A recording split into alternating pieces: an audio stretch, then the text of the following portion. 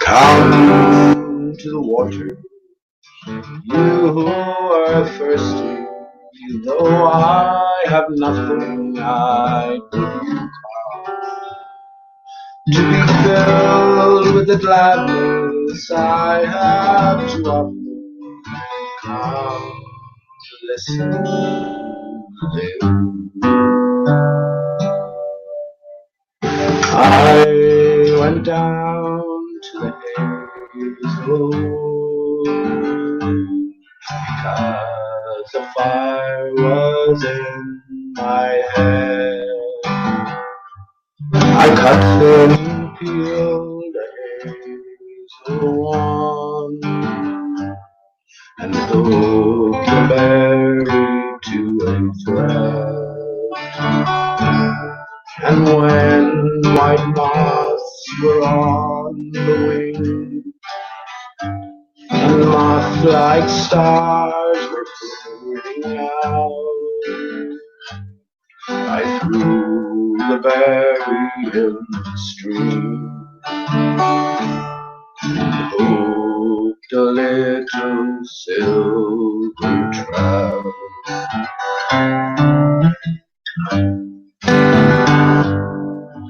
When I had laid it on the floor, I went to blow the fire flame.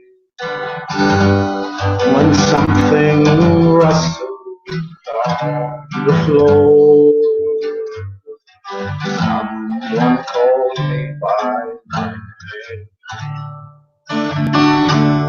It had become a glittering girl with apple blossom in her hair. She called me by my name and vanished in the brightening air.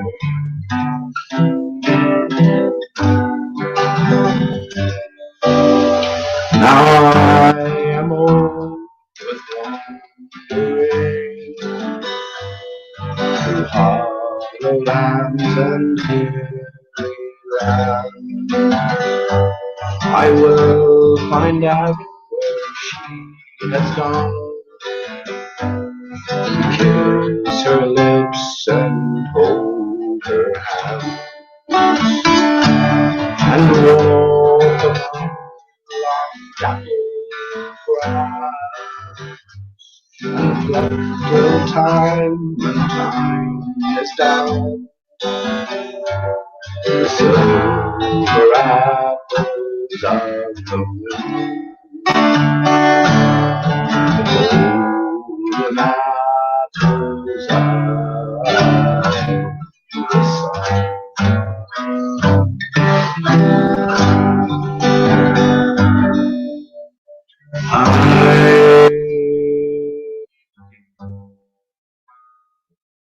Come to the water, you who are thirsty. Though I have nothing, I bid you come and be filled with the gladness I have to offer. Come, listen, live.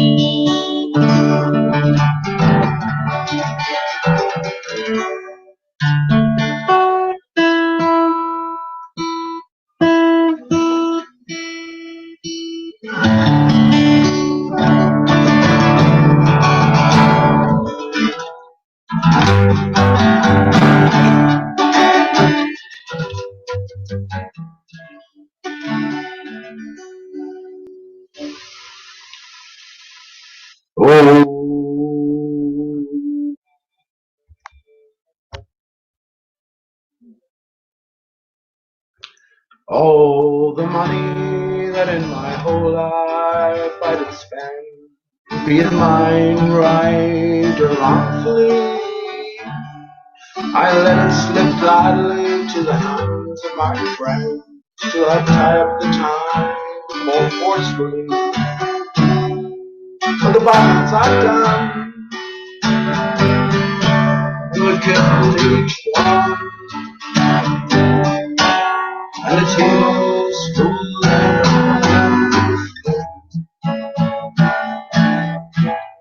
corner sign says it's closing time, so I'll bid farewell and be down the line.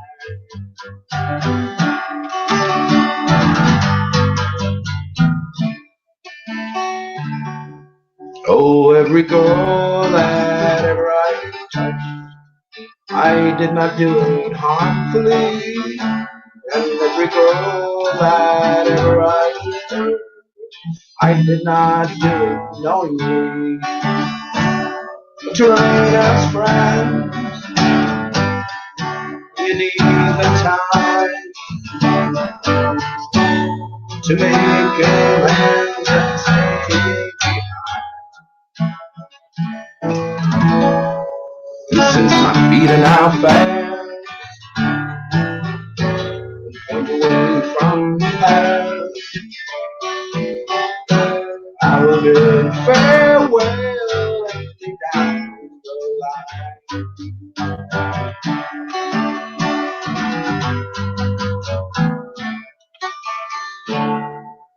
Oh, every fool that ever I faced, the cause was there before we came. And every cause that ever I fought it through without regret or shame.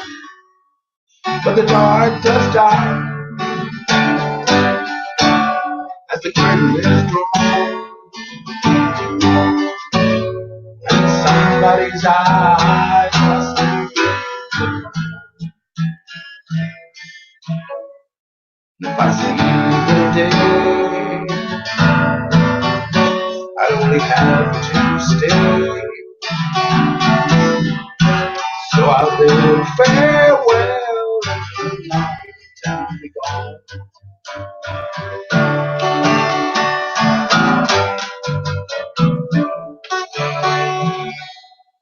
Oh, every thought that's strong not in my mind, yeah, I might go insane if it couldn't be sprung. And it's not to stand naked under unknowing lies. It's for myself and my friends that my stories are spun. But the time ain't torn, yet on time you depend. And the word is possessed by no obsession. Though the line is cut, it ain't quite the end. So I'll bid farewell till we meet again.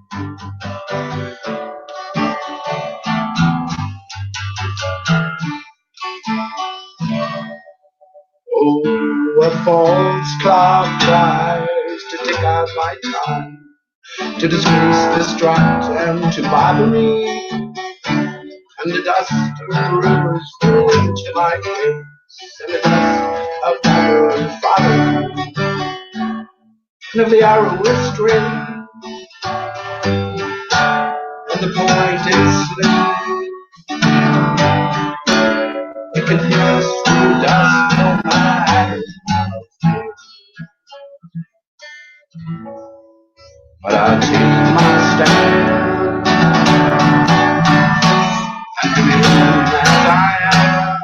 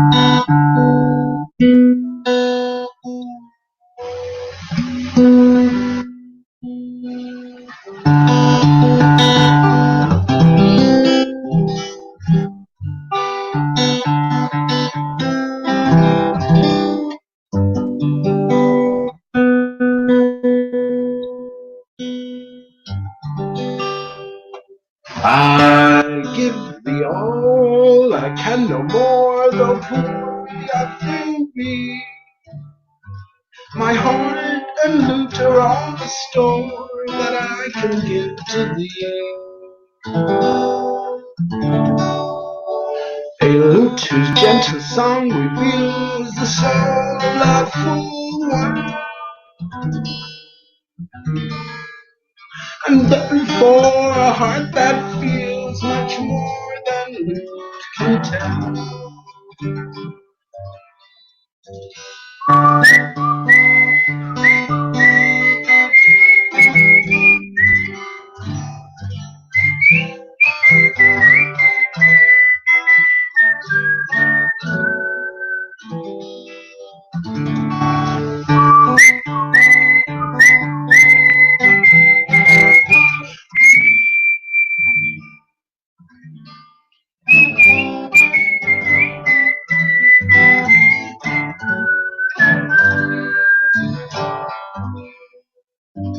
Though love and song may fail, alas, to keep life's clouds away, at least to make them lighter pass or give them if they stay. And even if care at moments flings a discord o'er life's happy strain, oh, let love but gently touch the strings, 'twill all be sweet again. Oh, let love but gently touch the strings, 'twill all be sweet again.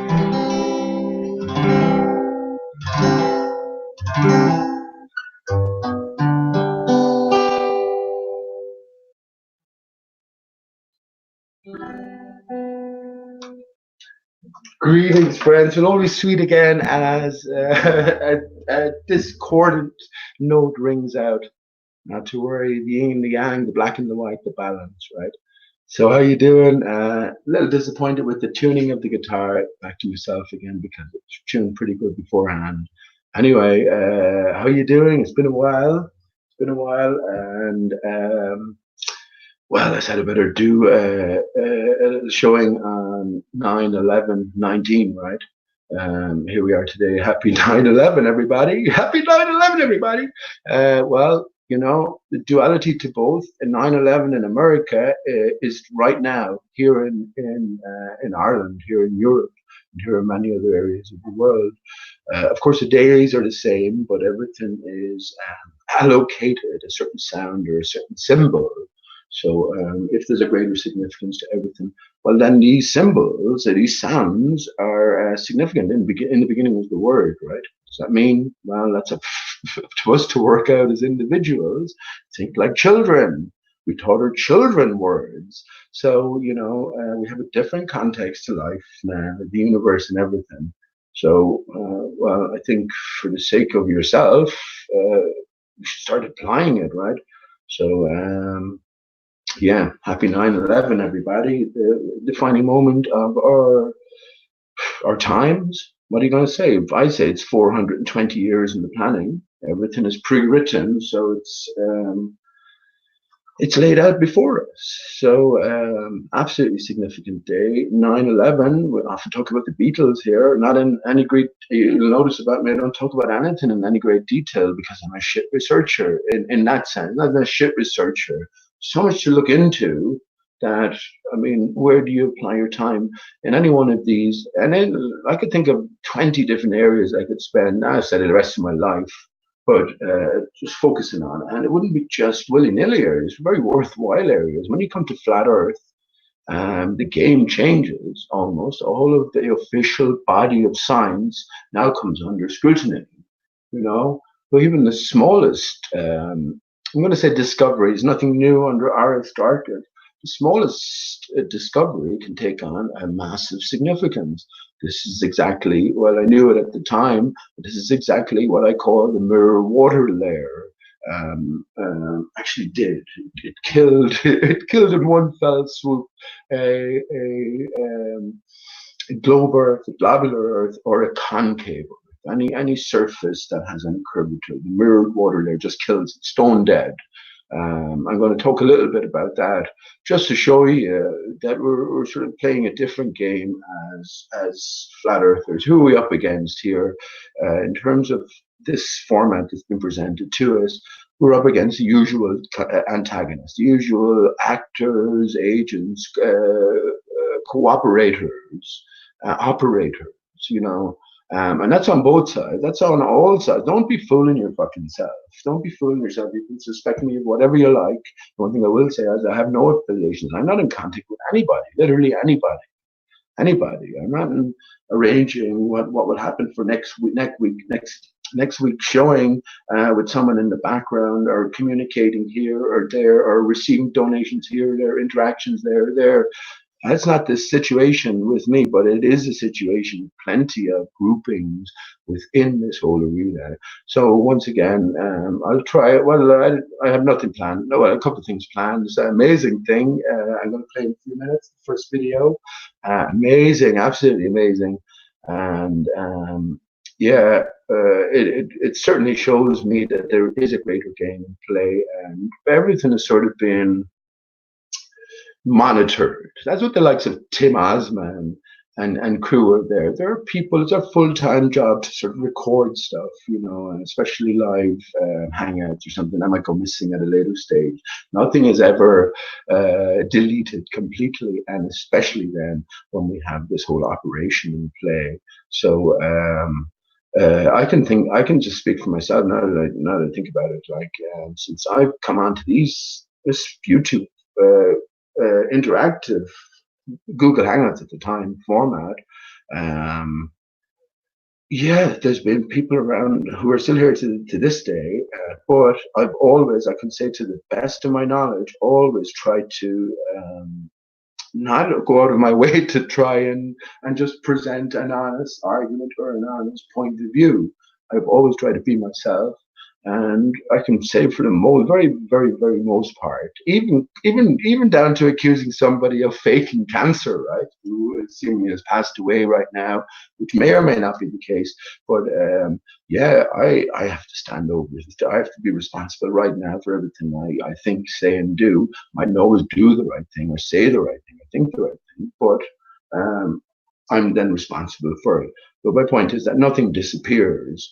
And since coming onto these sort of formats, yeah, you soon recognize the different groupings in play, the different. You learn it sort of quickly, not quickly as well. That's a long span of time, but you learn it by the lack of progress in one sense. The groupings formed if you speak out against any criticize any particular member of a particular group, and you have the whole group down against you, and that's just something you get used to. And as you make your way through, well, time, right? As we swim and flow through time, yeah, you become more copper faceted. That's not changing fast, right? You just become more aware of the exact groupings, the bundle of individuals associated with, and hopefully maybe like the greater machinations and motivations behind all of these cooperative deceptions, because that's all they are. It's one thing being deceived. I've always said it. I've always felt it, of course, as well. It's one thing being deceived by the other side. We know that.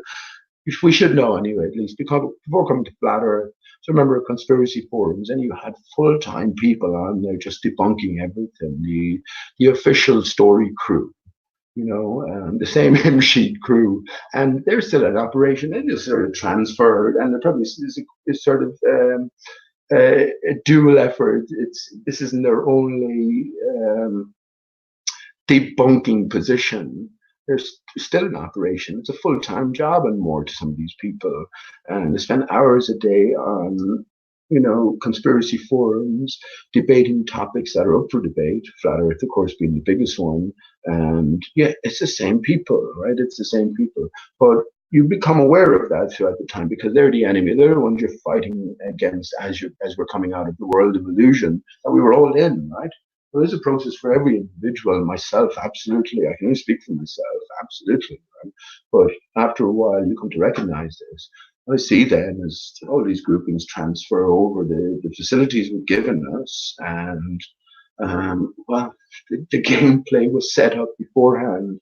So yeah, it's one thing expecting the enemy to be down on you, but when you come to find out that, well, there's also, if you want to put it in that way, enemies within, people who are playing deceptive, cooperative roles within your own side, well, this becomes the bigger heartache and hurt, and it really does. It's a lonely experience throughout all of this. It absolutely is. You lose everybody. Well, even the most basic thing that you wish to talk about and share in regards to a greater truth. Chemtrails, for instance, CHEM, CH me. What does CH mean? CHURCH. So figure out what CH means. Christ. CHRIS and T. All these letters are chosen specifically. So figure that out. But just by the way, chemtrails, given that name, and then like death and destruction associated with it. So all scare tactics to well, part of the story, right? Part of the unfolding story as we're coming to realize and find out more and more about the true nature of earth without and earth within. No separating them. We were told in the Gospel of Thomas. I meant to. I won't do it tonight. I think because you know we just did devote a whole hangout to it, even though it would take about half an hour to read. So just stop starting and commenting on things that resonate for ring true or occur would take much longer. But I am finding I have it on audiobook as well. I'm finding more and more things pertinent to my thinking now, right? And I think the way I figure it, this great game of life, we have the different sort of layers of clues for us, and as you make your way beyond one, then the next layer is waiting, and then you have the next set of gatekeepers as well. But the information is all there, so it's sort of written that way. And I've often talked about stepping stones, just one step at a time. I don't think any of this ultimately, not that I have any answers for anybody, for myself or anything else, but I think that taking it one step at a time will allow an easy passage towards a greater truth if it is in our hearts to try and figure out the truth about, well, the external and internal world, no separating them, to say. Let me just, before I go into chat, I didn't practice those songs or anything, but I have sang them before. But excellent songs. The Song of Wandering Aengus, a W.B. Yeats poem, which was put to music, and it's really good. I put I think it was a hymn we learned in school, school going days. Come to the water, so different significance again. It's about our body, spirit, interaction, intermingling, intertwining. I guess it's exactly it. And it's up to us to unravel it. I was just outside actually looking at the moon.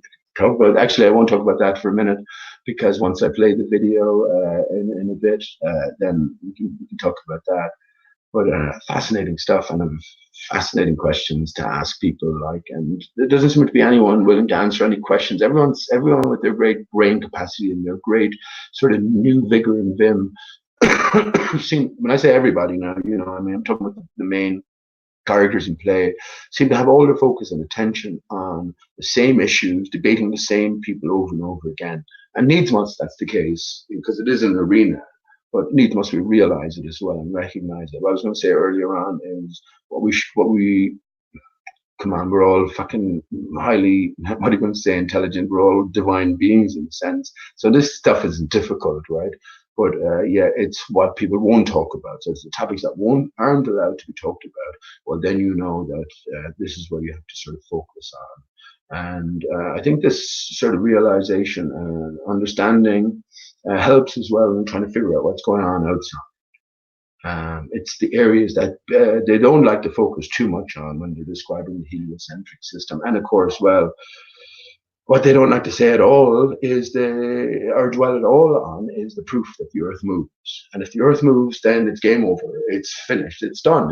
That's it. A whole different game is in play. And then you see, once you realize that, you're not the first to realize this. So if there's a greater game here and life is not what we think, well, then can we consider that everything is already known and everything presented to us as true is like in the biblical sense, it is true, but not in that solely literal interpretation. So this is our stepping stone as we climb the pyramid to realization. So yeah, none of this is difficult. It's not difficult. That's as, and it constantly my own thinking as well.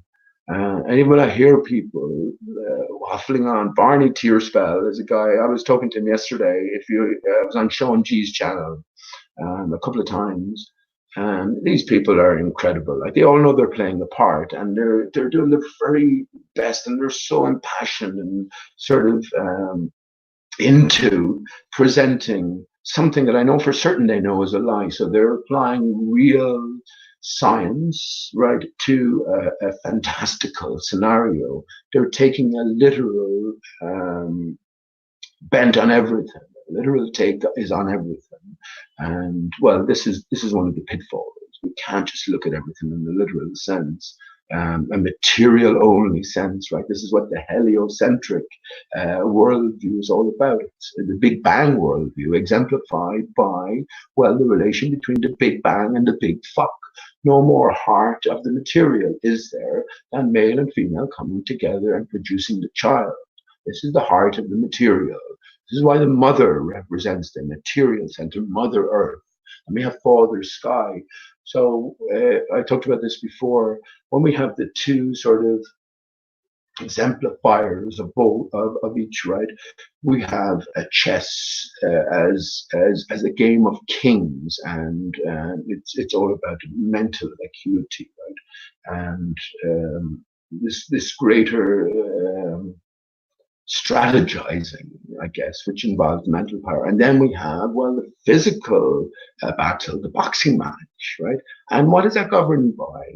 The Queensberry rules. This is why the Queen, even though more power, is less significant than the King on the chessboard, because no action can take place without thought, right? So everything coming back to who we are within these greater realizations. So looking at something like that, I could talk for, well, not that I could talk for ages. I'd love to actually talk for ages, because I just write down little notes when it occurs to me, and I don't sort of elaborate upon it in my own brain. As I don't really talk to anybody, so I could do with just talking openly, even if it was to myself, but I know there's people listening as well, about some of the boxing ring and the whole boxing game association and how that is so significant. But as I said, it is governed by the Queensberry rules. So this is all very significant. Yeah, well, Mother Earth, Father Sky, we have the moon, the mother, the moon, right? The sun then is the masculine. We have to ask ourselves what is going on here? Why is sun as well equated with the physical, or your biological son, your child, right? What is that? It's spelled a little differently. The sound is exactly the same. There's a significance to all this. And another thing you have to realize as well, when we get to a certain point, again, the language, most of us just are English speakers. I'm sure there's a few out there who speak more than one language. With a bit of practice, I could manage 3 languages. And actually, remember a couple of years ago, just looking over something that was in Portuguese, and I found it surprisingly easy to sort of pick up the gist of what was going on. So I think with a little effort, many more languages would come easily, not just to me, I think to all of us, right? But yeah, this is another sort of stepping stone. We have to realize that the language that we use, the letters and the words that we use, are not sort of random products of a almost blind evolutionary past. No, this is not the case whatsoever.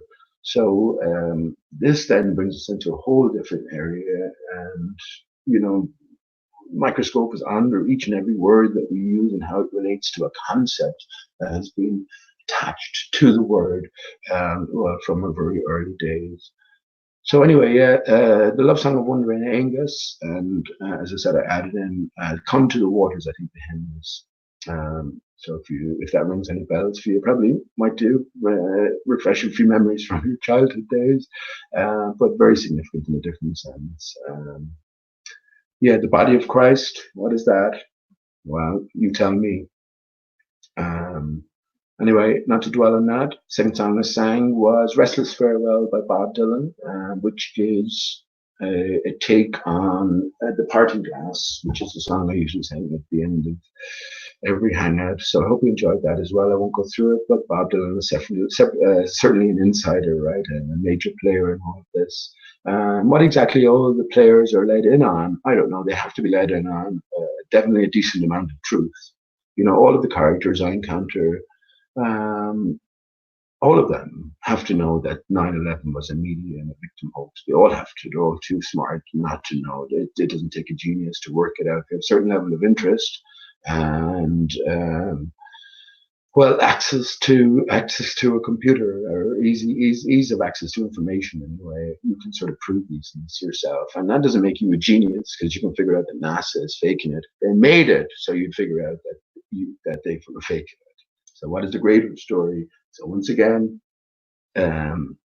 yeah, you shake yourself and realize there's a greater story going on if you haven't already. I'm sure many of you have done. That's all I would say about that. Yeah, my heart and lute, usual. Thomas More, yeah, Gospel of Thomas. We're actually funny enough, where I go busking in town. I was in yesterday.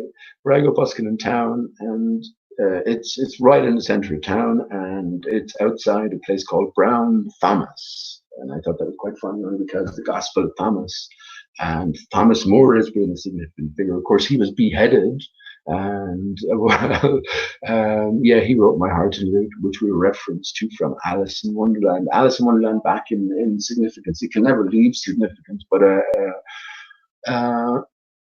thinking about, I probably mentioned this the last time, one of the hangouts isn't up, by the way. I think there's some copyright claim, so I just haven't got around to maybe deleting whatever the offending section was. But well, I don't want to get too confused now as well. But yeah, back to Alice in Wonderland. Yeah, the riddle that is back in my mind is why is a raven like a writing desk? So the sort of unofficial answer is, and I just accepted that was the answer. Sort of like I probably knew there was much more. There was more to it, but I came back to it, and I'm back to it again. But the unofficial answer is sort of like because Edgar Allan Poe wrote on both, right? So he wrote a short story called The Raven, and obviously he's going to write on a writing desk, so that doesn't seem quite adequate. But then we remember that Edgar Allan Poe wrote a story called Goldbug, and Goldbug is all about a treasure hunt and long sort of story, but the story Goldbug connects absolutely intimately with the puzzle on the front of the album. You might call it number one album of all time, right? Sergeant Pepper's Lonely Hearts Club Band. Who's the leader? Who's Mr. Flat Earth, by the way? Well, that's Mr. Mark Sargent. And did he do anything in the past? Well, he was a video game designer. So, you know, game theory, everyone is perfectly all these actors are perfectly qualified for what they're doing to give them that extra credence. But did he do anything else? Yes, he actually did. He had no internet presence, and in spite of the fact that he was a big conspiracy guy. And this is the same guy who's made it onto millions of television screens and computer screens across the world. Yeah, that's the same guy. So he's no internet presence at all, none at all, except for putting out a prepper's guide. It's called a prepper's guide, someone who prepares for the worst guide 8 years prior to putting out his clues. So if we're making all these different connections, where are you going to take them? That's the thing. And as far as I can see, not that I've been looking anyway, it seems that there's anybody making the same type of connection. Now, that's just the beginning of it as well. It's not the end of it. Mark Sargent, Patricia Steere, they're just players in the greater scheme. So we have to set up a mystery. We have to send out flyers. The mysterious case of the vanishing Miss Steere. The mystery of the vanishing Miss Steere. What happened? Upton vanished. Just got offended one day by someone talking about a fake vagina, a ramshackle vagina, and just said, "Fuck it, I'm deleting everything I've ever done, and I'm vanishing from this world. I'm leaving this cruel world behind." Yeah, that's grand. You can believe that if you like. But yeah, where's Patricia Steere? Hashtag. Spot Patricia Steer. Where's Waldo, right? Um, these are characters in play, and loaded with clues. Mysteer, another Beatles album's Magical Mystery Tour. And these things are coincidental. I showed you already the Economist 2015 front cover, right? There's no denying it. In one corner, you have the Beatles guitar. Patricia Steer had her Beatles guitar up on the wall in her background for years.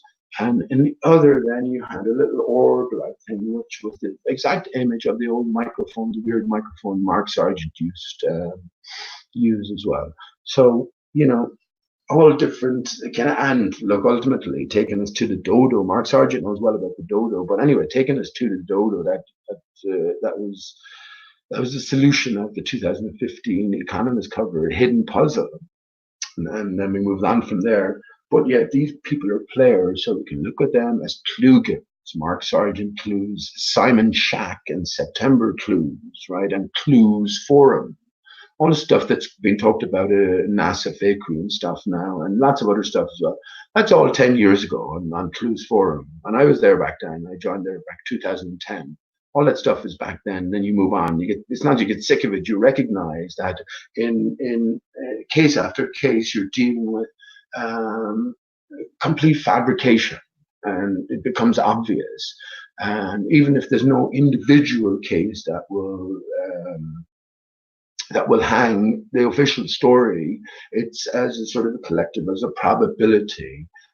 We can be satisfied absolutely that we are dealing with absolute fakery. But once again, we have a different context now. It's all about flat Earth and, well, what's the real nature of the fuck is going on here, right? So yeah, my heart and loot, as well as in Wonderland, back again. Why? So that's even though that's significant itself, that's a very significant pathway to follow. But I don't think it's the ultimate solution to the puzzle itself. Why is a raven like a writing desk? And the pathway I'm thinking on, is just that raven or space AVEN. Then we have heaven, HEAVEN. Now, just to briefly go over it, in the second book, Alice Through the Looking Glass, we certainly found the solution to that puzzle, the final puzzle that the White Queen, the final riddle that the White Queen posed to Alice before Alice received her crown. It was left up to us to solve the riddle, and well, it turns out that the answer is oysters, or more specifically, stars, and then ultimately Aristarchus, right? Oyster, Aristarchus. So connecting that to the first book, well, we're introduced to the dodo bird in chapter 3 of Alice in Wonderland, and the dodo bird is intimately connected to Aristarchus. Aristarchus being the tree of life. When the tree was decapitated, the queen, remember the Red Queen was always calling for their heads, off with their heads in Alice in Wonderland. Representing the heart of the material as well. But yeah, when Aristarchus's head was off, the decapitated tree above, that's not quite a satisfactory term of decapitation. But if we think of in terms of a tree, that what we see above is only half the story, right? There's a whole different world going on below with the tree. But yeah, when I look at it in that way, Aristarchus, when it was bifurcated, decapitated, well, this brought the dodo into existence. And so the dodo representing two things: the changing face of the land, right? So what land is, these are all the deeper questions. What land is, what sand is, what sky is, what if there's no vacuum of space, then what is there? So these are all the questions that we have to ask. This is the whole point of it, I think. So anyway, when Aristarchus was killed, decapitated, then we had a changing face to the earth. And well, just to get back to it, back to 2015 magazine, Economist magazine. We had the turtle missing a page. I'll bring it up actually. Now, see, that's what I'm saying. I get lost now, so I won't bring it up. I get lost for ages, and I've been through this before. But we see the turtle at the front missing a payload, right? So, of course, associated with with flat Earth and all the ancient mythology, is the turtle with the four elephants on its back and then the disc Earth on top. So we located the turtle, right? Located the elephant, and then it came to, well, when we followed the hidden puzzle, the dodo and Mauritius. Now, we thought back then to the Gleason map, which was given upon arrival to flat Earth as the map of flat Earthers, right? The default map. And one of the first things that occurred to me, first of all, is hang on, Australia's at the top there. When the fuck have I ever seen Australia on the top? It's like looking at someone with a face upside down, right? And it's familiar, but it's not quite the way it should be. Not in quite the right orientation. So yeah, we're sort of constantly encouraged to rotate things and invert things and turn things on their head. When you do that and rotate Australia to the bottom, well, then a certain bird jumps out. Over time, it does anyway. When you connect the pieces and understand that the dodo bird never existed, so told within the creation is a much greater and much more significant narrative than the literal, right? So, which is the symbolic or the representative. What do you think the creator isn't capable? So, So there we have the shell. But look, I could talk about that as well. What does the turtle represent? Self-containment, right? Within the shell. Saline water is also associated. Longevity. What about the elephants? Well, dry land, right? What's the most significant feature of an elephant? You got it, a trunk. Well, where else we find trunks? On trees, right? So anyway, the disc on top then represents the actual layout, the actual arrangement of the land. And all land is the trees sticking up from above the invading waters. Get yourself a bunch of rocks, throw them into a basin, take a picture of it, and now half fill it with water. So some are jutting out and some are beneath, and now take a picture of it again and compare and contrast. This is what's happening. We have a solid body, except for the rocks. There's a solid. Earth is one thing. Right? Earth is many things, but Earth is one thing at the same time. That's Earth with a capital E. So yeah, that's what that actually. Just to finish up on that, because that's just a by the way. That's why the dodo and Mauritius was the solution. It had to be the solution because that brought us back then to flat Earth, right, with the turtle. So what's fact is fiction, what's black is white, what's true is false. Everything is inverted. And from the front cover itself, we could see Alice, none other than Alice in Wonderland, looking on to the collection of world leaders, Barack Obama, Putin, you name them, all of the different across the world, lined up and orientated in something that was very familiar. Absolutely a reminder of the cover of, well, you guessed it, Sergeant Pepper's Lonely Hearts Club Band. So, to come to the solution, the dodo and Mauritius, understanding that flat Earth is at the core of everything. This is the beginning point. Well, then all sort of unraveled. So,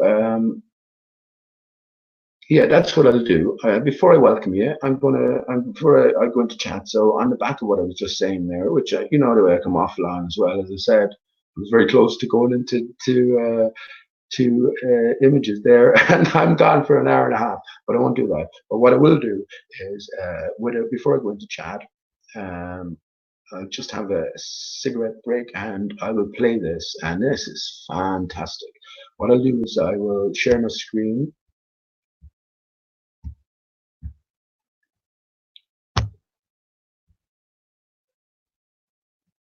Okay, I'll share my screen and I won't forget to put on audio. And I will just read the description briefly beforehand, and then I'll say thanks to the particular person involved. So I'll share my screen, and I hope the audio comes through. And it's only about 4 minutes, but it's fantastic. So I'll read it first. And it's called Flat Earth Lunar Dodo Music from I'm sure if you're familiar with the chats around, you'll certainly recognize Anders Ace. And I'd like to say thank you very much, Anders Ace. I'm sure you don't mind me playing this because it's already in public domain anyway by NASA. And this video was only posted October 27, 2019. So let's just see what it says in the description. So thank you very much, Andres. And this is incroyable. It definitely is. So this visualization uses a digital 3D model of the moon built from global elevation maps and image mosaics by NASA Lunar Reconnaissance Orbiter mission. It was created to accompany a performance of Dodo's solitary walk through a moonlit garden. The visuals were composed like a nature documentary with clean cuts and a most stationary visual camera. The viewer follows the sun throughout a lunar day, seeing sunrises and then sunsets over prominent features on the moon. The sprawling ray system surrounding Copernicus crater, for example, is revealed beneath receding shadows at sunrise and later slips back into darkness as night encroaches. This video is public domain and along with other supporting visualizations can be downloaded from a scientific visualization studio at this link. So first of all, it's important to read that, but isn't this fascinating? So let's just play the video first of all, and say nothing. And once I play that, I go into chat, say hello, and I'm definitely going to play it in slow motion and talk you through what I see is going on. And I think it was certainly clearer and clearer to me. And well, again, I guess the only thing is if you're not taking the little steps, you're not going to be able to take a big step. You know what I mean? And jump past 4 or 5 different little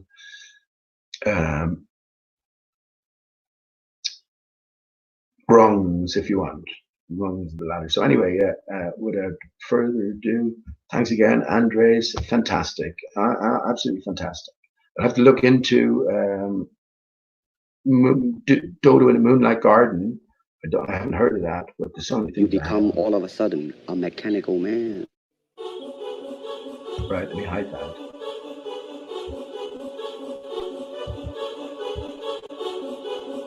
Let me start it again. Okay, I feel.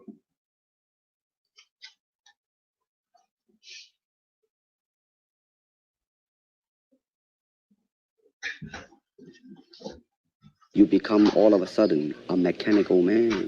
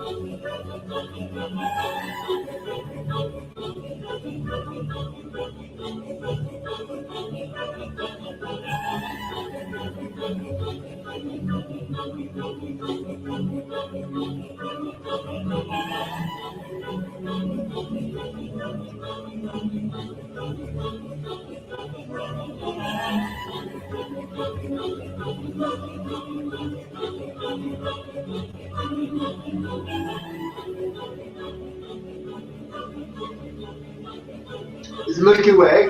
Milky Way on the moon. Excellent.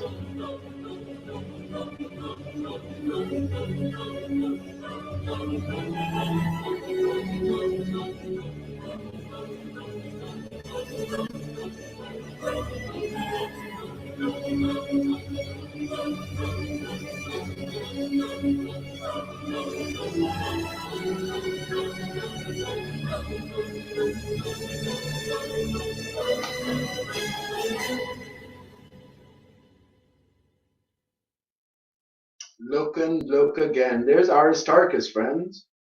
That is Aristarchus there, the black one in the center. That's the father. To the right of it, that's just been covered in shadow now, is Prince. That's the son. And to the left of it, that was Herodotus, the Holy Ghost.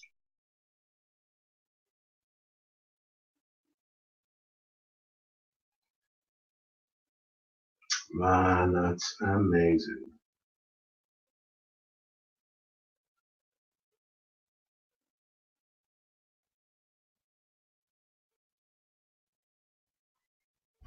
Isn't that something else? Isn't that something else? Honest to goodness.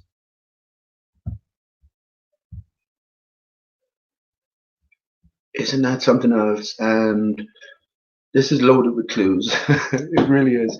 And what they've done is they've they've admitted to it, right? But they put it in 3D software and they've solidified the moon. Now the moon is a reflection of solidity. And one of the first questions that should have occurred to us if we were thinking straight and we weren't being diverted, and I guess is also we were also concerned about different things, just coming to terms with the idea the earth was flat. So everywhere you encounter opposition to it, you're going to be focused and dwell on that. But after a certain amount of time, we've all the time in the world, right? The mental time, anyway.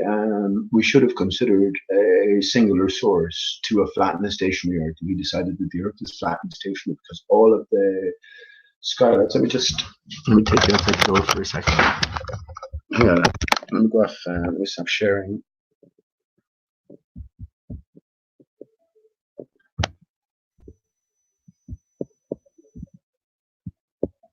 Stop screen share. Okay. Let me just take you outside the door so you can pick it up. Just outside the door here. If you can pick it up, or you can't zoom in and everything. Look at that. Hang on now. Definitely should be able to see that. Zooming right down. Right down. And do you know what it had earlier on? A moon bow, a complete moon bow. And it's one of the questions. You're not getting great quality here, but you can see it. Everything's much more up close and personal. It looks so far away here and so distant, but it's right there, right? It's right there. It's an observer-dependent reflection. As I move down here, the moon will move with me, right? The moon moves with me every step of the way until you move so fast and it can't keep up with you. But it is observer-dependent reflection. So I just brought you out to show you that because it's right outside the door and we're almost at a full moon. And yeah, this gets back to us considering what is instead of what isn't. Okay, what is instead of what isn't. So these should have been basic questions for us as flat and stationary earthers, because all of the light in the background is sort of all of the skylights appear to move in unison on a daily nightly basis. That's our basic sort of observation. And what the skylights are then. We're told they're material bodies. They're all stars have the same composition as our own star. So again, all clues for us. And why are they called stars? R-I, star, cus. When you A-R-I, right? Arichus, star, Arichus. Well, how do you say that if you were to read that word? Doesn't look familiar, but if you read it, it's a righteous star. A righteous star. All stars are one star. So we should have been considering from early doors, except we were waylaid, ultimately probably for the best, right? Learning is a process. And yeah, this is, I keep saying it, nothing new under Aristarchus. I'm not discovering anything, and I feel like myself, absolutely not discovering anything that isn't known, but I may be coming from a unique point of view that I am not affiliated with anybody. Everything I'm finding out literally is just whatever abilities I have to piece things together, and whatever information comes my way that I process in a certain way. You've got to do the same thing for yourself. But yeah, that association is made between the moon and the dodo by NASA from the lunar orbiter, and that's actually, I'm taking a closer look on that just to see exactly what it represents. I'll go over it again in a second.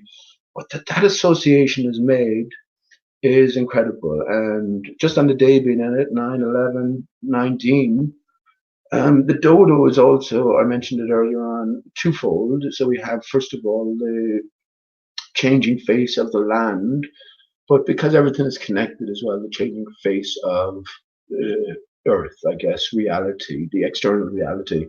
But then back to us ourselves, right? This divided state of us. When I talk about Michael Jackson being the dodo, and Paul McCartney being the dodo, right? Well, we remember the Paul/Fall controversy that sort of divided in two. This is what the theme of the Sgt. Pepper's is about when we look a bit deeper into it, that the Beatles were replaced here at a funeral scene. So, not to get too deep into that, but you have that sort of bifurcated state, that division represented. Of course, Michael Jackson went from being black to white. The name itself is very interesting. Michael Jack Son. So, what does Jack represent? I challenge anybody to think of a common saying or adage that incorporates Jack. I challenge anybody to present a positive one. It's always in a negative sense. So yeah, all of this stuff is significant, but that divided state is stressed. And as I say, Michael Jackson went from black to white. Come on, So that's the other aspect of the dodo, the divided state of us. Thom Yorke being the dodo at the minute, and getting back to 9/11, Thom Yorke and Radiohead with their album Kid A, which was released in 2000, was the soundtrack to the movie of our times, the 9/11 extravaganza, the greatest selling movie in history, right? Because everybody bought it. So we bought the literal, but then we see through the literal, and then we can make these connections. That's not my find, that Radiohead and this being the soundtrack. That's somebody else's find. But bringing everything into flat Earth, I'm putting those pieces together. Song number 10, the final song on Kid A, called Motion Picture Soundtrack. So the album was released in 2000. 9/11 happens in 2001. 9/11 was a movie, pre-prepared. What happened on the day more than likely just went down behind a massive smoke screen. There was some drama involved, maybe some convincers involved. A plane. Dave Murphy talks about a plane. He witnessed to a plane. He worked in Wall Street. Hey, he worked in Wall Street, and he witnessed, again, perfectly qualified, right? Perfectly qualified for the roles they are. So he witnessed a plane going by. So there definitely were planes, according to Dave. Now, Dave is good at the legal name, fraud, and Dave is excellent at flat Earth. But he falls down in 9/11. So many of them do. They have 2 out of 3, right? 2 out of 3 ain't bad. IPS is excellent on 9/11. Not really, though. And good enough in flat Earth as well, but he doesn't say anything about the legal name, fraud. These three come together, really. People who were good on all of them were awake souls, right? They were new, but excellent vocal about the 9/11 hoax, media and victim hoax. They were vocal, obviously, about flat Earth. They came in with their own theory then, and their theory can be easily debunked. really. But yeah, they were excellent on all three. The legal name fraud as well. A bit lighthearted on that, but they certainly were talking about all three. So what was their catch then? Well, Bible literalists. You see, there's always a catch. There's always a catch. There always has to be as well, because guess what? You're worth it. You're worth it. You're worth it. This is a game. It's a puzzle for us to work out. To work out, only when we can figure out where we are, or we know in general terms where we are, especially in relation to where we're not, right? Well, can we work on who we are? And yeah, this is what it all comes back to. And yeah, that is fascinating, friends, that they have the dodo associated now. I'll go through that video a little bit more, but isn't it fascinating they left us with that specific view of Aristarchus as well? What the fuck is going on? Well, maybe PJ knows something, right? Maybe people know PJ knows something. Certainly, if you hear the word Aristarchus, you're going to associate it with me. No, that's nothing to do with anything. I don't. Look, we're all in this boat together. I just come on here to, and why I set up these hangouts was just to express some of the findings that I was making, and to sort of allow myself to make progress as well, because by speaking out loud, um, yeah, things occur. And so many things occur just by me sitting here looking at the computer, um, talking out loud. Well, invaluable, invaluable. But yeah, isn't, come on, come on. So I'll go over that video again in a few minutes and let you know my real thoughts. But I definitely need to put more time into that. Like, there's so much things I could put time into, but I try to simplify it and keep it keep it simple. But just to finish off on 9/11, so how it all connects. 9/11. There we have Thom Yorke, who, right, lead singer of Radiohead. Claim is that their album, which was released in 2000, Kid A, right, Kida, kid is a pet goat, a baby goat, right? Goat is go at. What does that mean? Go at, right? Well, again, it's all about the material and immaterial realization that we are not the body, right? We are, we're not merely, we are the body, but we're not merely the material, right? There's more to it. And of course, it's only by contrast that we can come to the truth. And it's only by looking into that pit of emptiness that we can realize the fullness of what awaits us potentially. Anyway. This is what heliocentric system, HELIO centric, right? What does all this mean? It's very significant. The letter is Hu man. So think about the construction of the H itself. How does that relate to your component parts? So, well, HEL, this is the true hell, when all you have is that material. This is why they're all famed. All of the Bohr antagonists know the earth is flat. They're privy to a greater story. Um, but yeah, this is why you are immersed in hell, when in to the very core of your being, you sell yourself so short that you say that's all there is to you. It's just a material existence. So don't do it, friends. Don't sell yourself short. But that's why I say the nature of this game. I think we'll be deceived till the end. Why? Because we're worth it, right? Because there's a greater significance to life, and there's a greater story to life. So it's there for you, the individual, to piece things together. But here we have, yeah, I just looked at that video earlier on. So once again, thanks to Andres. I just looked at it before I came on here.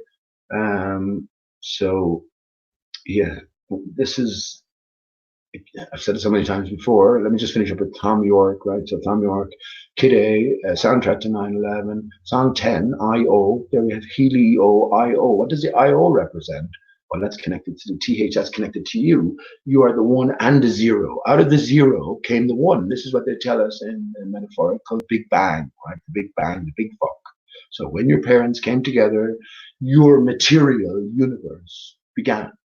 This is what it is. So out of the zero came the one, the singularity, right? So the one representing the material, the zero representing the immaterial, the no beginning, no end. So what happens when you count up all the ones? well, you get to a concept called infinity. And how do we represent infinity? By something called the lemniscate. Lemniscate, break down the word. What do you make of it? We have men inside there, L-E as well. What does L-E represent? Why is L the God, the Jewish God? Right? But lemniscate is L-E-M-N-I-S-C-A-T-E. So L-E-M M-N, man, is C8. So there we have the 8 in the center. 8 turns out to be, well, H, right? H is the 8th letter.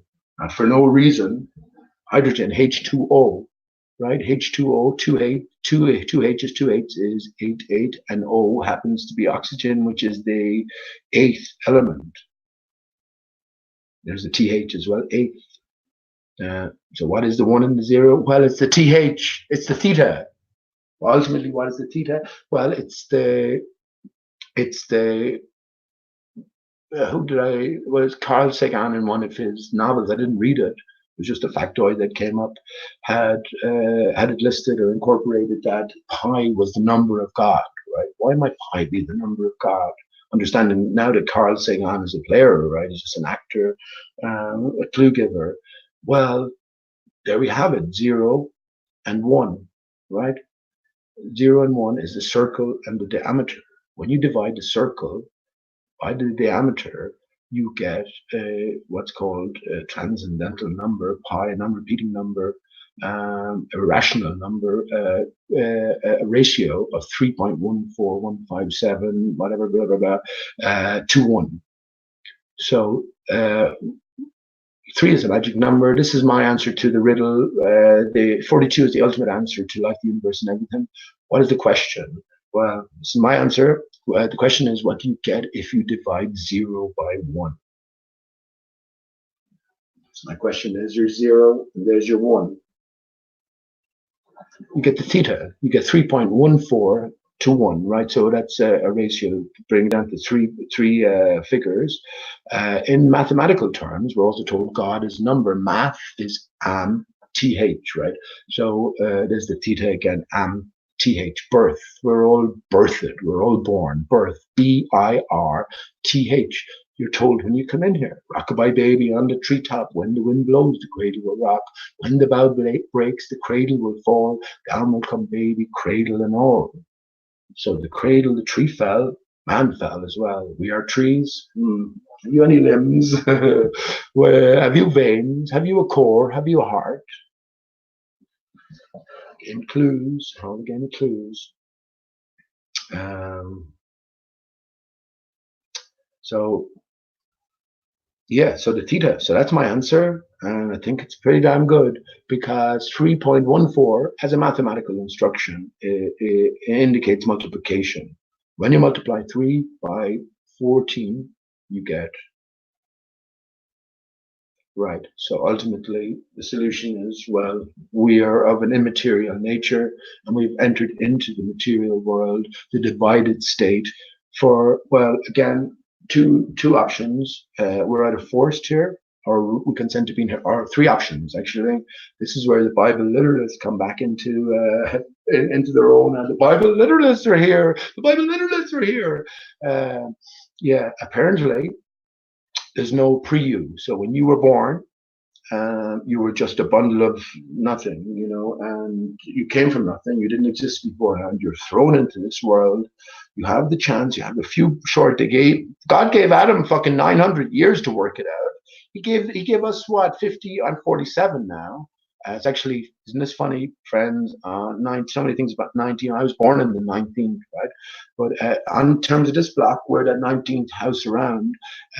Today is 9/11/19, which is the same backwards as far as palindromic, and it's also 47 days from, I just heard this on the radio today, 47 days from now, 9/11 to Christmas, to Xmas. Now, if you know anything about 9/11 conspiracy, the date 9/11 has been associated with the real birth date of Jesus, right? Oh, don't get me into that now. And we're also told that Jesus was born in 4 BC. So that would make Jesus now 2023, right? So if we cancel the 0, 2, and 23, well, 23 and 23 is 46. Does 46 ring any bells? Chromosome pairs, anyone? So Jesus is a divided state. Why do we celebrate the birth of Jesus at Christmas or Xmas, 25th of December? What do we do? This is when the tree was cut down. This is when the sun and the divided state came into being. So in one sense, Christmas Day, Xmas Day, is the dodo's birthday. And what do we eat around the world to celebrate Christmas? Or what do we sacrifice? Millions of turkeys, right? And a turkey is one of the closest equations that can be made to an imaginary bird, right? The dodo didn't exist. So yeah, all of these things come together. But the Bible literalists will tell you that you had no prior existence and you have a few short years to work it out. You know, and if you don't work it out, you can't go back to non-existence. Sorry, but that kid, unlucky, you know, you're burning in hell for all of eternity. Well, what's eternity? I didn't know eternity beforehand, or did I? I was happier in the old eternity. Can I go back there? So, I mean, listen, more to that story. Think of the 10 Commandments in terms of instructions from you to you. See how that works out. That's the only way you can do it. If you're going to tell me that there was a literal Jesus, I'm going to accuse you of crafting idols. That's what and that's something you were told not to do. Thou shalt not have any false gods before me. Well, who's me? Yeah. So that connection is made between Jesus and 9/11, the literal 9/11, the non-literal 9/11 in New York. So Tom York, New York. Yeah. Song number 10 from Kid A, 2000 it was released, motion picture soundtrack. Doesn't it turn out that Tom, who is the band's man, right? So yeah, whatever about the fans band, Radiohead are earthwide the most significant band. Simple as that. That's because that's the way it's written. So it turns out that Tom York's nickname is, well, are you going to guess it? It's 2 parts. It had to be 2 parts. Yeah, Dodo. Tom York. So that association is there. That's, you know, you can check out any of these things yourself. It's not about proving anything, right? You can take the word of the article, or you can take the word of the piece of information or not. But yeah, if we look at it in a different sense, so that dodo here is exemplified and is stressed and is brought to the fore. Why? Well, once I have a complete grasp on its significance, but I'm certainly getting there. Part 2, another nickname we were told you had 2 nicknames. One is Dodo, and the other one, which I think is more significant, which also ties back into the Economist 2015 magazine cover. Let me bring that up because I said it earlier on. So I'm just gonna, again, I'm not going to get lost in this now because I could. But again, just because of the day that's in it.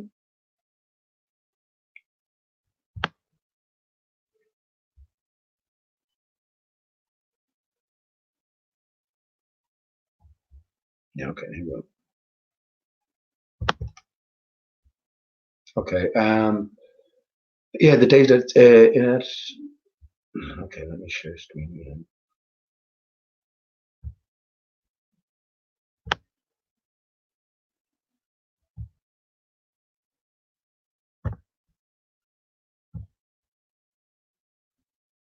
I mentioned it briefly earlier on, and I know, like, a lot of you mightn't be aware of this, but because it connects, yeah, here we have the magazine cover I talked about. Here is the guitar that Patricia Steer featured in every show, right? Every show hung up on the wall on sign, and here's the microphone I was talking about earlier on. Now, it's not a microphone here, but it's very similar. So, I mean, I'm not building a whole case on that, but that we have a Sergeant Pepper sort of backdrop, Mark Sargent, who was a prepper, and his clues. Yeah, you know, getting to the core of it. Here's the turtle missing the payload. If you look closely here, you can see the elephant. Can you see the elephant with the trunk and the eye? So it's reflected down here. So the elephants are found. The turtle is missing the elephants and the disc earth. But here's the disc earth here. But Yeah, there's no specificity to it. It has to be more detailed than that. So as we follow the Pied Piper, and we just thought like children, follow the arrows. For instance, as we make our way up to Angela Merkel here, we don't go left because you get cut to bits. You go right, and you just follow the point. Here we have Will Smith, Barack Obama in the center here. But as we did it, we made our way down all the way. Here's Alice from Alice in Wonderland, looking at the Cheshire Cat, pointing us towards Obama. We reached a goal by the 33. You see the 33 on Obama's leg here? And here is our final treasure dig. And long since decoded. I mean, I'm not saying this for any other reason. I don't know of anyone else worldwide who's followed this and not just found it, but solved it. I knew when I was going into here that the dodo was going to be the solution. I just knew it from just previous, and I'd already looked at this in 2015 when it came out. I think it was February, and I saw the puzzle. And I would say I'm a flat earther since, maybe 2013, but that was after due consideration, let's say. I might have looked over at the Flat Earth Society in 2011, that sort of thing. So definitely 2013, which really came down on that side. So yeah, well into Flat Earth at this stage, but I only got to Merkel. I didn't know where to go from Merkel. And after that, then I found the way, and I knew after discovering the dodo and its significance that it was the only solution. And there we're led to here, this is a prophylactic, which is a condom.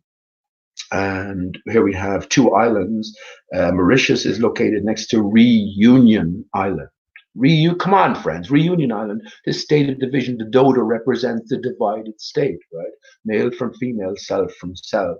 And the clue then, we've been following arrows all the way. The ghost, what they say is a ghost, which is just a condom with hands, right? It's a hand job. It's a hand job. Very interesting word as well, or blow job. I talked about that before. Why would it be the case? Well, that's because, you succumb to the material temptation. The lust of it all, right? If we only knew the true potency of our bodily fluids. But anyway, so here we have dough pointing us upwards, dough, and there's a 2 in the corner here, just multiplying it by 2, dough. And it's a holiday island held up by a condom, and Reunion Island is a neighboring island to Mauritius in the Indian Ocean, a holiday destination. Again, all about the sun as well. So it's mind-boggling how interconnected it all is. But the way I look at it, in one sense, it's like if I was ever to, and I realized afterwards this is the way they did it. But I was thinking to myself, if I was ever to write a mystery novel or something, of course you're going to start. It'd be easier to start with the solution and work your way backwards. And this is how it is, in fact, done. It's probably the only way it can be done. But yeah, I look at upon the same way. Life is a mystery sort of novel. That we're working our way to, and everything interconnects with everything else, and it always sort of becomes wondrous. Just the intertwined genius and interconnectedness of it all, And it's all. The only conclusion I can come to is just the true nature of us, right? Is awaiting us. Is awaiting us for realization, but we sort of can't handle it with at least an unprepared mind or heart. And this is what all of this information, this gradual, slow but sure information leak to us has been all about. So to prepare the mind, to expand the mind. Mind is a very powerful thing, but it's not the only thing that's at work or that's at play. Interesting there. So look, that's why I brought it back here. So Tom York, Salamander. When we finished, this is going back a couple of years, friends. I talked all about this. But when we finished sort of looking at other aspects, we came to this aspect here, and what this might be. Well, this is the first car that, and look, it's very interesting that there's what seems to be a flat tire on it, which is very, very interesting. And this is the first car, and maybe not the first, but certainly the most powerful car to that day, which broke the land supersonic speed. So it broke the speed of sound. So it came to have me thinking about sonic weapons, Judy Wood, 9/11 direct energy weapons. Because the turtle is before Alice, this means that this takes precedent. So it's more significant. It's incorporating everything behind it. So Alice as well is more significant than all the theater behind that. So what might the significance of this be then, as it sticks out and is at the first position, number one in the race? Well, back to well, okay, back to Tom York. What's Tom York's other nickname? Salamander. Salamander is known for foregoing a limb or an extremity for the sake of survival of the whole, and then it can grow, recuperate, and regrow in time. So later considerations then had me thinking about, what has replaced the emptiness of space? Well, what's the opposite of empty space? Heavy cold water. And that's, if you have a better guess than that, please free to present it. But heavy cold water. So heavy cold water is beyond. So there's some sort of energy barrier, invisible energy barrier holding back these waters. And this is what this represents. Everything is sound. Everything is sound. Light is not what you think it is. The sun is not inherently hot or full of light. It doesn't give out its light. Light is an interaction. It's a resultant between these source energies, these, if you want to call it sonic energies, and whatever the intervening medium is, or the reflecting material. Now, the reflecting material, something that energy is holding back the waters beyond, and it's water that's been bombarded with these intense energies. What are we told? The heart of the sun is made of hydrogen. What are we told? Water is made of 2 parts hydrogen to 1 part oxygen. So what if pretty much what you're reading is just this intense energy, Aristarchus energy, I call it life force energy, blasting the water and reflecting back. So you are picking up readings of disassociated water, so heavy doses of hydrogen within the sun, because water and hydrogen intimately connected. When they say water is I agree, water is elemental, but everything comes from the one, right? So hydrogen been so predominant. I'm happy with that in terms of this energy, Aristarchus energy, blasting against this watery backdrop that Aristarchus itself is holding back, and it's reflecting them. And what we see as light and heat are not intrinsic properties of the source energies themselves. They're results of interactions between this blasting of these waters beyond. And everything then is layered beneath, because we're in a broken system. This sort of accounts for my own brain, lots of things as well. What gravity is this reactionary force, because remember, we're in a broken system. So gravity is this reactionary force that we're under to the actionary force that's holding back these waters beyond. Every action has an equal and opposite reaction. If we go up further, I go up higher, at a certain point, if we get a 0 pressure reading, it starts to increase again, funnily enough. That's because it's not a hard and fast barrier. Earth breathes, right? And that goes back to the movement itself in terms of what's going on at the core, the molten Fe core, the molten iron core. It's gravity is this reactionary force to the actionary force, and it was never meant for us, because we are in a broken system, and nothing is natural. Nothing is natural. Or at least anything we took for being natural, it can't be said to be natural. We're in a broken state. Earth is in a broken state, or we are in a broken state. This is why Earth and heart are anagrams of each other, as is ether. So ether is this life force being, propagated. And I actually took pictures today.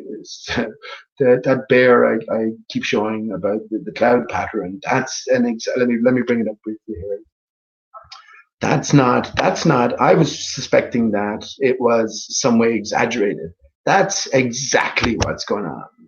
That's exactly what's going on. But because we live in a dynamic system, it's very difficult to catch it in that exact state. And I see it all the time. But I saw it today. I saw it today. But by the time I got the camera and came out, I still took a picture of it, but it's not quite as clear cut. So this picture alone, this proves that there's an ether, there's some prevailing force that is almost sculpting these clouds. So when it comes to the basic questions again, what is a cloud? Well, a cloud is not what you think. A cloud is salt particulate which absorbs the water particulate. So when it becomes more and more saturated, the cloud develops a silver lining, right? So we're living in it's not even right to call it electromagnetic. These are sort of effects. These are effects from a broken system, because everything is ultimately connected in one. Magnetics is the no, I won't talk about that because I'll have to sort of refresh my memory. But yeah, this is the cloud I was talking about. So I've seen it so many times, and it's a sort of repeating pattern. So these patterns alone will prove an ether, like the regular line patterns left on many beaches throughout the world. When there's no reason for it, as the water comes out, the sand should settle level. No reason for it unless, right, there was a prevailing energy, which the specific composition of the sand or the clouds themselves will react to, and they do, because sand is not what you think. And also, clouds are not what you think. Clouds are salt particulate, right, which absorb the water particulate. They stay in place via cymatics, and also these repeating cloud patterns on a daily basis, not just in my local sky, throughout Earth, as far as I'm concerned. Not that I've been throughout Earth, but as far as I'm concerned, it's the same pattern. So up close and personal universe out there, as I showed you the moon there, you're looking at pretty much, if none of the houses were here and I could spin around, you're pretty much looking at, in terms of the night sky, 3/4 of the universe. That's how close it is, right? And the moon, you could almost touch it. In reality here, it didn't look that way in the camera here, but you could almost touch it, reach out, touch it. So everything is up close and personal. So yeah, this all goes back to Tom York salamander, back to 9/11. Then again, I talked about the ray gun at the top of the One World Freedom Tower. And I think in conjunction with many other steel structures and other structures throughout the world, the barrier is going to be reinflated. So Tom York, finishing up on 9/11, being the dodo and salamander, it ties into my picture of things there. And well, when I come back from a little break, I'll say hello in chat, and I will also sing a song, right? The Judy Wood, stuck on Judy Wood. So yeah, keep a lookout for this, friends, and not just this. There's much more to it as well. But yeah, once again, how else are you going to explain what's going on with these repeating patterns? So yeah, we have expressing energy, and well, yeah, I talked about the zero pressure area. So as we go up, we get zero pressure. Why is that? Because well, these are the evacuated zones directly beneath the intense reactionary energies that are holding back the waters beyond. This is the space. This is the space they talk about. Now, could you have craft up there that could float around and accelerate and almost endlessly? I think it's possible. I think it's possible. I think it's possible, and I certainly know that everything that's presented to us is metaphor. We're not to take it literally. Astronautical, star in water, waters beyond. Astronauts train in pools of water. The opposite of empty space doesn't make sense, does it? Unless we think of Neil Armstrong, which is going north, Mr. Alien. So Neil Armstrong, if see, I get lost in this now again because I've been through this already. But himself and Buzz Aldrin on their journey, on their orbit, just before they landed on the moon, had a very interesting chat regarding crater Aristarchus. Now, if it's all narrative, if it's all scripted, script you are, right? Scripture. If it's all scripted, well, why would they incorporate these things? Well, as clues for us. So when the time is right, we could piece things together. So Neil Armstrong backwards is go north, Mr. Alien. Well, that's where the source is of everything. Aristarchus, North Center, as it emanates, then its prime reflection is Polaris. I am as constant as the northern star, whose true resting, whose true fixed and resting quality there is no fellow in the firmament. That's a quote from Julius Caesar. And I mentioned that, or I was thinking about it anyway. If Julius Caesar was written by Shakespeare in the late 16th century, and the North Star he put in terms of a well-informed man, Shakespeare was a well-educated man. He put the Northern Star in a fixed and central position in a play that was said to somewhat represent reality. Julius Caesar is recognized as a true historical figure. I don't believe a bit of it. JC, I don't believe a bit of it. But yeah, if Shakespeare had the North Star still set at the center 2,000 years prior, when Jesus was born in around Jesus' time, well, where's the where's the degrees of disparation throughout the years? I mean, throughout the century, we're told Polaris shifts by 72, or sorry, by 1 degree every 72 years. So over that amount of time, Polaris certainly wouldn't have been the center. I'm just saying, of course, Shakespeare, even in Shakespeare time, it wouldn't have been the center, right? But he put it back still at the center when Julius Caesar was said to be alive. Now it turns out Julius Caesar fabricated characters, so is Shakespeare. They're all fabricated. It's all storytelling. Where I'm at and have been at for the longest times, the hidden hand is responsible for so much. People like Leonardo da Vinci, Michelangelo, Copernicus, Newton, they didn't exist. They didn't exist. And for me, the Bible, it's all a construct, remember, so anything is possible. Anything can be laid down. Anything can be laid out.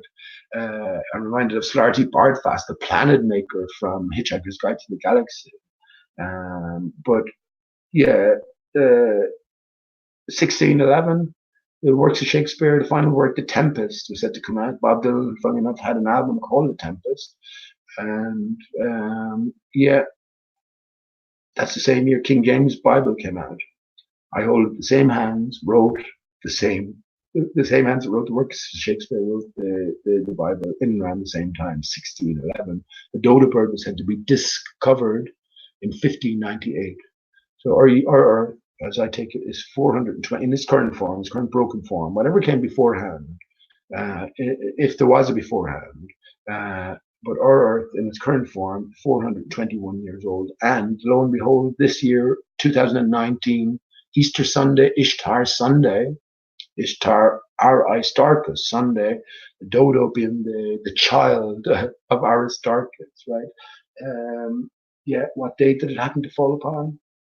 4/21, April 21st. What date did it happen to fall upon last year, Easter Sunday? April 1st, which is Fool's Day or Dodo's Day, and Fool's Day was the real beginning of the new year. So everything has been switched around, and all these different connections. They're there for you to consider, right? Ultimately, it's all about the individual here. Where are you at in your thinking? Is there any sort of cohesion forming? And have you lost yourself, or have you found yourself? Because that's the ultimate question. That's there for you to ask. So that's fascinating, yeah. So ultimately, this is what brought me back to this again, which was this supersonic car, a Maru car, right? A Maru go round. So what's in a word? First of all, Aristarchus is Mount Meru, is Yggdrasil, right? It's the same thing. Meru, look at the word, me, are, you. It's telling us we're all the same. And I mentioned before the significance of Sirius within 9/11. When the first tower fell second, or the second tower fell first, if you turn out the lights, Sirius was located directly above it when viewed through the Washington Arch in New York, which is very specific, not just a random place chosen. And when the tower that fell second, which is the first tower hit, When that fell, 25 minutes later, Sirius had time to move around and to be directly over the first K9 casualty. K9 is 11-9. Here we are, 9/11, was named Sirius as well. So Sirius, the dog star. So we look at the word Sirius, S-I-R-I-N-U-S.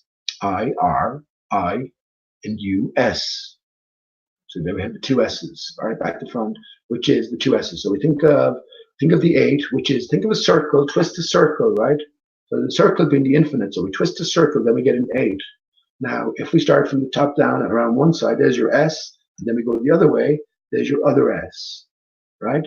So the backwards S divided. This is what the 33 is about as well. So it's the different ways of division or dividing, well, the initial. This is what the dodo is about as well, with the dodo, the repetition of the term. So the do becomes the dodo. Yeah, this divided state is stressed. So again, you got to apply it to yourself. Don't externalize it, and understand that what applies with, well, not what applies with that, but what is with that is reflected within. There's no separating any of this. It's about just coming to terms with it.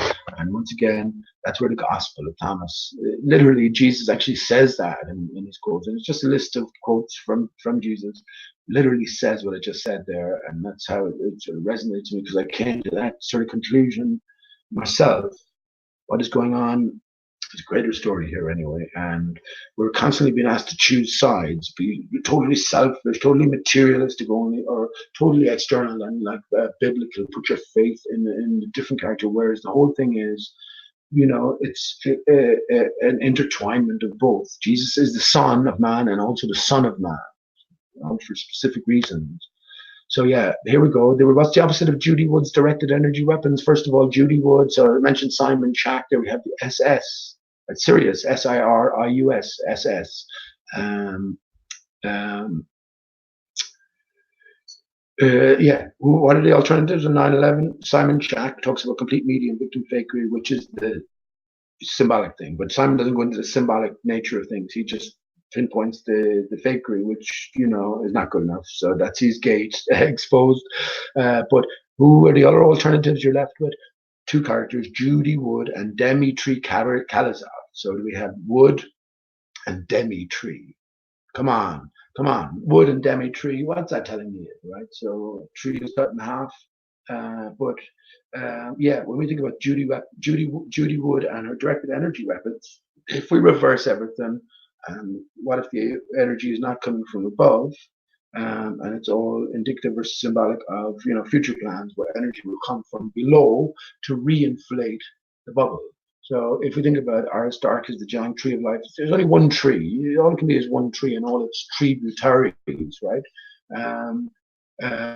If we think about this is how they can say it. This is how they can get away with the Earth being a sphere. Its true form, Earth in its total confines would involve all aspects of the Earth, like an engine, right? So the engine, pristine engine, working in pristine form, is the engine.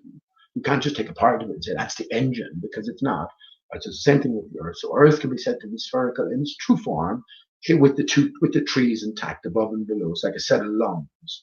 So then you have this spherical toroidal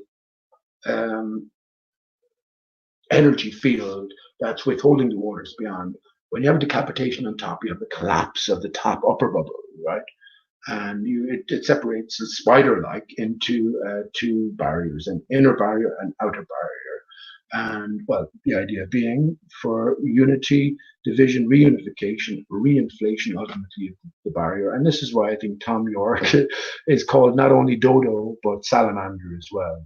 So this is why we have all the chemtrails, we have an electrified environment, we have HARP, we have government, international cooperation. They're all led in on the greater mechanism here, or the greater motivations, and they play along. And I've often said it, maybe if we ourselves were let in on the greater, we would play the worst of characters if we were let in on the greater story. I think ultimately this is all about the awakening of humanity to our true natures. But don't be deceived as well. You can't be deceived. You know, you can't go by your head alone. You can't go by your gut alone, your groin alone. Although your gut is very interesting, more and more interesting when I think about it, just the divided state and how far it goes. Our brain, I'm more and more convinced our stomach and our gut is an inside out brain, our intestines, you know, an inside out brain. Just like I'm absolutely more and more convinced that the male and female genitalia are inside out versions of one another. Like the sperm is an inside out version of the egg, and this is what the yin and yang represents. So once again, one has been pulled from the other. And it's about the reunification. I've been thinking of all manner of things, not all manner of things. Shakespeare talks about the beast with two backs, right? Which is the picture presented when a male and female are in lovemaking, right? So you have this gelled hole. Excuse my, forget my whole WHOLE.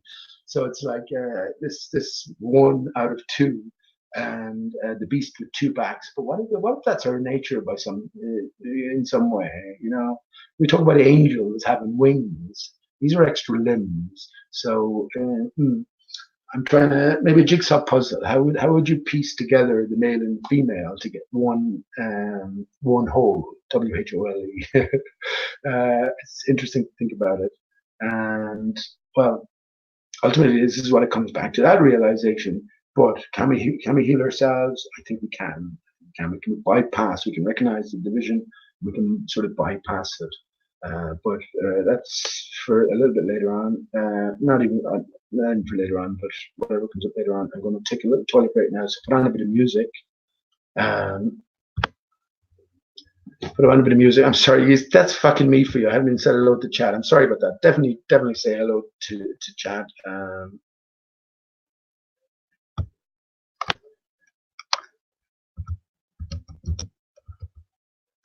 Yeah, Creative Commons. Definitely say hello to chat when I come back here.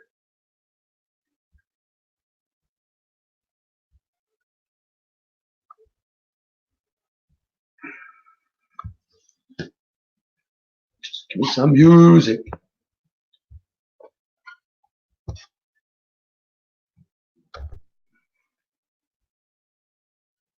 Actually, we're just going to have to bear with me a second.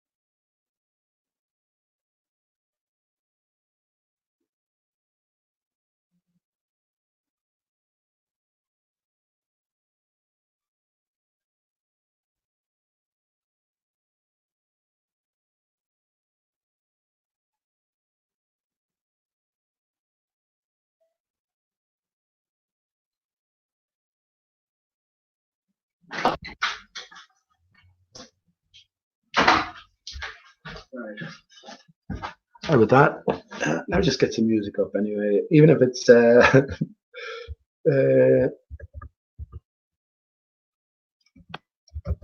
into Mark Sargent, because we were talking about him. I know he has a music list, and there's no creative, or there is Creative Commons in pretty much all that playlists, right?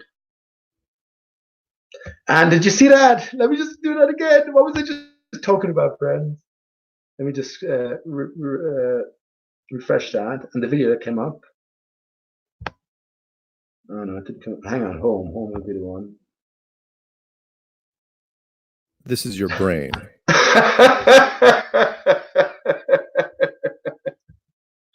That's the way things go, right?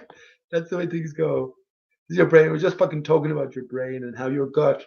I feel it in my gut. Shit for brains, right? A brain fart. Would we be more careful about what we put into our? What is the music? Oh, here we go. Yeah. Is that Patricia? Well, we've located Patricia. We've located Patricia somewhat. We set up a little sub-story that she's someone who enjoys reading books. That was our way of giving Cenerentola another Don't let them take your mind. I don't think I've seen that. So let's see what that's about. So I'll put that on for a second.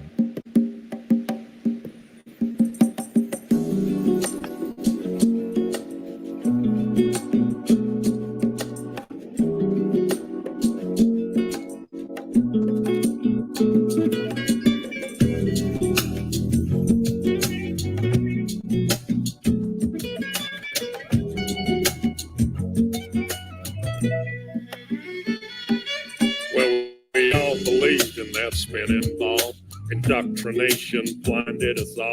From the very first day that we went to school, they put a globe in your face and that thing. That's okay, I'm not going to say any more for a second. It sounded grand. Why does he have to dress like that and sing it like that? The music was nice, a nice introduction. But anyway, let's see what he has to say. And remember, once again, all the actors in place will all stick to pretty much the same general areas. And if you've been around Flat Earth for a while, you'll know that pretty much all these areas have been covered. So they're aiming for a specific audience, and they're all certainly actors in arms. They are all certainly actors in arms. All of I call them the Patoki crew, Potato and the Oakley crew. They all sort of defend one another, and any controversial topics, transgenderism, big one, they all stick together. None of them mention anything about it. 9/11 media fakery is another, and victim fakery. Ask yourself. Again, it gives the game away. So, but they're happy to play on in the deception. So, I guess the onus is on us, you, the individual, then to figure out their ultimate motivations and how you should feel about it. So, without further ado, let me continue on. Cool. The teacher explained how it all worked. Of course, it sounded so berserk, but who was I to question it? Because I was just a tiny kid. It sounded crazy as could be, but teacher would never lie to me. She was real nice, she didn't know. She too was taught to believe in that globe. I don't blame her, it wasn't her fault. She was only repeating what she'd been taught. I went through life believing that lie. That spinning ball was now in my mind. Don't let them take your mind. Don't let them take your mind, man. Don't let them tell you that you are not divine. Don't let them do it, man. Take control of your soul. Take back control. Yeah. Find the truth. Find it all. Find it all, man. Yeah. Don't believe their lies. Don't believe it, man. Let them take your mind. Don't let them take your mind, man. All right, man. Listen up. So I'm hurling through space on a road to nowhere. So I live my life without a care, cause I was taught that there ain't no creator. That's what I was told from my educator. So I live my life so selfishly, there ain't gonna be no hell for me. I'll do what I want with no care for others, with no respect for my brothers. Until one day when I woke up and I drank some truth with my coffee cup. I learned that things ain't what they seem. This so-called reality is just a dream. There's deception everywhere that I look. The news, the TV, and in my school. Just pause it a second. Neo's passport expired 9/11/2001. Now, that might have many different meanings to many different people, but ask yourself what a passport is. So, what sometimes seems bad.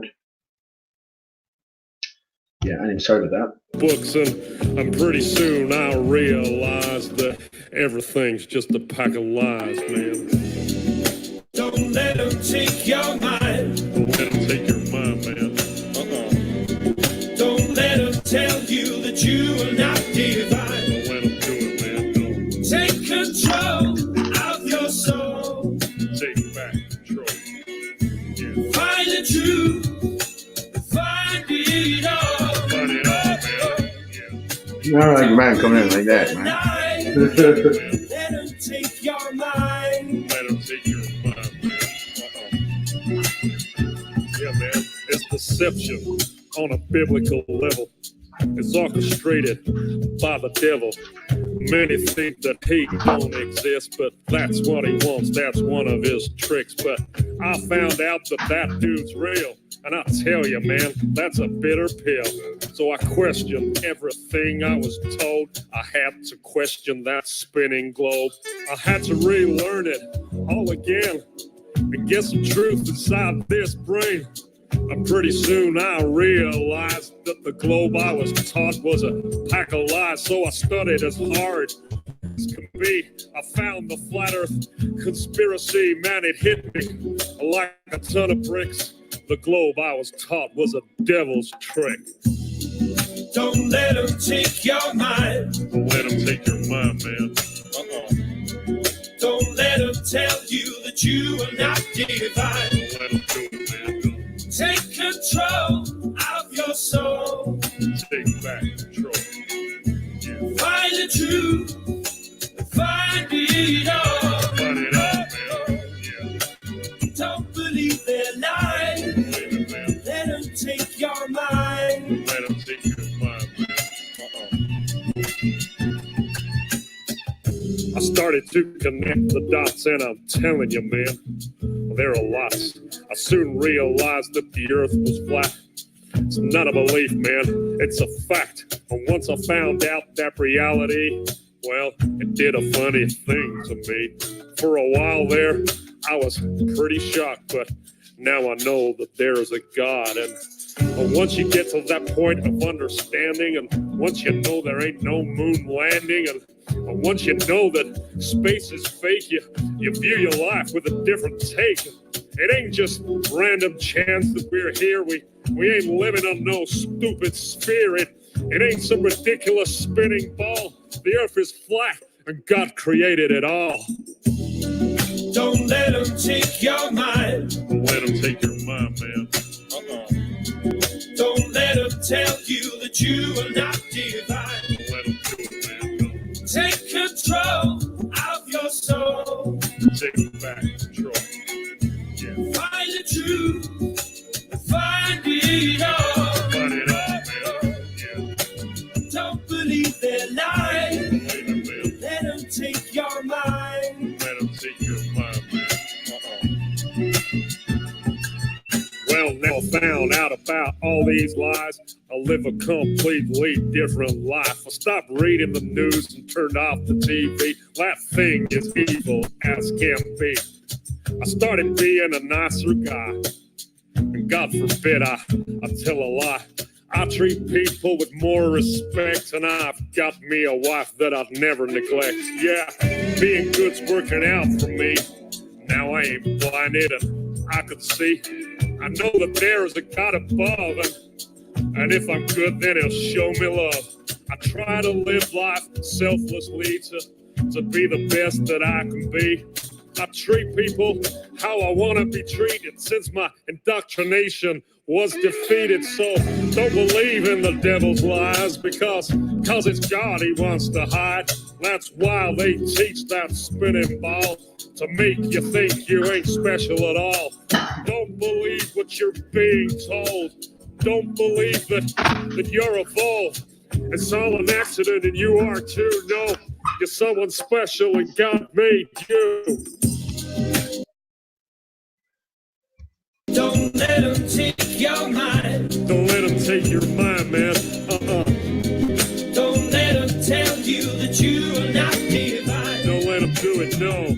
Take control of your soul. Milky Way, Milky Way on the moon. Look at the F that sticks out there. I recognize that so well. Fucking hell. If I put... Anyway. Let's finish this. Sorry, I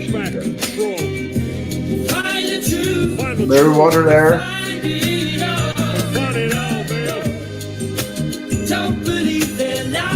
Milky Way again. Let me just say, mirrored water there.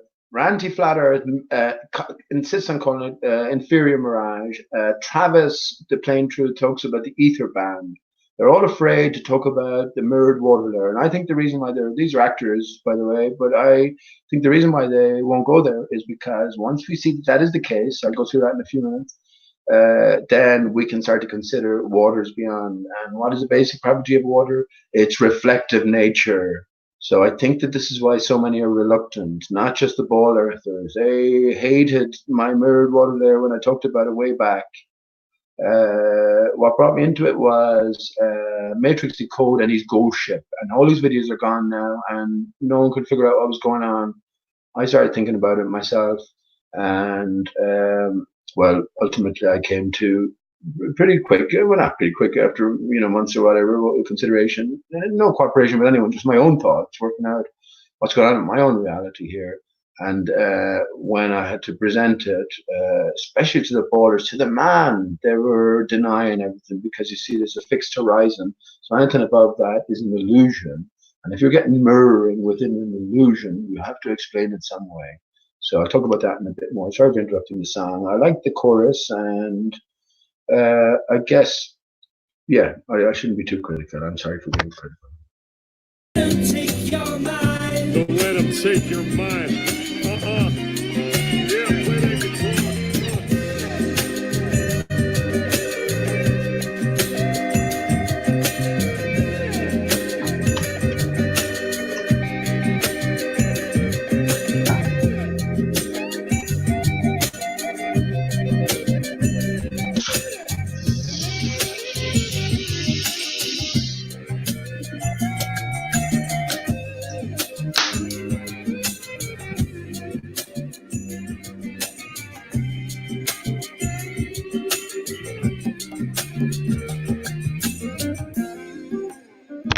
Oh, that's a lovely picture.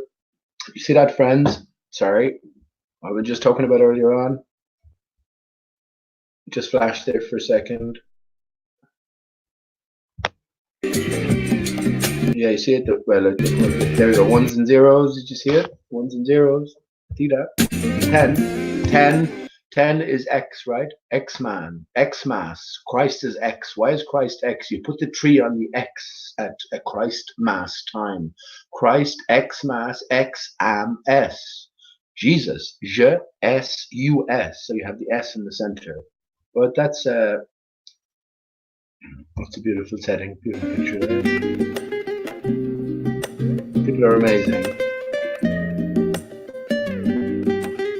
They almost looked, if that, obviously that's maybe his other half, but they almost look like 2 from 1, don't they? They look like a male female version of one another. So that looks beautiful.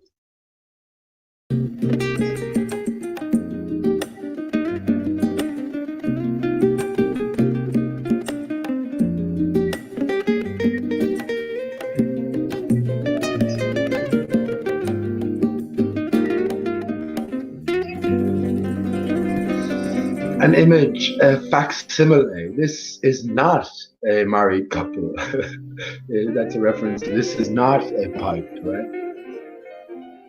Excellent. Oh, great. Well, look at the look at their friends. Look at the date, or look at where I stopped it as well, actually. But look at the time on it: 9:16:619. Here we are on 9:11:19. So crazy stuff. Not crazy stuff there, but very good, very good, very good. I said before, this man is a clue giver, like Mark Sargent. He's associated big time with Mark Sargent and with the main sort of flat Earth body. So make of that what you will. I say to look at clues. Excuse me. Look at everything for the clues that are there, and well, who knows where it will take you. I don't think it does any good to harbor resentment, even though I do say it a lot. People are acting their part, but I'm not part of any deception. So as far as I'm concerned, I'm justified in saying that. If I know someone is acting their part, I can say that. Now, if I have thoughts on their ultimate motivations, I think Marx at least hold to be likely that Mark Sargent and Troop, even though they are playing deceptive roles, their ultimate motivations are maybe the very best. And it's the same with all of the baller antagonists who will call you all the names under the sun and deny everything you have to say. So, yeah, again, down to the individual to make what they will of it. So that was good. Cheers for that. Appreciate being able to play that music without risk of any copyright infringement. So yeah, that sounded good. That sounded good. I might have listened back to that. I've definitely found lots of clues in some of his videos before, where he had the Gleason's map and he was looking at it upside down. The clue was to, flip everything around. Well, I'll be right way up, and the Gleason's map will be upside down. And what do you get down? Well, you get something pretty significant that jumps out at you, which is the El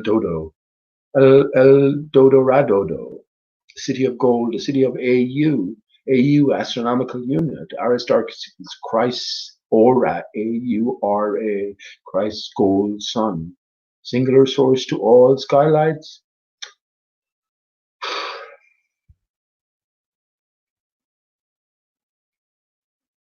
Perfect, actually. Let me show you. Let me turn off this light a second. So, I don't think I showed you. I think I might have showed you this before, but just because I'm down here now, so these are the main lights, right? As I turn them down a small bit. Let me just go off self-sharing here. All right, that's perfect. Let me turn them down even a little more. So you just see here. So just a little central light here, but you can see the shard-like pattern on the ceiling. Let me turn it smaller.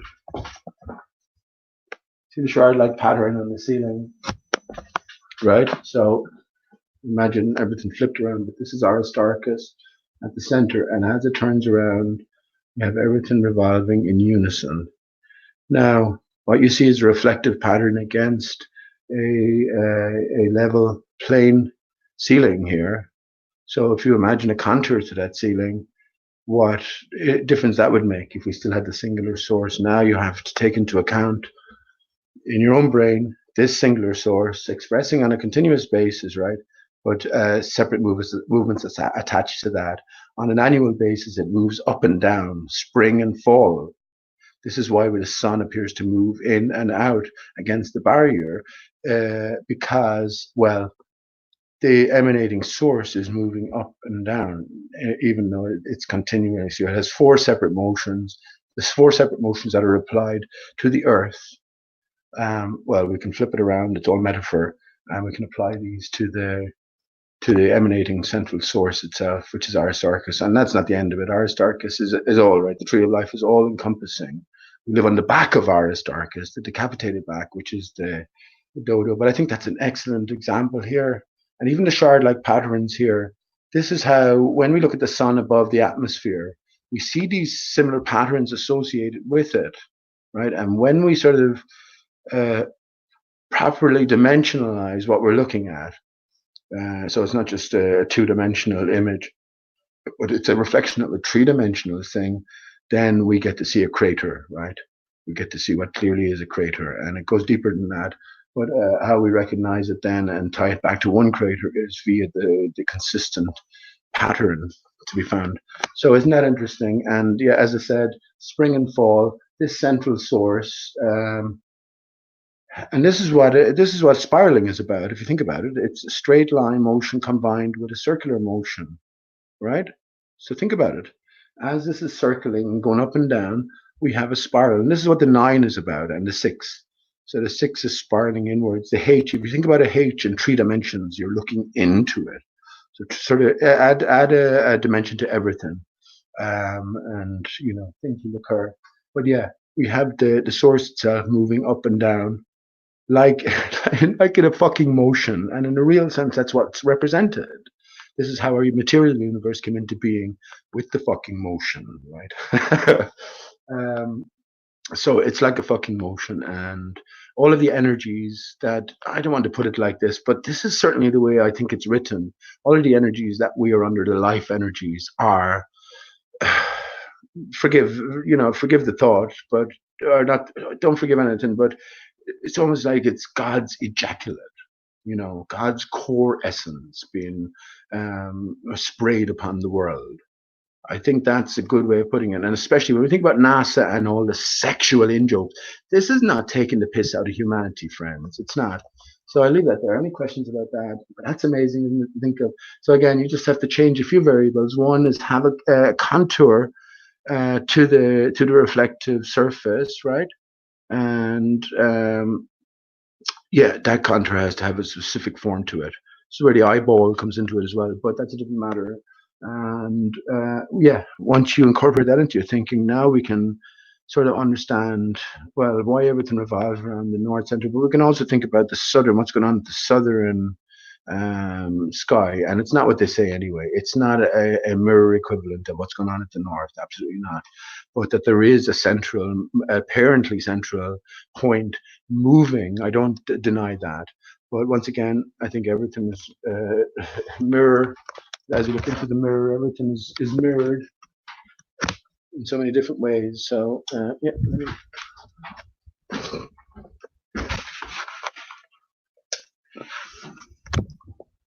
And well, let me just say as well, a few other thoughts as well. Lucy in the Sky with Diamonds. The sun is the primary reflection polaris, right? So the moon is the primary reflection of the sun. And when we look at the full moon right now, I brought you out earlier on, and we think of it as just, I was just out earlier on, and it was still daylight. The sun was just gone down behind land barriers, but it was still daylight and the moon was out. So you could see it was not quite a full moon. And we're told by mainstream science, right, that why do we see the face of the full moon? Because it's in a direct line with the sun. So the sun is lighting the moon, we're told. Once again, don't take it literally. We forget the material. We leave the material behind. Now we can apply it to our new thinking. And if there's a watery barrier, why can't the sun be the moon be a direct reflection of the sun? Yeah. So anyway, sorry. Anyway, sorry about that. No, I haven't get. That's the usual, isn't it? I'm terrible like that. How you doing, chatters? And yeah, thanks for joining in. It's been a while since I did a hangout, so even though I feel I've talked about nothing really, I know I'm after talking for about an hour and a half there without saying hello to anyone. So yeah, first person I'll say hello to is 2.88 Mile Mushroom. How you doing, man? How you doing? Good to see you, bud. And you have some fascinating information yourself. I'm not sure. Are you still working on it? It's very difficult to. I was saying, keep motivated. Who are you motivating? How much do you want to find out as an individual? There's always more questions, I think.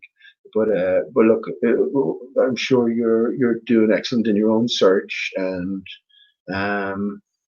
yeah. I guess if we set ourselves that quest, if we're looking for answers, and no matter what area it is, we'll find them, right? Because there's more going on. There's a different spirit to this reality that has been, I won't say left out. It's always been known about. The nature of our reality is known about. I was just thinking about the spinning ball as presented,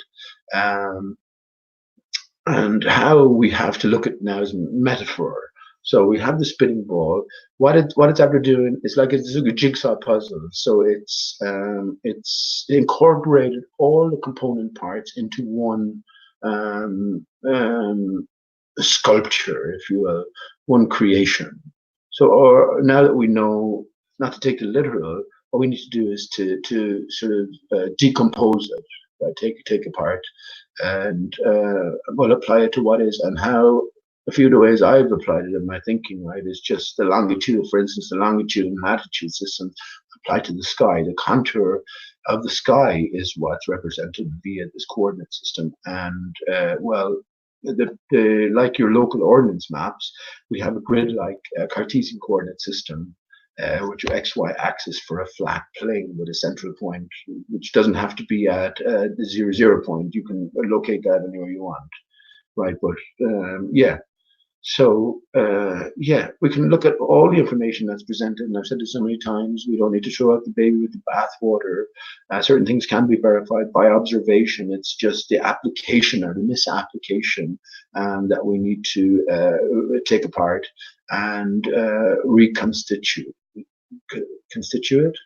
Yeah, reconfigure. Yeah, put it like that. And same will hold true. Einstein tells us everything is relative, right? Einstein, one stone, one S tone. What's the S tone? The S tone is TH.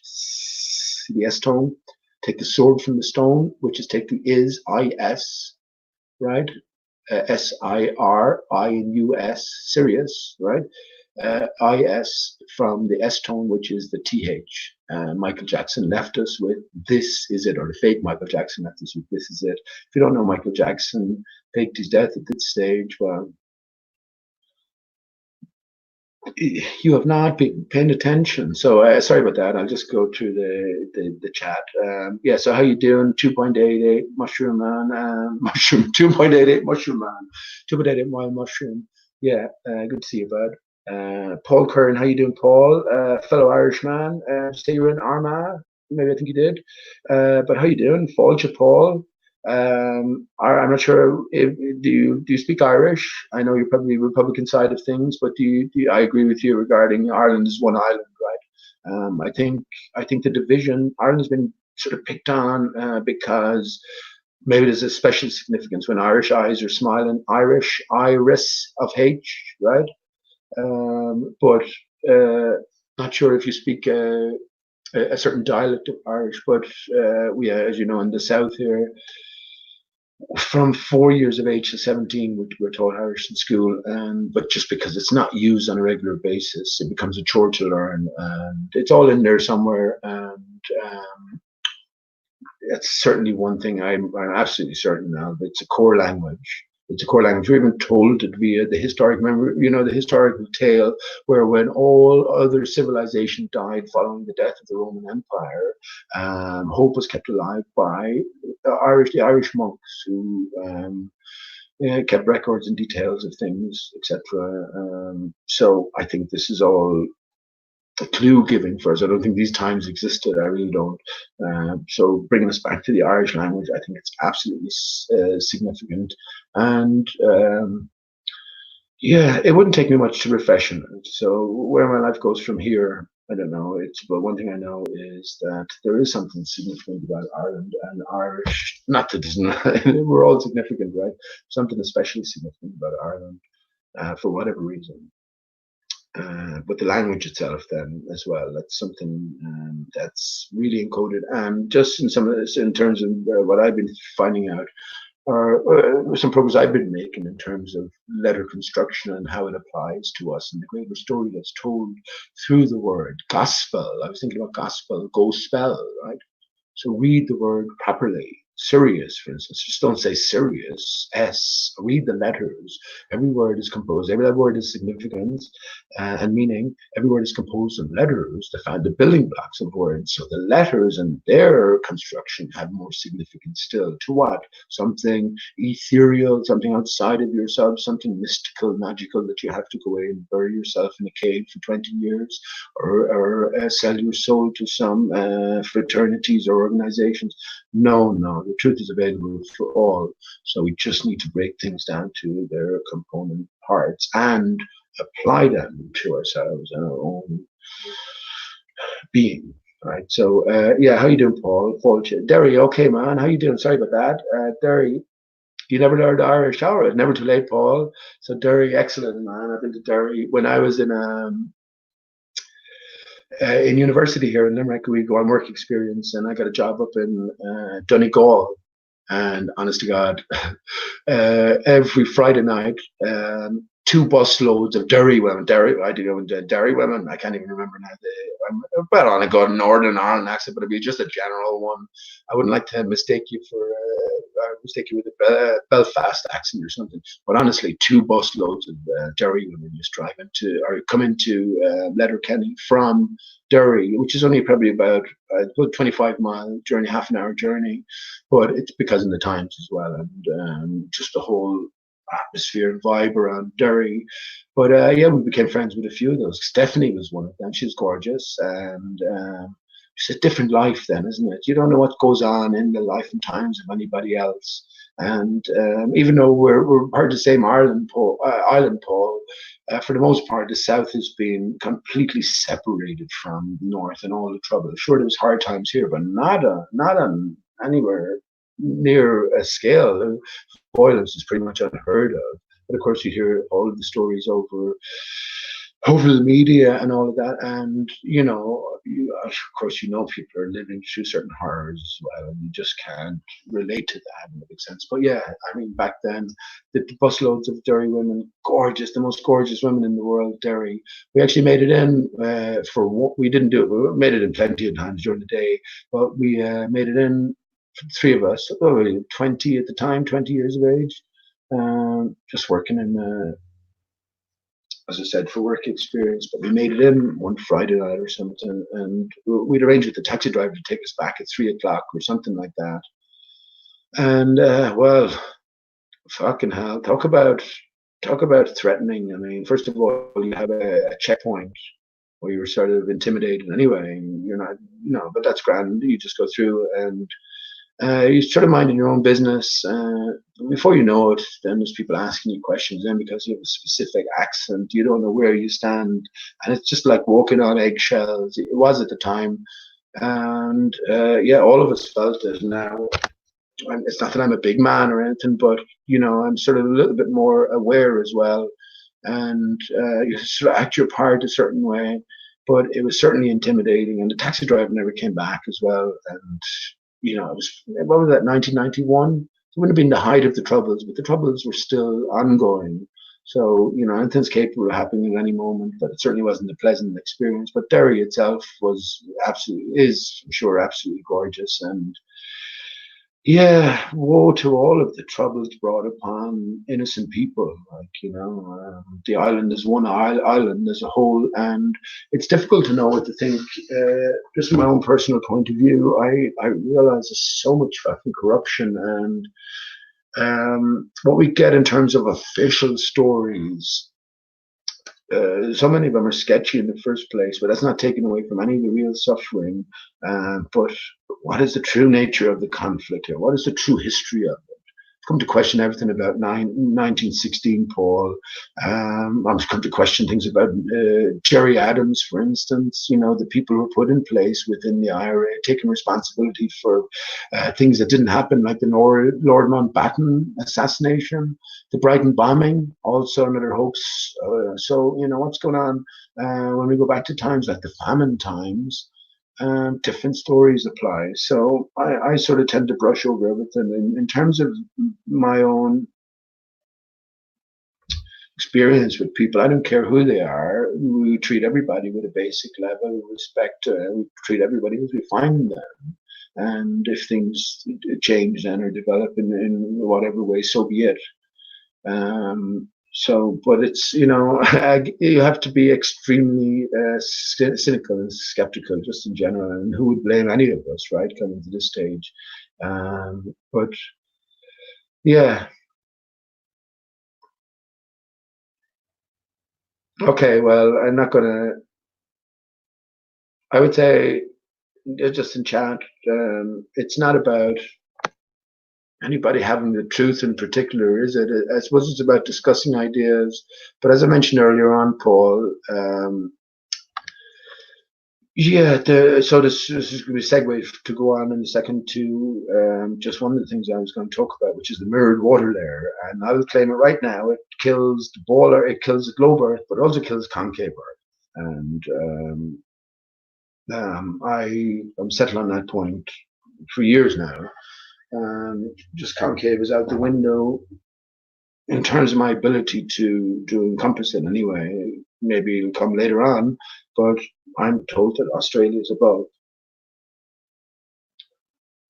It doesn't make any sense. It has to, it has to be above if everything is inversion of the globe. So that's doesn't make any sense. And the way I look at it now, it's like I was talking about. The Earth can be said to be a sphere. The Earth can be said to be concave. The Earth can be said to be flat in particular senses, though. So I take it a concave Earth, and well, the globe Earth is metaphor, and not that flat Earth is the answer. Not Earth can't be said to be flat, but it's only when we start thinking in terms of what Earth actually is. Surface is flat, right? But what is the surface then? Why is it flat? Well, my own thinking or my own thoughts go towards, well, a divided, broken state of affairs. So yeah, how you doing, Paul? Coranius, I was Coranius Tholus to Asteria. You might, no, as I said, don't translate that for me, man. I'll give the best guesstimation of a translation when I get around to it. But how you doing, bud? How you doing? Good to see you. Yeah, I would just say at this late stage, there's no getting who has the truth here? No one has the truth. How can you say to have the truth? And, it's such a suspicious and almost insidious environment. It's almost as if everything has to be sort of individual. Everything has to be figured out by you yourself, and ultimately you realize that you can't really share your deeper thoughts with anyone. It'd be too difficult to express them. And while you recognize that you are in the mire of confusion, that you can recognize that there is hope. There is hope that you have the ability to make sense of it all, but not if you go looking to formulate groupings or partnerships or something like that. But then it becomes, the more you sort of include, the more difficult it becomes then to kind of come towards consensus. That's because ultimately I think it is an individual's game.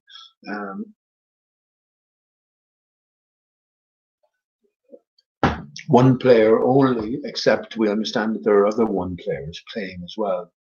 Mount Meru, me, are you? A Meru go round, a Meru car. Yeah. So yeah, I would say at this late stage, if we're not ballers anyway, there's no need for hostility. But then again, I can't say that as well, because I'm always saying the Bible literalists are here, and this is the next layer of things, right? We'll be brought back to two things: quantum mechanics, which is away from the ether, and Bible literalism, right? Which is a fundamental literalist view of truth. And I hold the Bible is true, but just not in that purely literal sense. Like Jesus, the story of Jesus is true, but not in that purely literal sense. Jesus is you. Jesus is within you. Jesus is the Son without as well, a giver of life, right? But again, connecting the greater pieces, understanding that we were an unnatural, divided state of being. And it's not proving anything to anybody. I think it's a matter of just reading the story. So it's either like you've read the story and you felt the story, when I said I was taking pictures of the clouds today, it's because I have an ongoing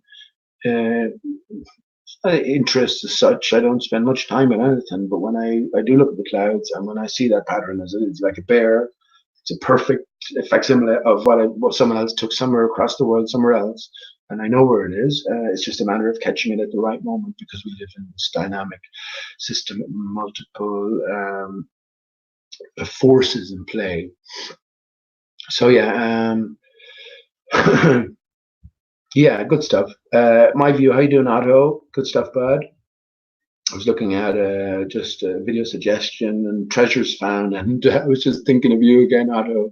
So he found this elaborate sort of a brooch, right? And it was obviously decorative and significant and of real solid value. But the one thing that was missing was a jewel stone in the center of it. And I was thinking to myself, a white jewel stone, which I've been saying to you for the longest of times.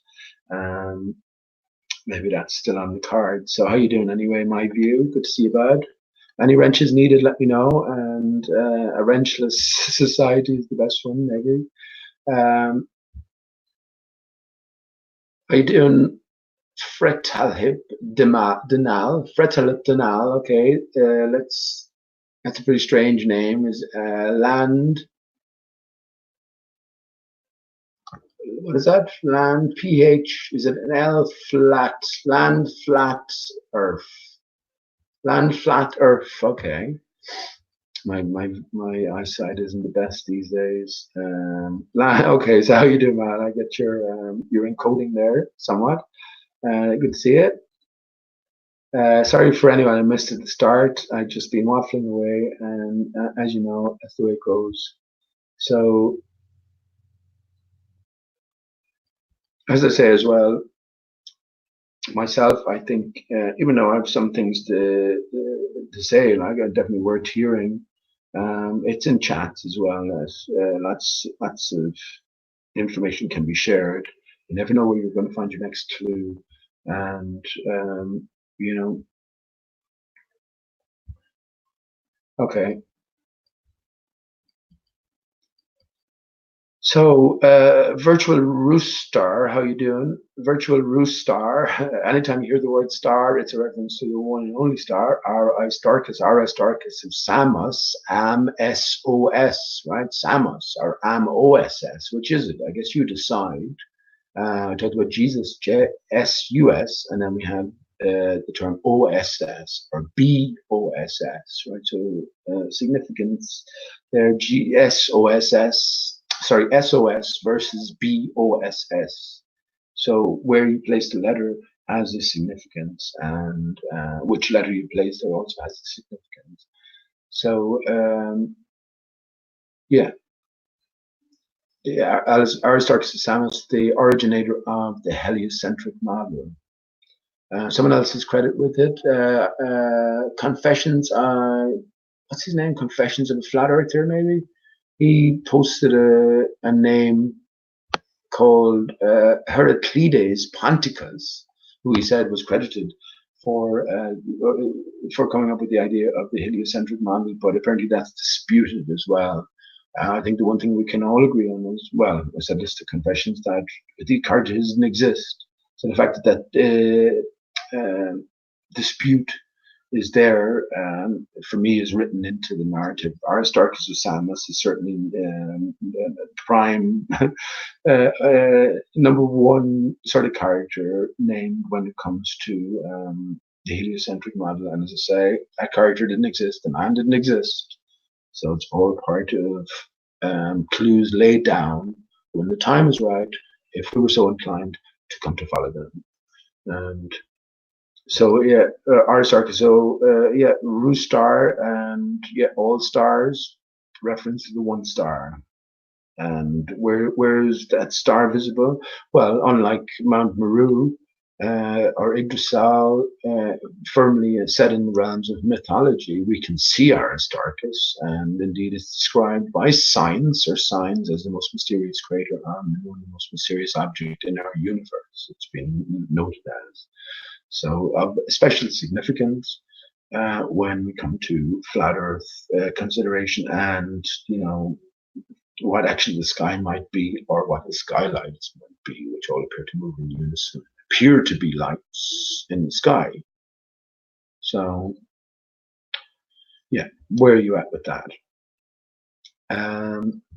So sorry if I miss any comments. If I, that's what I'm saying. If I don't want to get stuck in a conversation, and I also don't want to, I don't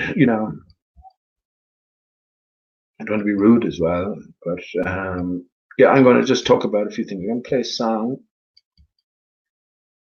and yeah, sorry about all the early chat, man. But at least there's people talking, and there's some very interesting characters in chat, and interesting information being thrown around. And look, as an honest individual, right, which we all, if we consider ourselves honest individual, we know we don't have the truth. We know that we're still putting pieces together.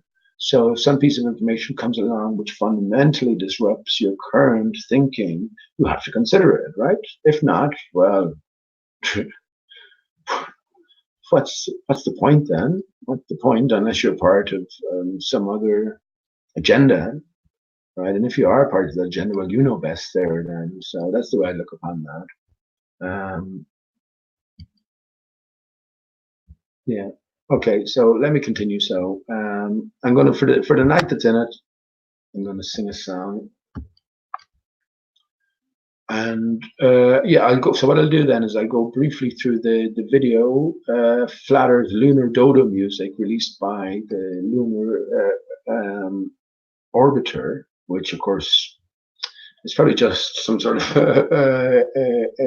expensive, extravagant drone just above the, in the zero pressure area. Now, would it be easier? Yeah, of course it would be easier. So if you found a mechanism to propel a craft within a zero pressure area, I think you'd be doing well. think all these, electromagnetic technology is commonplace. I'm sure.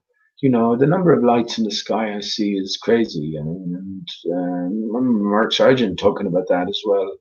Get yourself a pair of night goggles and see all the activity in the sky. It will have you flabbergasted. So yeah, I'll get onto that, and I'll also deal with the mirrored water layer, and yeah, I'll go through a few pictures as well, and see where that takes us. So let me. Actually, I better bring up. I better bring up the Hangout itself. I haven't even brought that up yet on YouTube. Just make sure it's coming out through okay. I think it's coming through okay.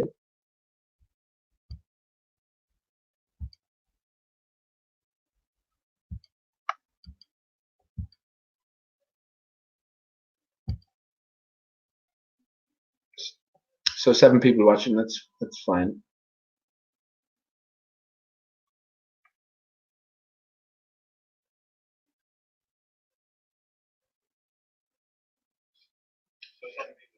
Yeah, it's coming. The volume is coming through okay. Let me just reduce the quality here. Yeah, okay.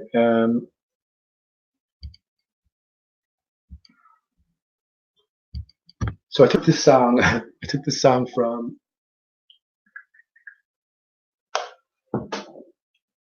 Lionel Richie, "Stuck on You," and I sort of adapted it. The music is the same, so I adapted the lyrics and made it sort of about 9/11. So some of the references you mightn't get, but for the David in it, 9/11 to 9/11/19.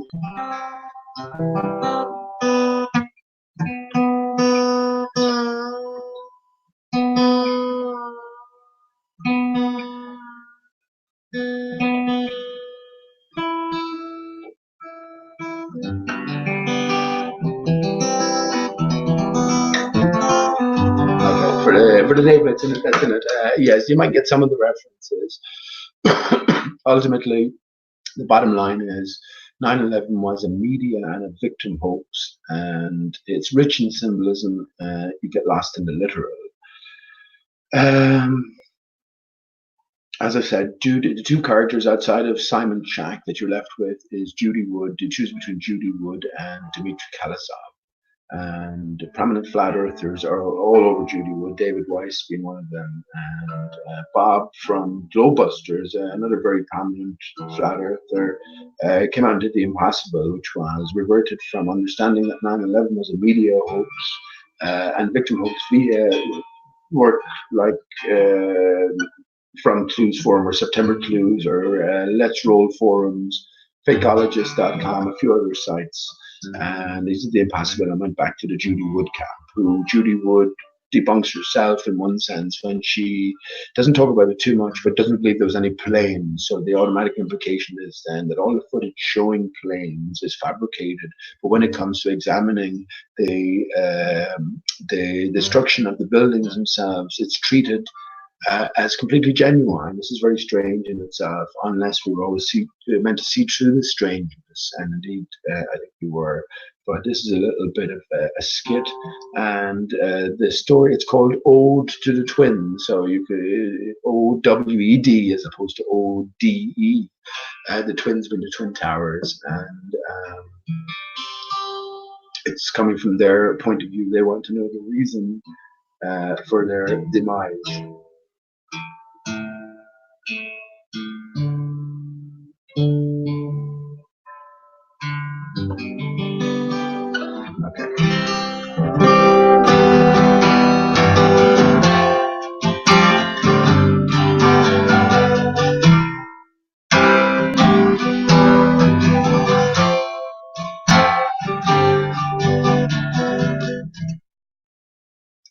Stuck on Judy Wood. I got a feeling down deep in my basement, all is not as it should. Yeah, I'm on my way.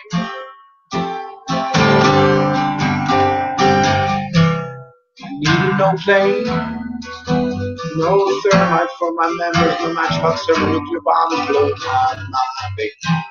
Yeah, I'm on my way. Thanks to some space.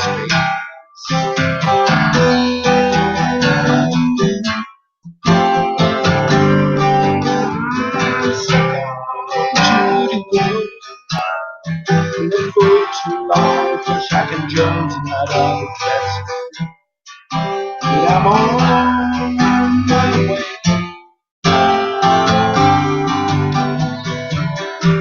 It's not hard to see how a conditioned audience mistook the movie for reality. Yeah, I'm on my way. Thanks to some space.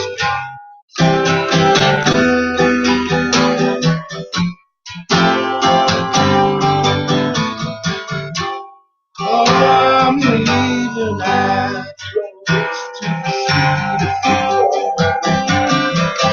This association is running down my backbone. Melting to my own footprint, it's what I just before. Next time we did a journey, one day let me hang on to my wall.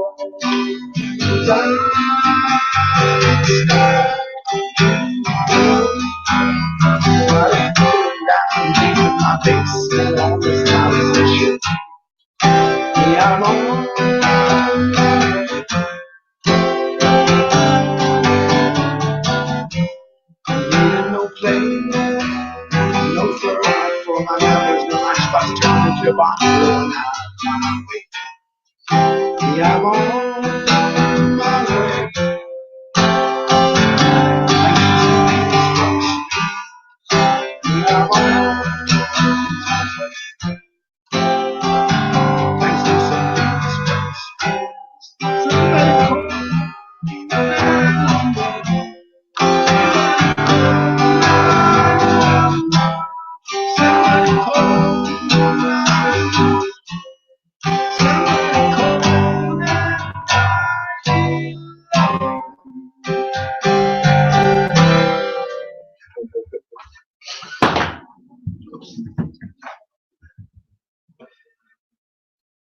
That's funny, right? Come on. Matchbox thermonuclear bombs. Jim Fetzer used to go on about that. For fuck's sake, that they had it down to a T. In all seriousness, like, that they had it down to a T, that you had the nuclear bomb and hidden technologies, then brought it down to a fucking suitcase, then they brought it down to a briefcase, and before you knew it, then a matchbox. So, matchbox thermonuclear bombs. Dmitry Kalazov was the one who talked about the thermonuclear bomb beneath the structures which took them down. Again, analyzing footage as if it's real. So that's all written into the movie, right? So it's all storyboarded out. And as I say, once we make our way to, well, the likes of Radiohead's album being the soundtrack to 9/11, and the album was produced or released in 2000. I mean, I understand it was a movie we were looking at, and everything is encoded within a specific storyline. And I guess, well, 9/11 was an inside job, right? So inside you. Yeah, job. We mentioned job earlier on. Blow job. Why is that so called? Well, there's certain reasons for it.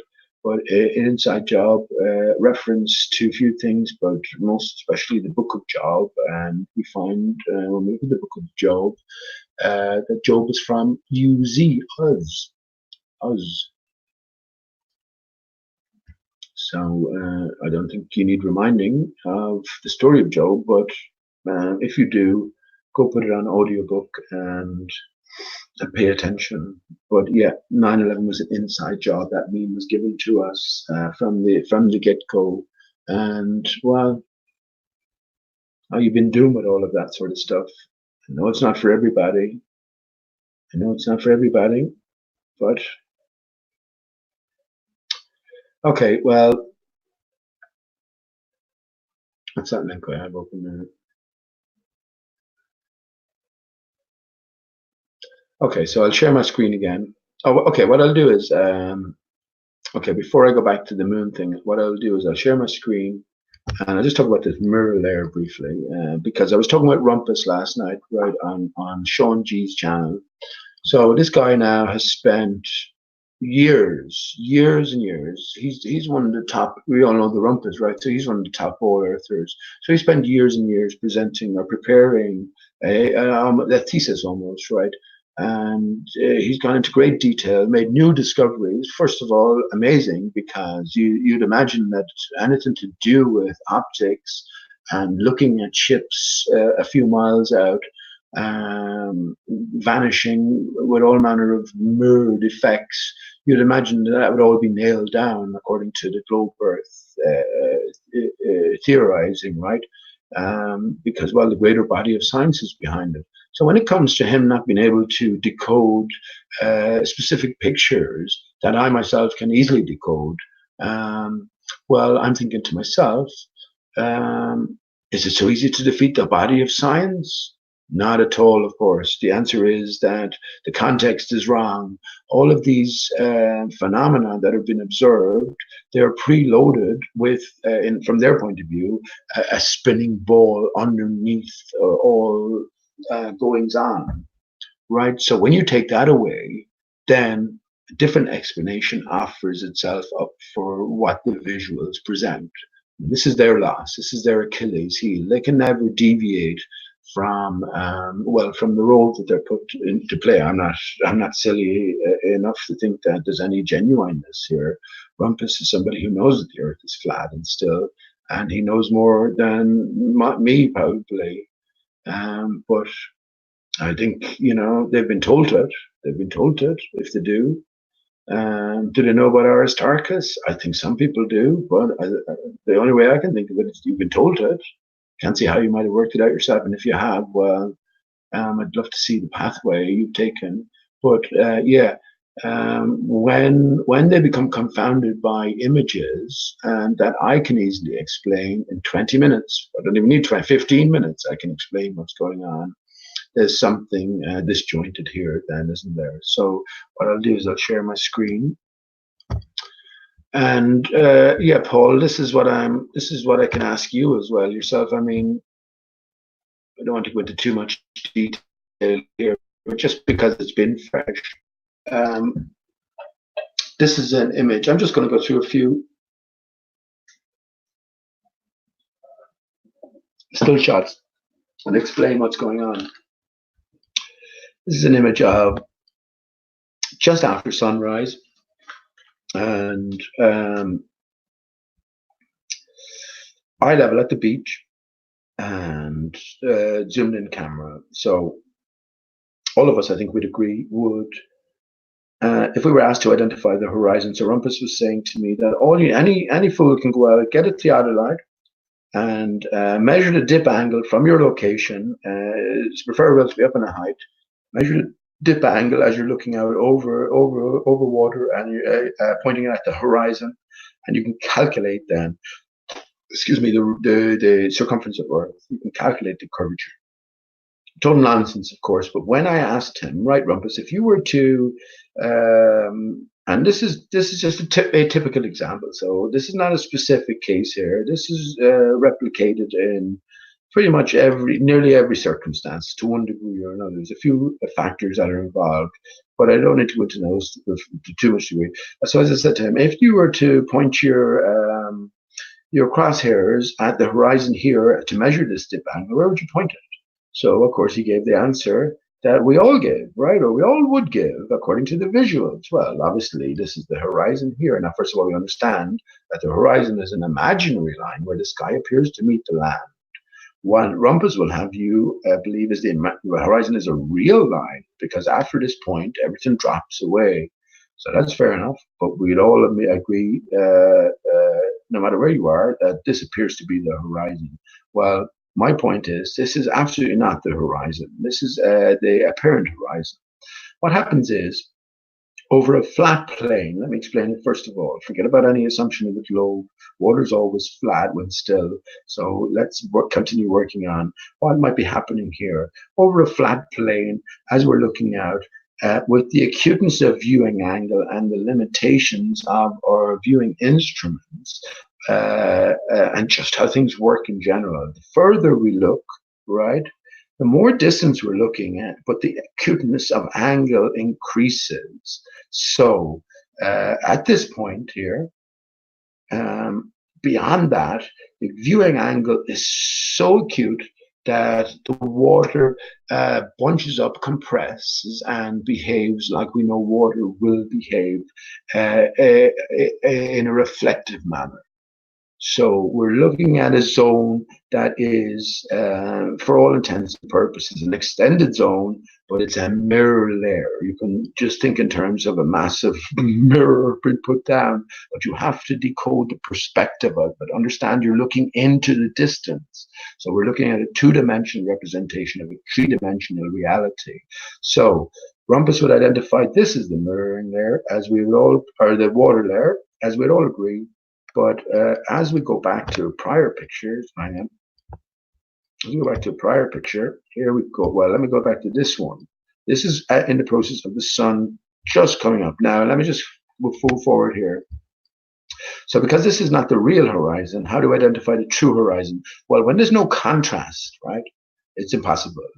What you will find is if you had the ability to sort of go really in close and there was enough contrast in the background, you might see some parts of clouds here mirrored below, as I'll show you in a second, but it's still very difficult. But as there's no contrast now, it looks as if this is the horizon line where the sky meets the land, but that's not true. We have a layer here of water, mirrored water, and that reflects the sky behind it according to our angle, the respective angle that we're viewing it at. So for proof of this, we can go back to, that's an image, we can still, this is another still shot, forgive the bar at the end here, but we can still see the point. This line is pretty much along that horizon, the apparent horizon that we pointed out earlier on, but a new horizon presents itself as we cut what I call the mirror line. He calls it the fold line, but it's a mirror line because it's literally mirroring, right? What's causing the mirroring? This is what where the airy-fairy magic stuff comes into it, because of course if you identify this as a real horizon and everything is dropping way beyond this line, which at eye level at the beach at 6 feet is 3 miles, roughly 3 miles, well then this is all air. Everything above it is air. So what we're seeing here above it, first of all, this distortion in the sun is some sort of an illusion and some sort of weird interaction between sunlight or whatever that is and well, the atmosphere and the water and just different gradients of energy particulate in terms of water particulate, you know, as we get closer to the surface and move away from it. So they has to explain everything in that, and that's what I said to him as well. And I've said all this before. What you have to do, bring in every observation, every decoding you're trying to do, unlocking of every observation. You have to bring in this fixed horizon line distance. You have to know the height of the observer, where you can say from the outset that, well, this horizon there, for fitting it into my sphere calculator, is at, let's say, 4 miles or 3 miles here. Therefore, everything else is below the horizon. So I have to explain everything in terms of that. That's their Achilles heel. Once you take that away from them, they're fucked. So now once we get back to reality, we can identify this mirrored layer and by just finding the mirror line, right? So everything between, remember this is under zoom as well. So don't be thinking this is just something you go out and look at this and you'll see this with the naked eye. No, this is not what's happening. So remember this is under zoom. So I identify the mirrored layer, mirrored line, and we understand that it goes all the way across the screen. So if there was a little boat, for instance, sailing out here, it would sail out so far and then it would get lost in this mirrored layer because it wouldn't be of sufficient contrast in relation to the distance that it's traveling over this flat water to stick out above this mirroring, right? Now, another thing we have to understand is, well, when we're looking at the sunrise here and we identify the mirror line, what we can understand is this is the furthest possible horizon that we can see. Now, how far it is, that remains to be figured out. But you're talking many tens, if not hundreds of miles. If we think about the real scenario as well as why the sun is actually rising, well, we have this light reflection coming towards us as it's reflected off of the contoured, watery reflective barrier coming towards us. And yeah, it's here as it, from our perspective, it rises above the horizon, the apparent horizon, where the land meets the sea. So the starting point where you start to see the sun is above the mirror line. It's above the mirror where you'll start to see the very tip of it, and then it will reflect within the mirror there. So once again, yeah, you have to sort of decode the picture and understand that the further you sort of go, not directly upwards, but you go in a more three-dimensional sense in that way, the further you go backwards towards the mirror line itself, that could incorporate many miles, many miles. So you have to think about it like that. But the water itself behaves like a local mirror. So something of sufficient contrast, which might be 10 miles away, its reflection from your perspective will be seeing at the apparent horizon here, which might be 3 miles away. So that's what we have to understand. Decode the sort of the visuals, the optics of it. And once we understand this, then any picture, pretty much any picture, can be decoded. Here we go again. Just this is before the sun.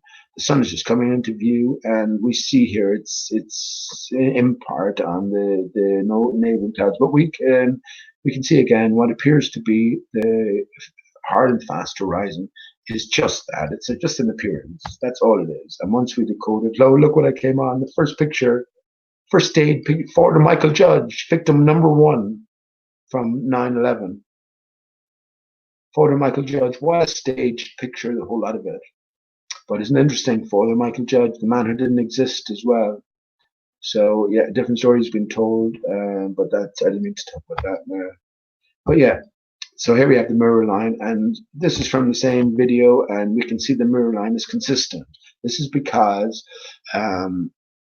you're literally looking over a vast extent of mirrored water. And if the sun wasn't there, as I said, for contrast, it wouldn't show up, right? Because it's blending into, it's mirroring the sky. So the mirror line is still here, all the way across where it was, but as you're looking at it, it's reflecting the sky beyond. And you can sort of see that in terms of clouds here, as they're being reflected and the mirror line, right?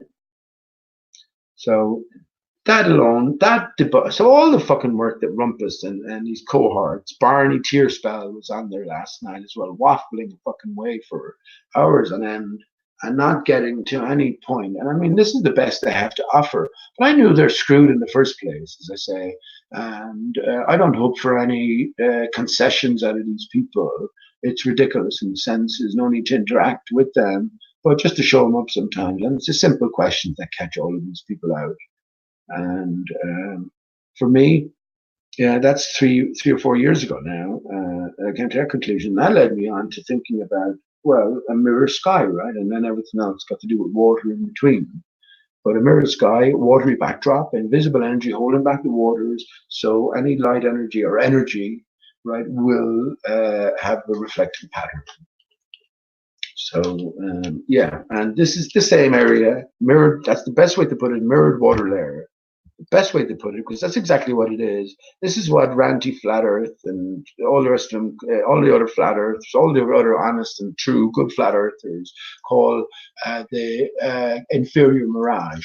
Whereas an inferior mirage is a baller term, right? It's a term used to deceive.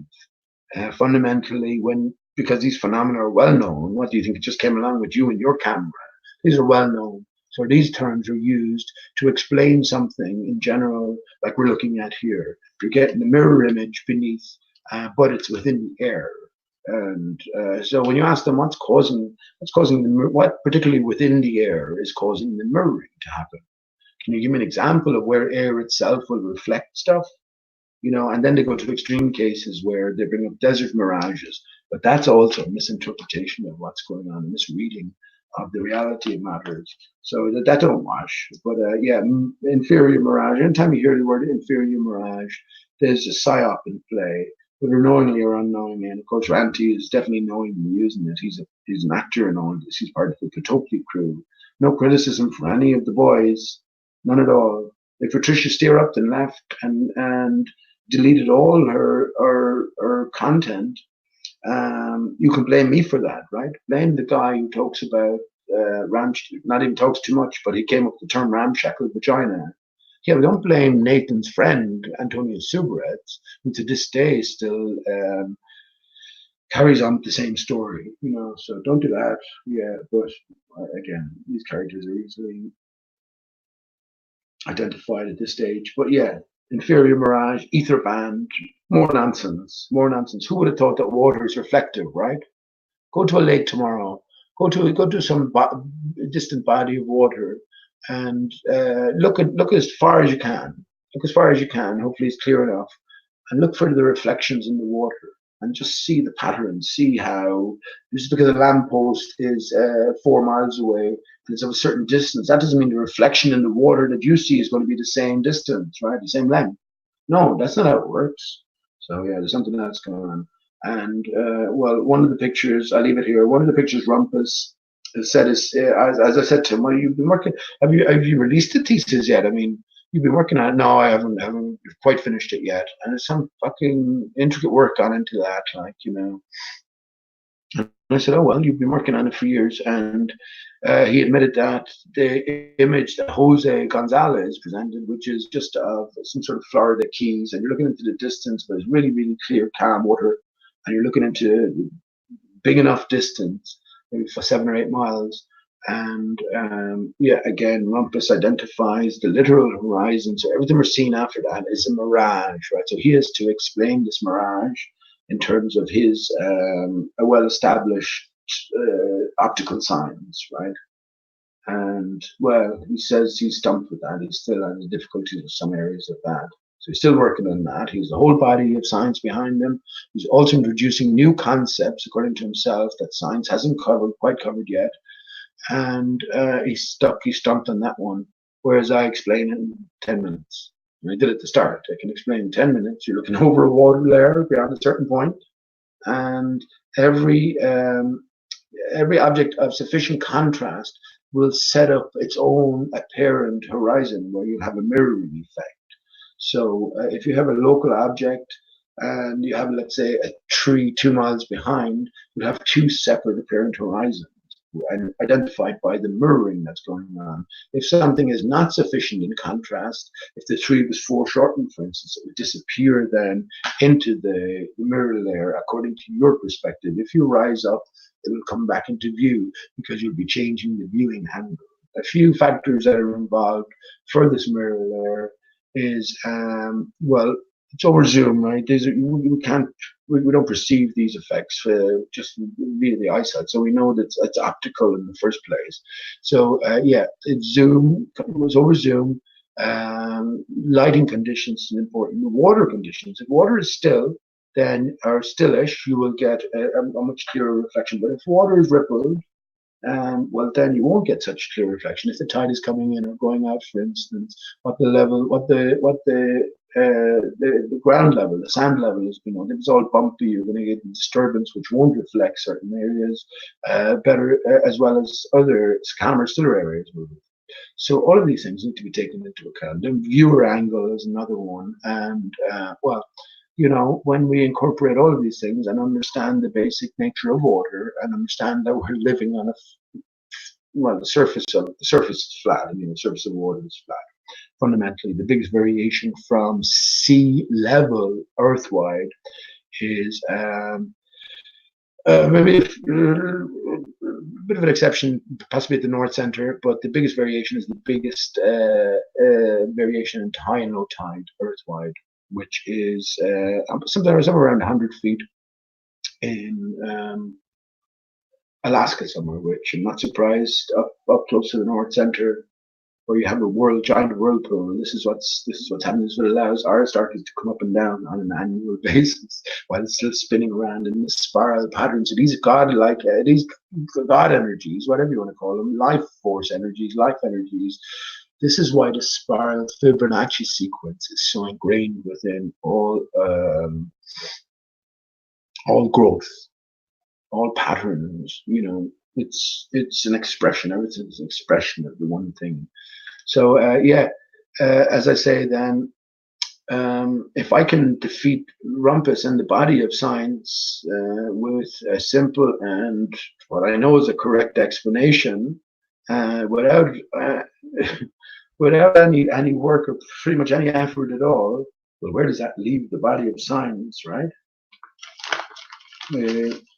Cadaver, I should think, but necessarily so as well. Science is signs, right? Follow the signs. The truth is known, so it's there for you to follow. So yeah, this for me kills the lobar certainly, and also kills the concave earth. I can't think of how a concave earther can explain this. I really can't. If you can explain it in better terms than I can explain it, and everything I'm talking about is it's intuitive, right? We can appreciate it, but not that I'd like to hear it. As I said, I was stumbling back in a different way regarding concave. First of all, Stephen Christ, Lord Stephen Christ, an actor upon the stage who was put in jail for 33 months for attacking Obama, or for making some sort of online threats to Obama. Of all people, why would he do that? Well, it's all scripted. He's an actor, right? So this is what he brings with him. But interesting that it was Obama, and as far as I know, I'm the first to disclose that Barack Obama, Osama bin Laden, and I wasn't the first to disclose that, although I did some work on that back in 2011 or 12 even. But that Will Smith played the role of both Osama and Obama. So that Stephen Christ is associated with that is a bit. I'm just looking at the clock. It's 22:33, right? On 9/11 and 19. That's Stephen Christ, and there we have Christ as well, right? Stephen Christ, and what Stephen has at the center is the octahedron. So let me show you this, friend. So Stephen Christ has the octahedron. So Aristarchus, anagram of Christ's aura, and what do we see in the center of Aristarchus? Here we go. Or at least if you can't see it, I don't know what's wrong with you. There you go. What do you see in the center of Aristarchus? See that image there, friends? That's the most fascinating image you'll ever consider in your life. But you probably won't consider it. That's okay. There you go. What do you see in the center? You see the 8. You see the 8, yeah?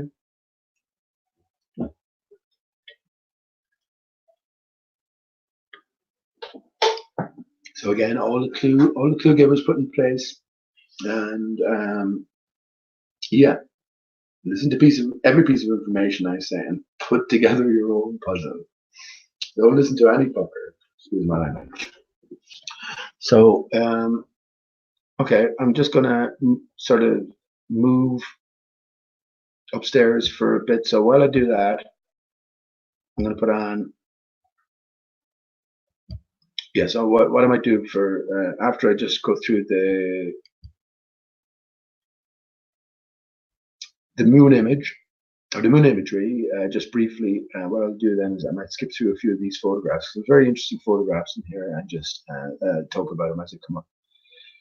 So because again, at this stage, what's the point of being too specific about anything? It's not.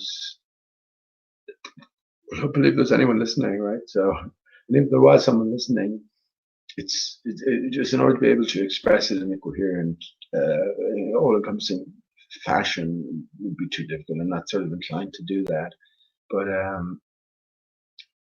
okay, let me put on another piece of music by StreamYard is excellent. I mean, I have no problems with StreamYard whatsoever. Let me put on another piece of music by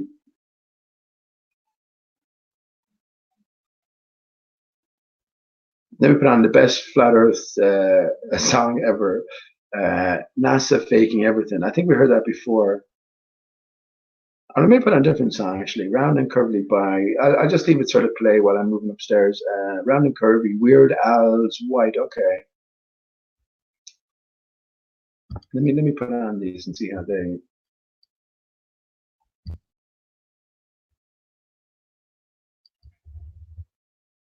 Oh, I never meant to. I should have done that now and played it for tonight. My own flat Earth song. Okay.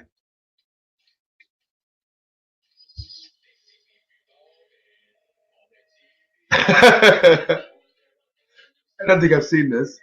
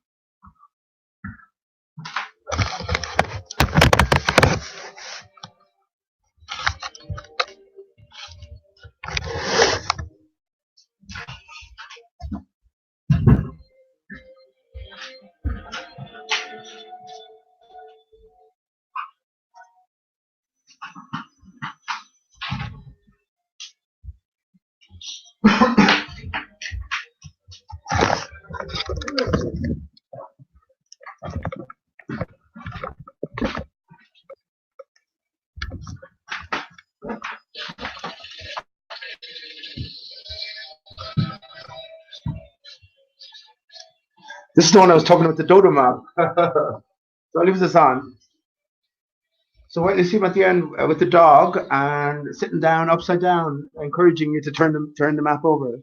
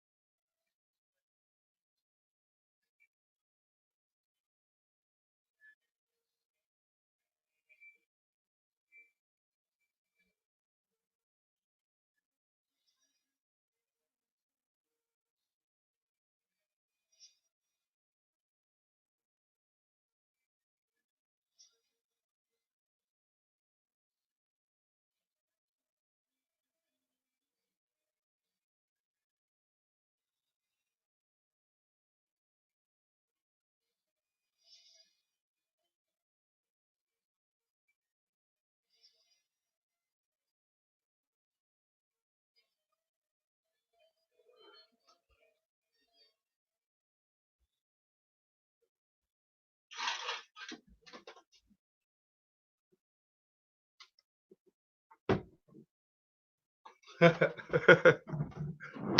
do you reckon? What do you reckon?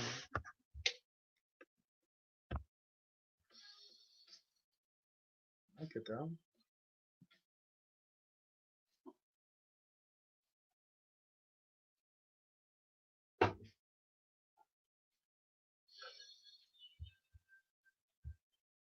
Some number of songs there. He's 250 songs. So yeah, I just relocated upstairs and threw on my hat. The boiler is gone here at the minute, so it's a little bit chilly. So yeah, what do you think of that?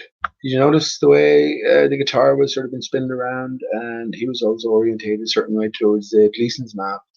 And for me, all clues, he's associated with Mark Sargent, the chief clue giver. So you pay attention now. You know the Earth is flat, but what do you know beyond that? That's the question, isn't it? Does it stop there? It does for some. Nathan Oakley, it stops completely. It's like it stopped before it started. So yeah, we know what's not. Is that doing us any good? Well, I don't think so. That's pointless. That'll be the point in all of this. If you just know what's not. Just make sure I'm coming through okay here. Yeah, it seems. Hopefully the volume comes through just a little. Yeah, that's good. Yeah.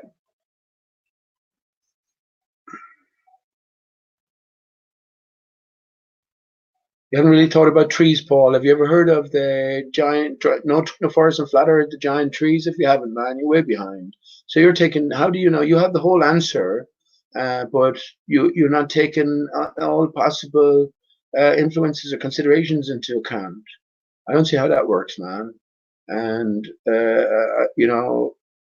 sort of, let me just read what Paul says here. I can put that on screen. Let me do that.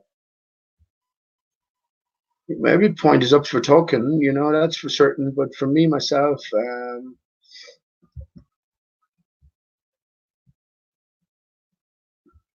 so let me put that on the screen, Paul. You say the new firmament was created after the flood, placed between us and the sun, therefore less oxygen in the atmosphere, so small growth of everything, no more giant trees and people. All right, so you did think about it. That's what I'm saying. Okay, right. So sorry about that, Paul. You do know about giant trees, and as they once were. So this is what I say. Yeah. So the demarcation point is when Aristarchus was destroyed, the barrier collapsed.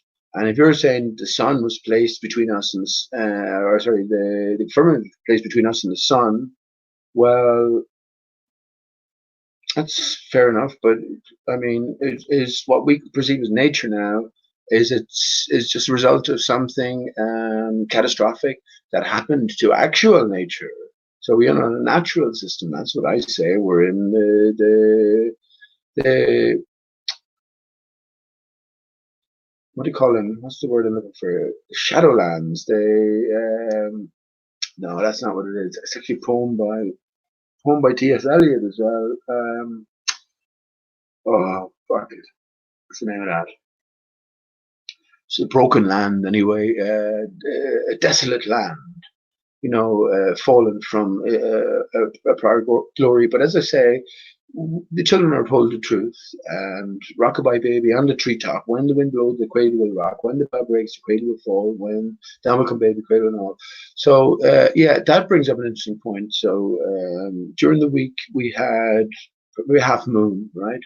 But associated with the half moon was a full moon bowl. So as clouds passed, they're lit up in its full circular splendor. If you didn't know that rainbows were circular, well, then look into it, because they actually are. So this is a reflection of what is doing the expressing. So if you think of a tree stump, right, along those lines, then we can sort of equate the rainbow to it. And it's funny enough that the rainbow, according to the biblical tales, came into being after the flood itself. Why is that? Yeah, lots of difficult questions. But what I say, Paul, as the story is written, this demarcation time, this point between before and after, this came with the discovery of the dodo in 1598. So our Earth in its current form is 421 years old. Where was I back then? Fuck knows. Are we just being reincarnated? did it just begin at a certain point in terms of a construct, right? So here's a doorway you enter, and this is the scenario you're faced with, right? Well, we have eternity on our side, maybe, right? So what's a few hundred years? Or well, was there a time before that, and yeah, a time after that? It's hard to know. It's hard to know. Could it all be part of the construct? That's certainly something yeah, I'm easy with that. I'm easy enough with that anyway. So it doesn't have to be anything before 420 years ago in this form, this material form. If we're not of the body, I'm not sure we stand in all of that, Paul. You surely have some faith in one way or another. You hold it as a greater creator. You know, how do you feel yourself in relation to the creator? You know, what's your role in all of this? And yeah, all of these sort of pertinent questions. I don't think, not that Stephen Christ is the originator. He's done some fucking excellent work, right? Some groundbreaking work. I did ask Stephen about 9/11 and all the graphics. He's so good at graphics. You think he wouldn't have spotted um, the fakery, all the media fakery involved in 9/11? And immediately he went dumb, and we didn't get much out of him. That's all I needed to know. I wouldn't be surprised if someone like Stephen didn't actually work on some of the 9/11 imagery, 9/11 graphics. Certainly hundreds and thousands of people worked on 9/11. Stanley Kubrick faked his death and worked on it, right? Yeah, all of these things come together. That's what I think rainbows are. But the moon, right, even though it was a half moon, they gave out a full bow. How's that? How's that possible? How's that possible? I understand myself. I think I do how that's possible because, yeah, the energies are, even though we see half the moon, right? We only see half the moon for a certain reason. For me, that's down to the contour of the barrier, the contour of the reflective surface, because the sun and the moon, one is a reflection of the other, the male and the female, right? But how do we get a full moon bow when only half the moon is lit up? As I went out tonight with, the vast majority, almost close to full moon, next day or two. There we have a full moon bow as well. So what's going on? What's going on? How is that possible in your model or in any model? How do you explain that? For me, myself, well, I can explain it well enough to my own satisfaction anyway. I'm not surprised by it at all. Because one is a reflection of the other. Just because we can't see the whole of the reflection, that doesn't mean it's not there. When we talk about light, what light is, this takes us down a different pathway. And as I said before, light is an interaction. It's as a result of an interaction between these energies which are there and the reflective background, what it is reflecting against, and also the medium between you and the moon itself. The moon, as you rise up, will tend to diminish. It gets smaller and smaller and smaller until, I guess, if you went high enough, it will disappear. That tells me we're dealing with reflections. So when you say that everything was placed within a different placement, you can put it like that, Paul. But for me, it's just a system that collapsed, right? And you have a different broken mechanism in play. Something beyond our ability to understand. Let me say, I don't claim to understand any of this. This is magical, divine, beyond any ability that I have to understand in terms, even like would be brought up in the material only world, So seeing outside of that is difficult, but we're getting there slowly but surely, getting there, and yeah, that's my my take on it. So just the barrier itself collapsed from one barrier, one complete toroidal spherical apple-like field, right? The core center, to, well, intact below and divided above. Whichever way you look at it, you can flip it around. That's what I think as well when ballers talk about there is no up and down.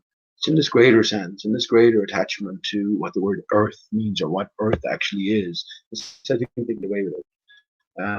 But yeah, when the top collapsed, right? Apple Records from the Beatles, we have the half the apple, right? So with the core exposed.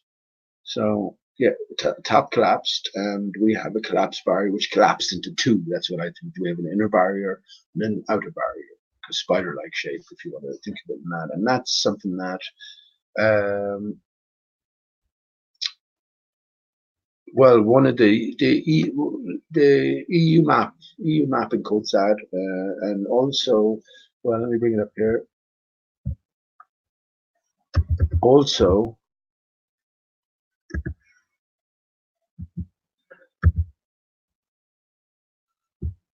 since we're on 9/11,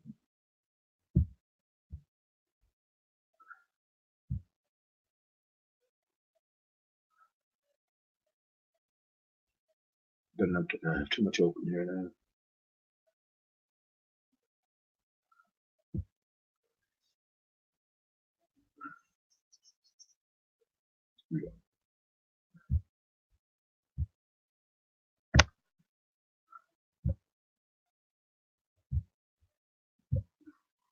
What also encodes it is more particularly this Kristen. There we have Kristen Jones, J1S.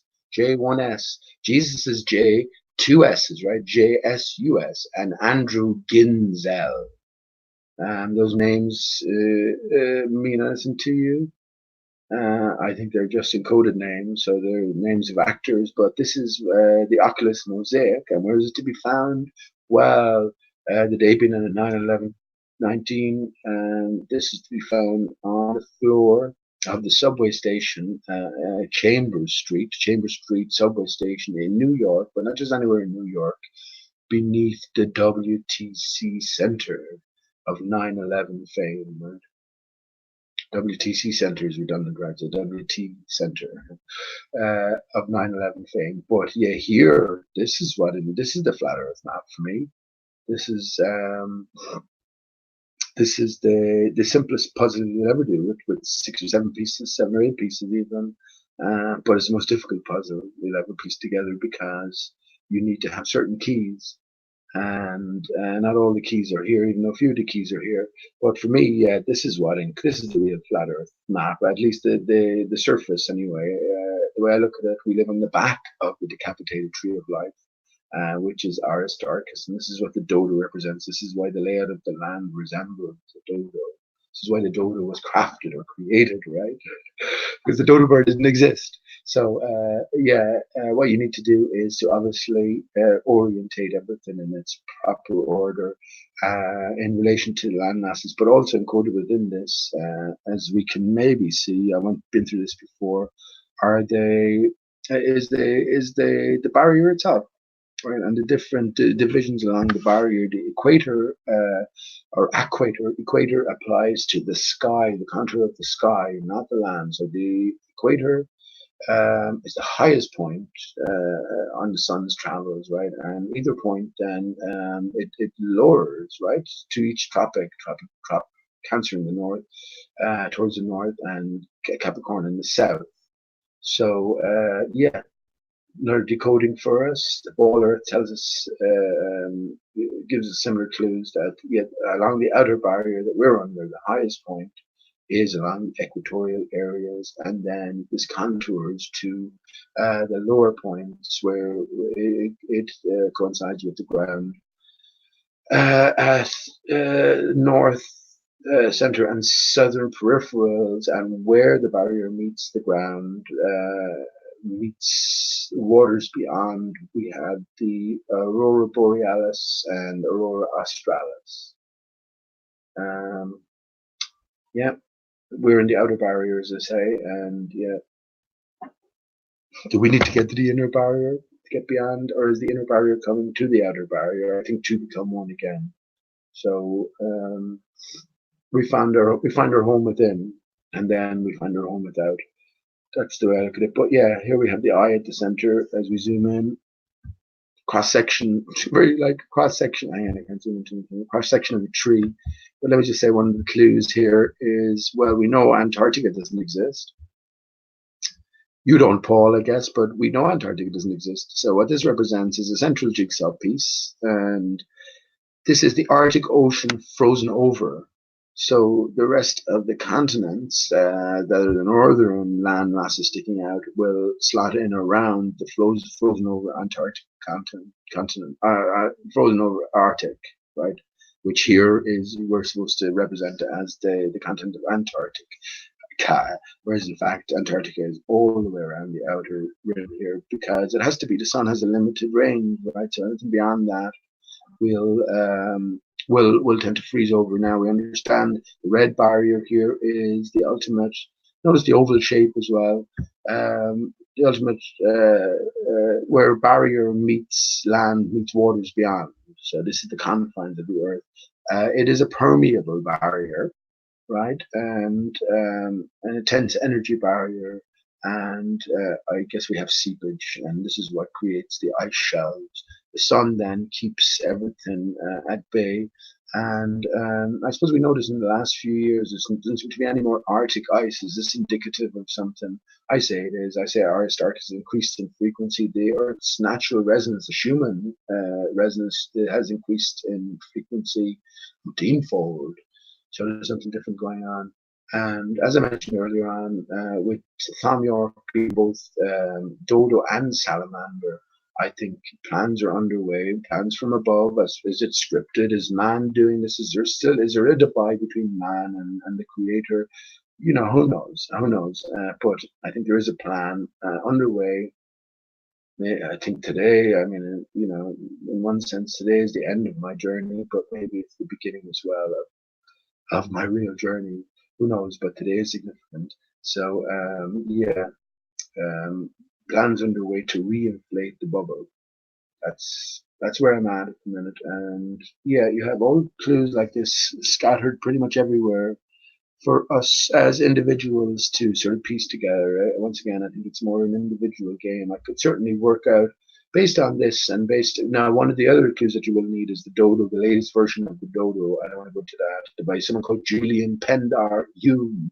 Here we have H-U, me, right? So as I talked about earlier on Sirius or Mount Meru, something is specifically being told us through the words. We have to learn to read them, go spell them properly. So yeah, based on this and a few other keys needed, it's certainly put together some sort of a working arrangement. And maybe that's what lies ahead. It wouldn't take too long either. I have all the sort of component pieces as I talk about the clues, the Masonic square and compass. We have the compass at the top, the square at the bottom. Everything represents two things: so the external world and also the internal world, the internal reality. Square and compass representing the male and female aspects who are being separated but needing reunification. So it's similar to the external world, the square, but the square and compass, the compass representing the coordinate system for the spherical contoured sky, the square along the ground and the 90 degrees, the Cartesian grid-like coordinate system for the plane, the flat plane that we're on top of. So, but I don't think it's all that simple as well. Remember I talked about earlier on Earthwide, the biggest, outside of massive storms or swells or something, the biggest variation between sea level is the highest variation of between high and low tide, something like 100 feet. But that's until we get somewhere close to the center here. Then I genuinely hold as a massive whirlpool going on, and here's where all the tides stem from. We have this like piston-like action. So this is another movement that we can sort of think of in terms of these four separate movements applied to the spinning ball. As we know, the Earth is flat, so the four separate movements apply to whatever is giving, whatever is the source of the skylights. And if it is a singular source, well, then it is going through four separate motions. So yeah, one of those would be for me anyway. This whirlpool and this twice a day tidal flow, pretty much earthwide on a regular basis. So this is all down to some sort of mechanical functioning. So yeah, at the north, I mentioned this many times. One thing that I hold to be true, and prove it, I can't prove it, but a ship's navigator, Jim was his name. I didn't drink too much with him, but I definitely had a chat with him anytime I saw him. He thought the idea of flat Earth was ridiculous, and he had traveled much of the world. Ships navigated for 25 years, and one thing he said was all tides and open water surge from the north. So not very interesting. That's something to be put in the book and valued. So yeah, whatever's going on in the north, and here we have the eye at the center as well. Then all eye be. This is the all-seeing eye. I actually saw it today in the clouds. You can see these things in the clouds because it's the same pattern being expressed. You see, it expresses throughout. But more specifically, well, since I have the picture up,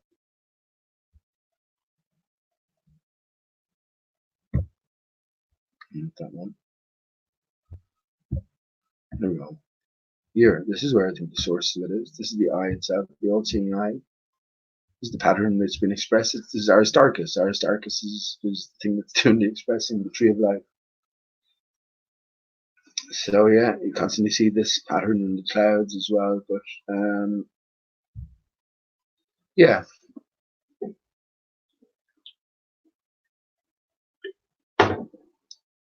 So ultimately, that's what I think the upshot of it all is. And I think all of these steel structure towers throughout the earth, and especially in desert areas that are going up, will be used as directed energy weapons.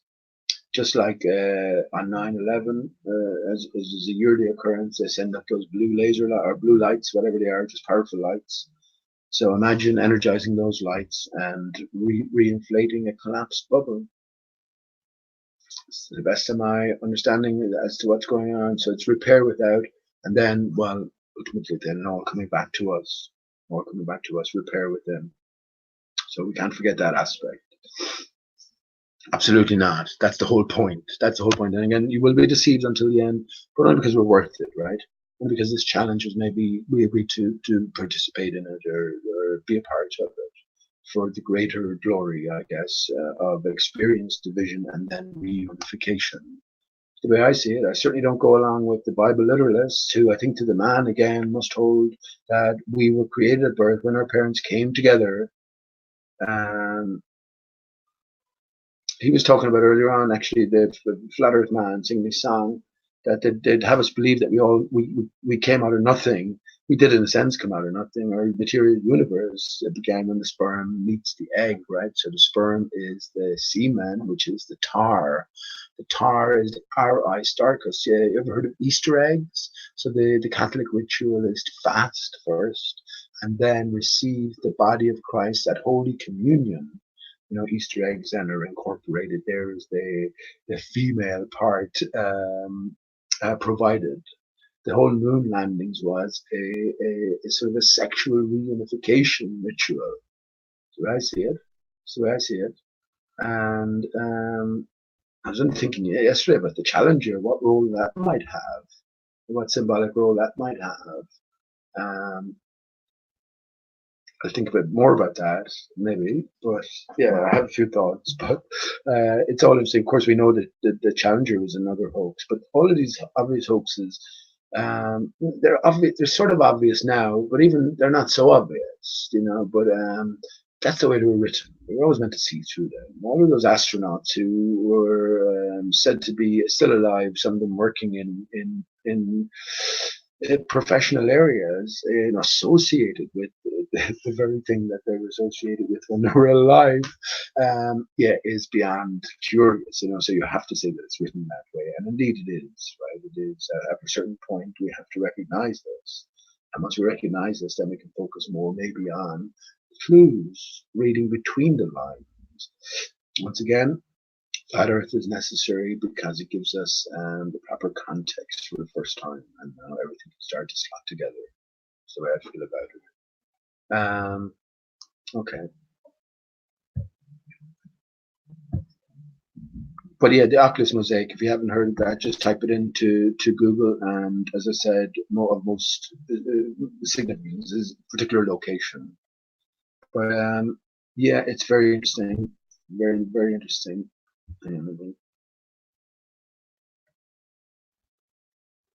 Yeah, 2 years before 9/11 as well.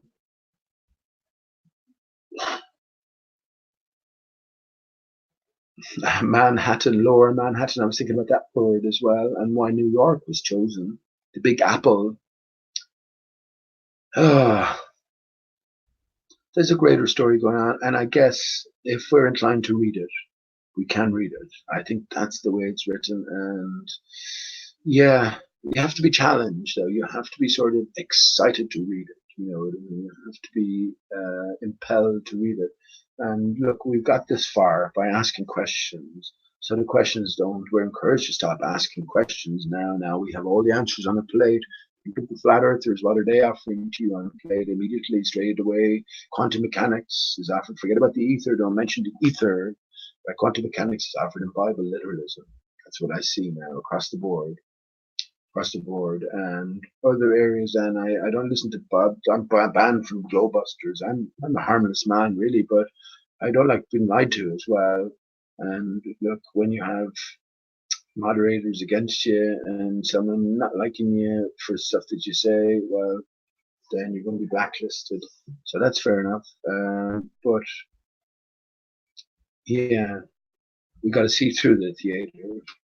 Again, bringing everything back to the individual, it all comes back to you understanding that the same story applies to us all, but you are the individual, the one player making your way through it. So your story is unique. So that's the Oculus Mosaic. Yeah, okay. Let me go and then I'll just go back on Flat Earth Lunar Dodo music. Just give a little bit of commentary on that because a few things occurred there. Okay. Seem to be any trouble. Doesn't seem to be anyone here, but that's fine as well. There doesn't seem to be any trouble or need for wrenches.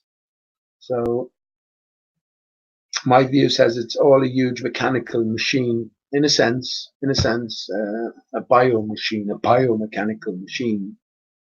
Yeah, my iron lung, my Fe lung, a song by Radiohead. So it is, but then it comes back to who we are then. And for me, Otto, I think this is just one step in our journey. Like when we leave this material behind, this load behind, this baggage behind, if you want to put it like that. Not that we can't transcend. I guess we can transcend, but yeah, a different form. We're of a different form. So I think we leave everything behind, and that includes all ideas of God and the devil and all that. I already showed you on my own realization, you know, which was, let me bring that up. Got to pay attention to it now, right?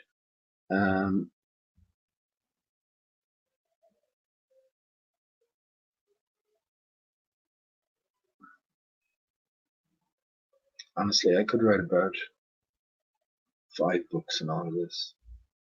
Maybe I will. Maybe I'll get to it. I have certainly some claims to make. Milky Way on the moon, killing all of astrophysics. I stand over that, man. I stand over that. And more. You know? Yeah, man.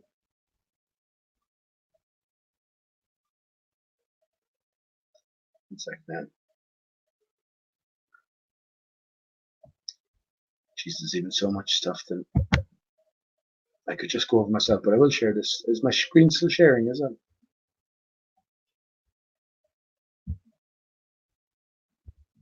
I don't think so. Let me share it again.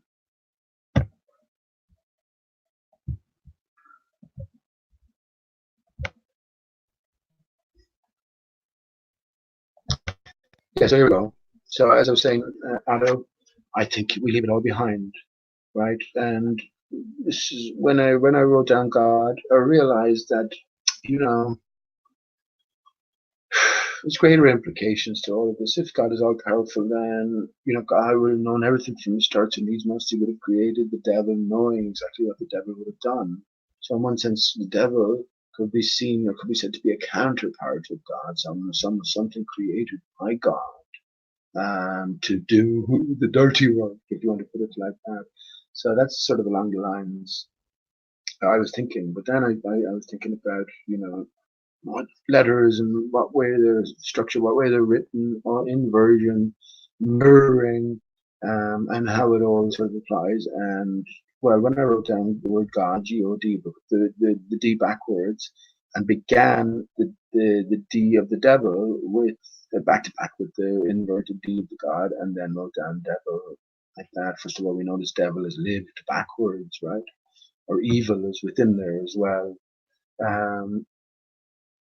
IL, yeah, yeah. What jumped out at me then when I did that was the theta in the center, the do in the center, right? The do in the center, that divided state. And once you recognize theta and understood, that's what I talked about up here. So when I said earlier on, 42 is given as the ultimate answer to life, the universe, and everything. What is the question? The best attempt that we're left with was, what is 9 multiplied by 6, which is obviously 54. So that's not correct. You'd have to have followed the Hitchhiker's Guide to the Galaxy, HH, TTG, to understand that reference a bit more, but it's certainly not the only reference to 42. So for me, understanding that the question actually is, what do you get when you divide 0 by 1?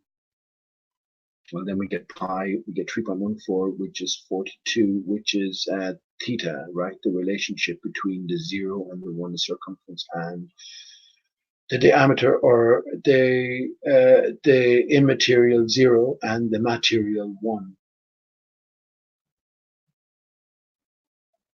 I mentioned the lemniscate earlier on. So when you add up all the ones, in theory, in concept, you get a lemniscate, or well, more specifically, infinity, right? The symbol for infinity is lemniscate, which is the 8 on its side, which is simply the 0 twisted. So out of the 0 comes the infinite. This is the idea. There are 2 numbers, 0 and 1. Everything else are parts thereof. So, yeah, well, that's the instruction, my friends. Go live. So I just got to figure out what it means to live. What it means to live in this new light, I guess. But what to strive for, what becomes worth striving for. My son, my beautiful, beautiful boy, Steve, is 18 next year.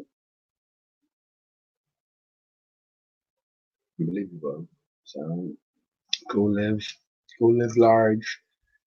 So yeah, in one sense, I guess this day, and as I look at the clock, it's 11:19. So in one sense, this day marks the end of a lifelong journey, because I can't sort of think beyond it. You know what I mean? The worst nightmare is nothing continues to happen. But even if nothing continues to happen, my mind has been inexorably altered, and I guess I'll have to think about, well, what was I expecting or hoping to happen. Then, if nothing continues to continue happening, I'll have to definitely take this Go Live instruction a lot more seriously. Because you only live forever, right? So life has some intimate meaning. And, I mean, you need to say no more. I mean, it's the greatest gift ever in one sense, which is to realize that life is not just transient. Life is not just a material only existence. That there is something much greater and much more wondrous in store, whatever that entails. But that it's not the end. Well, what more sort of reward or realization do you need? And I think that that's where this instruction then will start sort of coming into its own against that realization.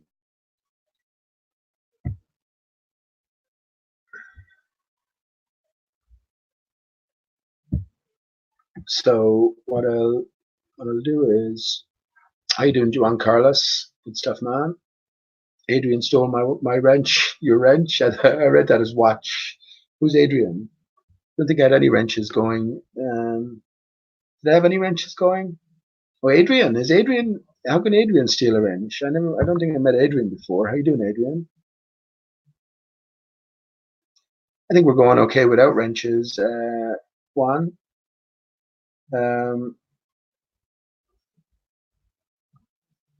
What do you say there? 0 over 1 is 0, 0. Let me put up that comment if I'm not reading it right.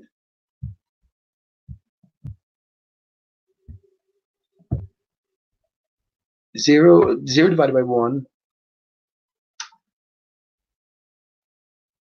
Yeah, I don't know what the line. So you have 0 divided by 1, stroke 0, 0, stroke 8. Right. Okay. Well, so we think about God and good. So you just get the 0 and divide it. So God divided gives us good. So I said that before. God is to good as devil is to blank. What's your answer to that? I have my own answer to that, but yeah, okay. Well, it's along those lines, and I certainly think, and what the 8, everything is revolved around the 8. Everything has to go through the heart. It has to. It can't just be head based, or you can't just be sort of groin based. And everything has to. He's pointing at his heart. I don't know if you saw the statue outside as I passed earlier on. I just showed it to you. I pointed out the heart area of Jesus, and let me just bring it up here. It's a replica of this. It's the IHS, it's the broken sun, the symbol of the Jesuits, which is also, Jesus, I have to go through the.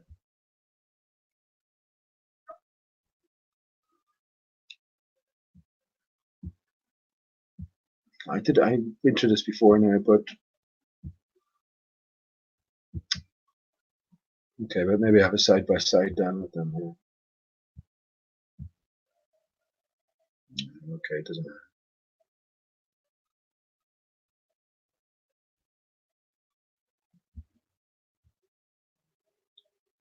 HI.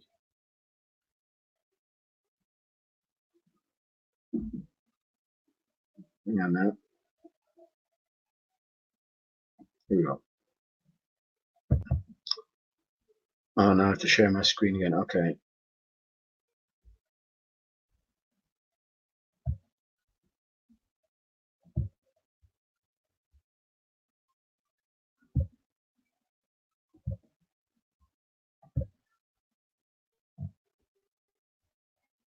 So here we go. Funny enough, here we have the JHS. So that's another clue that the J and the I are equivalent.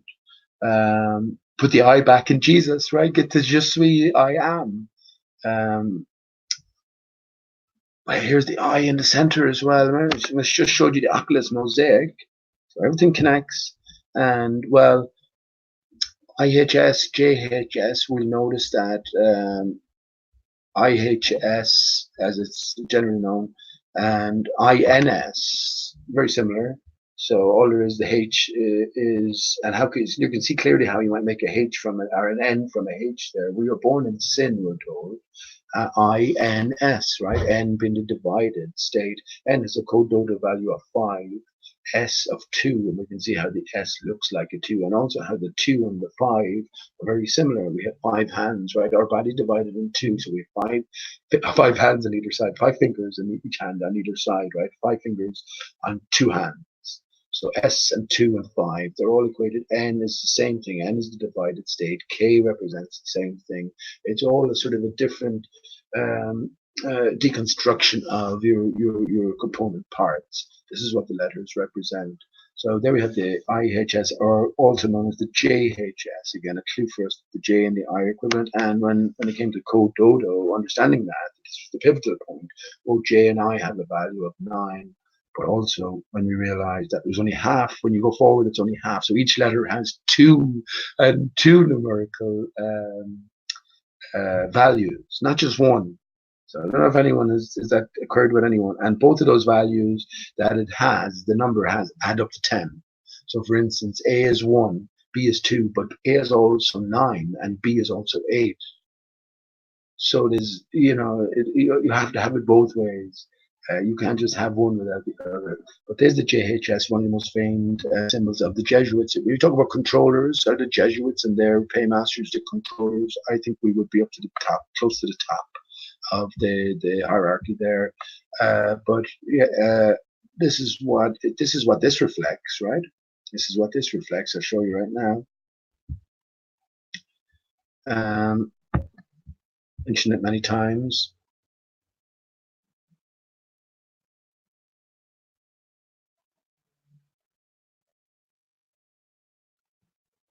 There you go.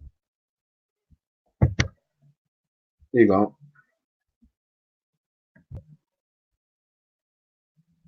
Let me just bring that other one up.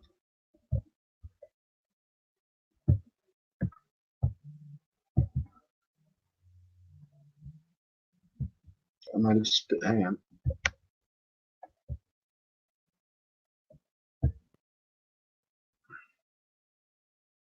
Maybe that's a better way to orientate it because of the break there. Look at that. Come on. Also notice the oval shape in the middle. But yeah, that's very close there. But this is the way I'm usually used to seeing it. I think this is the way it was because everything is mirrored as well. But this is what it represents. This is what I was talking about earlier on. Let me just zoom this in. So this is just high altitude balloon footage. I took this myself, went through a video, sort of just frame by frame, and just paused it and took a screenshot. That's what I did here. So I'm going to decode what's going on. Well, what we're looking at here is, well, first of all, the reflection of the sun, right? This is the sun above the clouds from high altitude balloon footage. And you notice the shard-like pattern. This, as I showed you downstairs, and is that pattern associated with the light shade. Yeah, there's a particular pattern associated with the sun, and this is not a camera lens flare, because if it was, it wouldn't. Different cameras taking different footages would give different patterns here, whereas this pattern shows up consistently pretty much every time.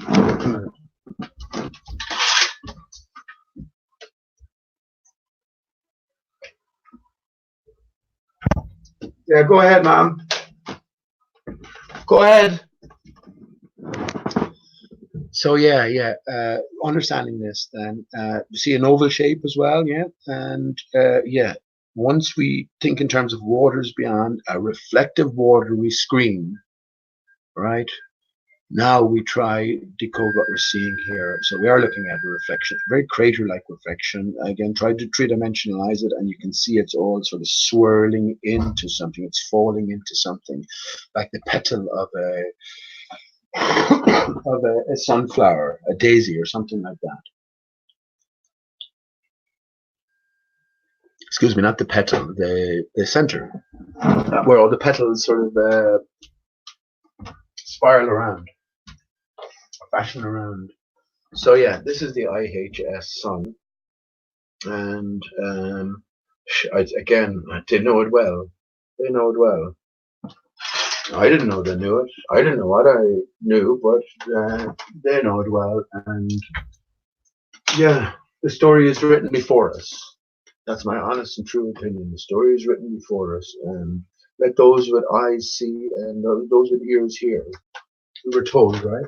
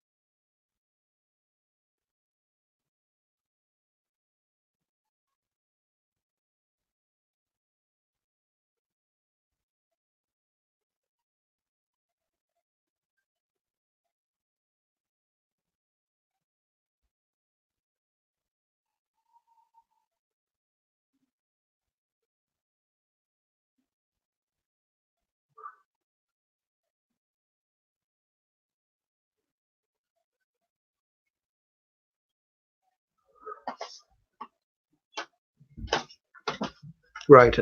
Just looking out at the moon, and guess what I can see? It's just you can see it. You can see the sort of outline of the surround here, which defines it. It's sort of it's not clear, but you can make out the pattern. Well, this same pattern is associated with the moon, and this is a fascinating realization. It really is, and to me, yeah, I don't see anything beyond. If there's any significant difference between what's perceived as stellar distances and sun distance, I think in one sense it's got to do with sort of penetration. So how imagine a powerful enough laser against a body of water. The more powerful the laser, the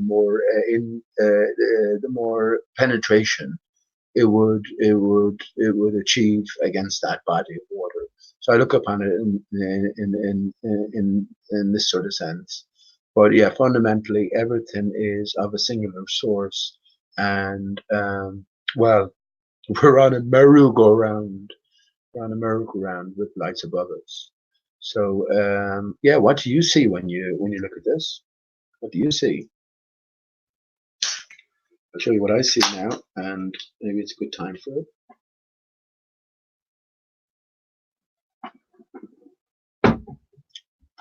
Need to get distracted there.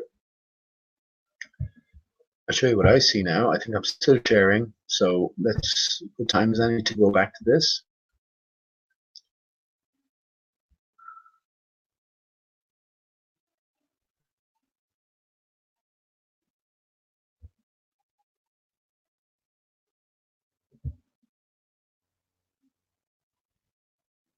Lunar Recognition Orbiter, Moonlight, and so this is specifically put out. Let me just read this again.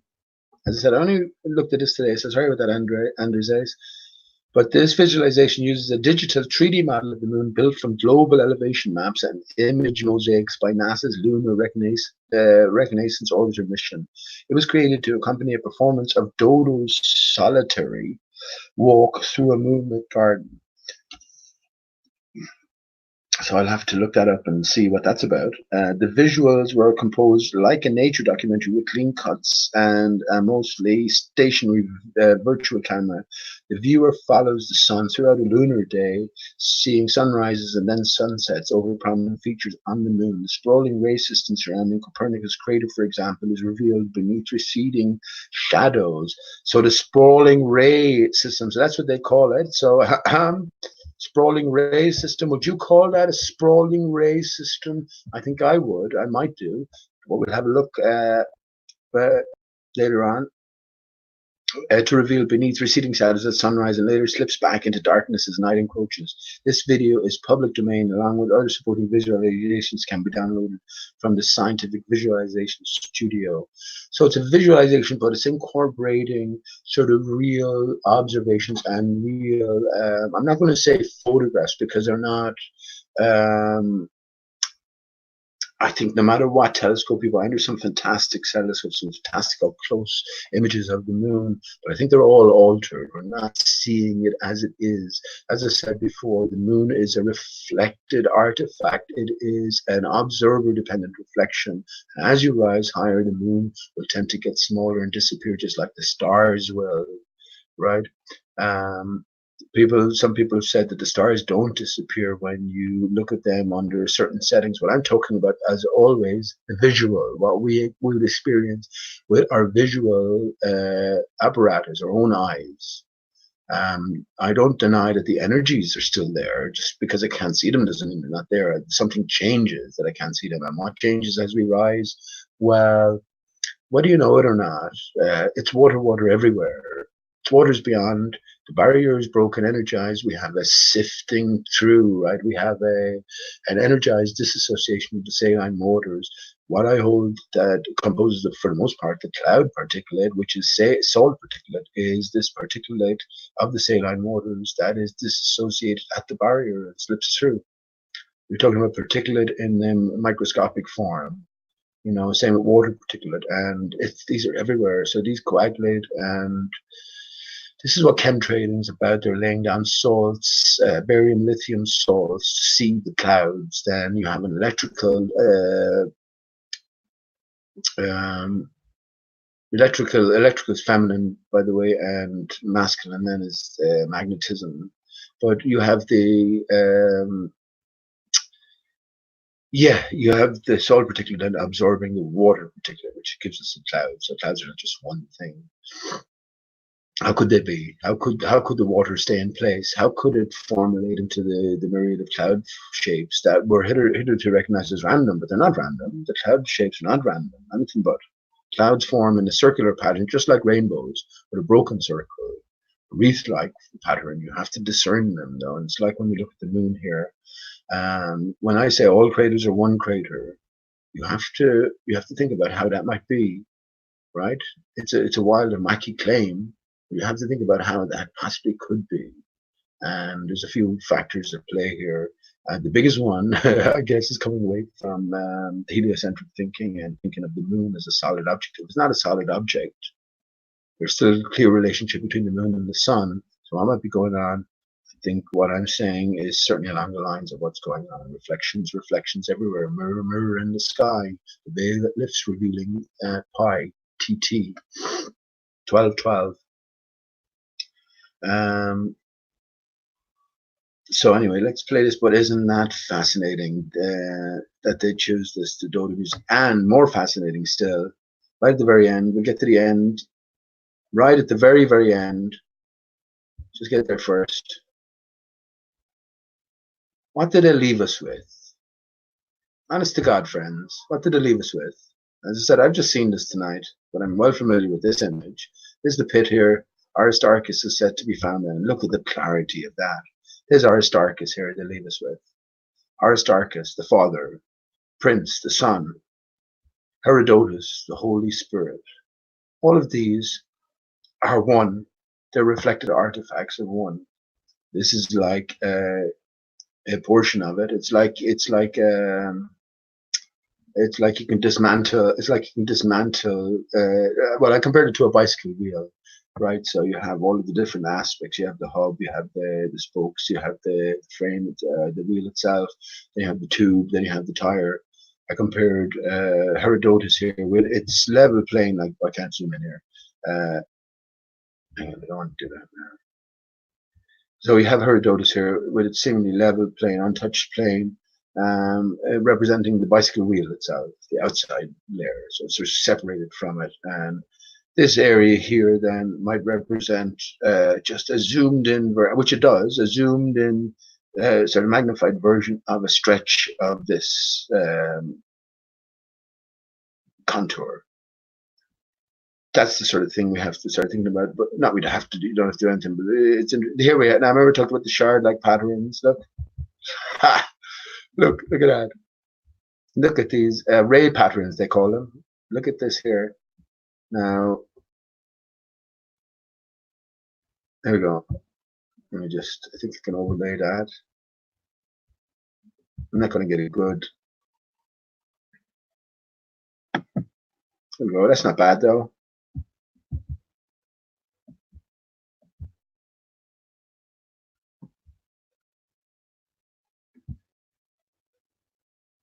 This one here looks very, well, I know they're all familiar to me, but this one here is very, very familiar. And I think this equates to,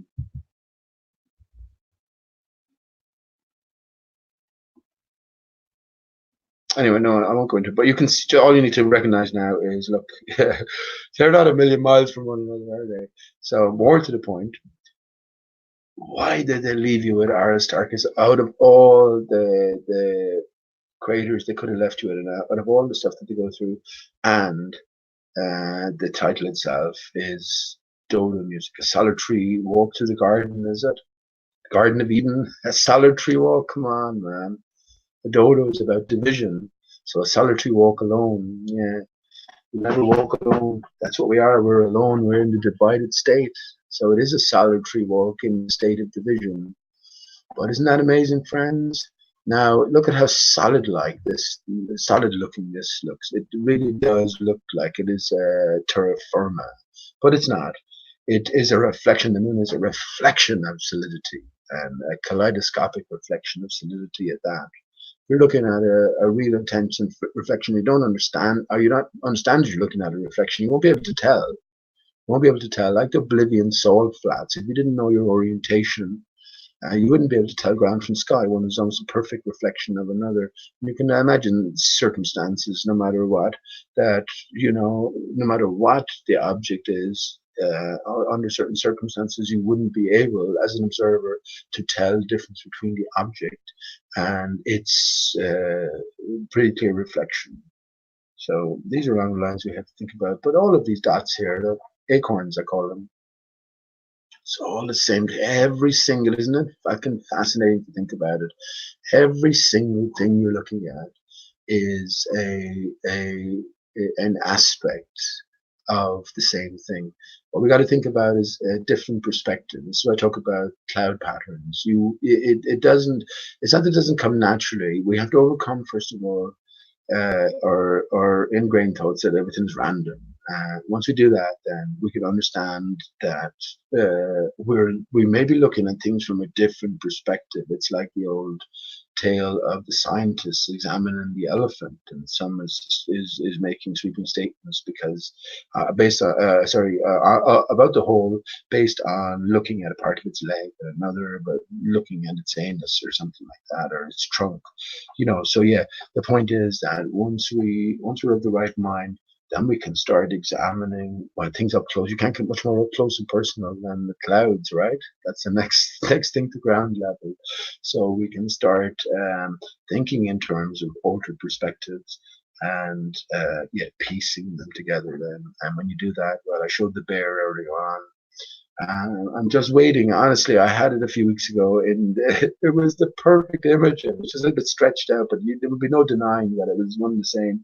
And I got a sort of a half image of it today. But when I see it, I'll certainly snap it and put it up against the image that's already a stock image, presented from somewhere else around the world. So yeah, let me play this again, and actually I'm going to play it through, and when I see anything that sort of jumps out as being worthy of sort of bringing your attention to, just again, we want to sort of think in terms of everything being the same. So a pluribus anum, out of many, one creator, one creator, right? So just for anyone listening out there, you can pay attention if you wish, and if I see anything worthy of stopping, I will. So let's go back to the start.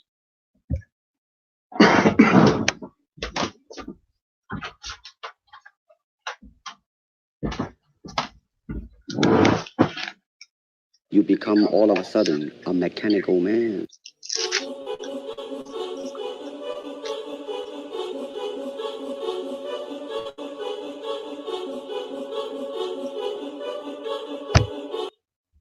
Here, for instance.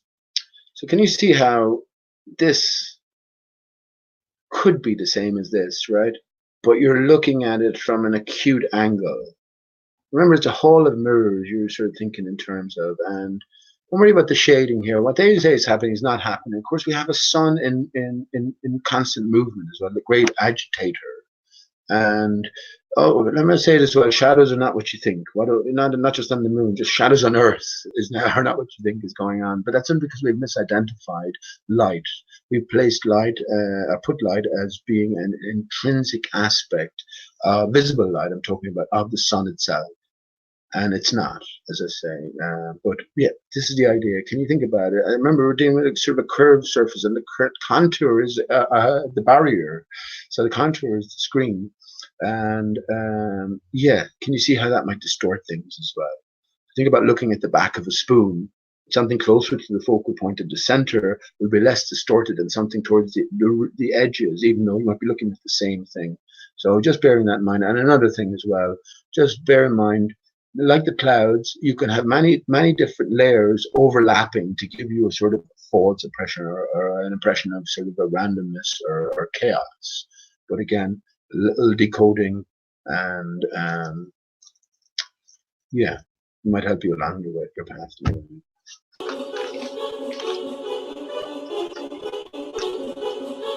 Yeah, sorry, just again.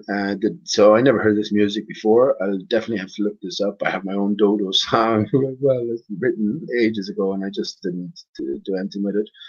But something else to work on. I can imagine a nice 5-minute video, putting everything pertinent that I need to say about the Dodo and its massive significance.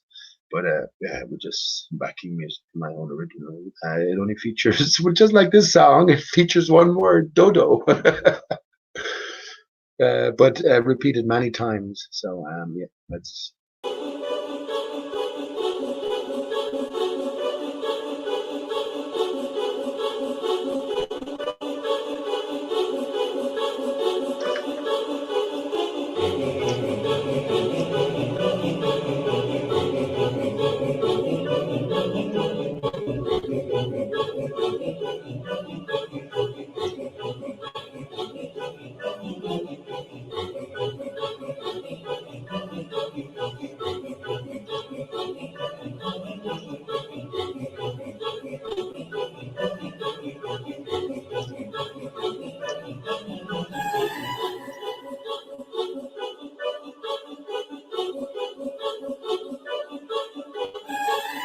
Now, remember I showed you the ray pattern around Aristarchus earlier on? Here you can see a sort of a similar ray pattern. It's not as it's not standing out as much, but you can still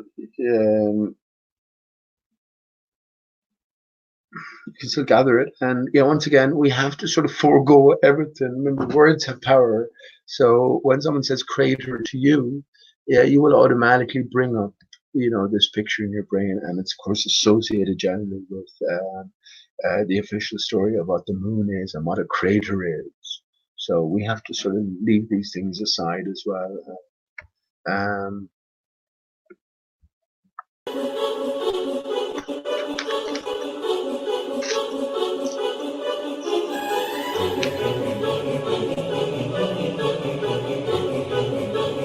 Again, look at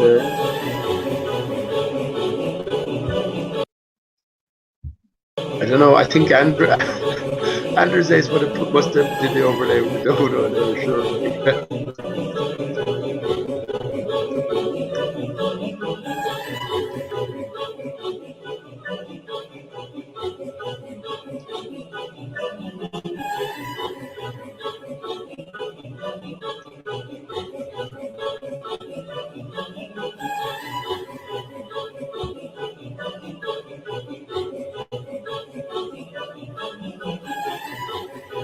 It's fascinating imagery, isn't it? And I was just thinking, every country in the world has to know about this. Every country has to know that as you rise higher, that the moon tends to disappear. So they have to know that the reflections. They have to know all of this, right? There's no other way around it. Absolutely isn't. So yeah, when we're looking at what looks like a mess of material thrown everywhere, right? If it's not, well, then we're dealing with reflections, or and at least we can consider reflected artifacts. Look at all of these potholes here. I've long since understood that these, yeah, again, it's just reflected artifacts. This is what it is. This is what it is.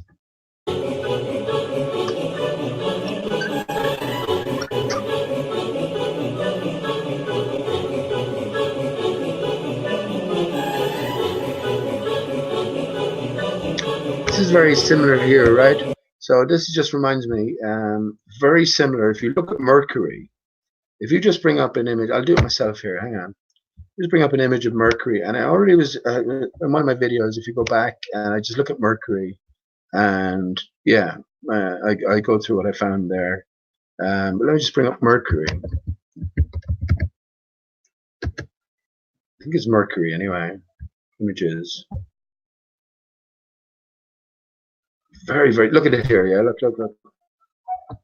Very, very similar, isn't it? Look at that, friends. Wouldn't you swear you're looking at the moon? Look at that, friends. Look at that. never been to this. This is where did I locate Aristarchus?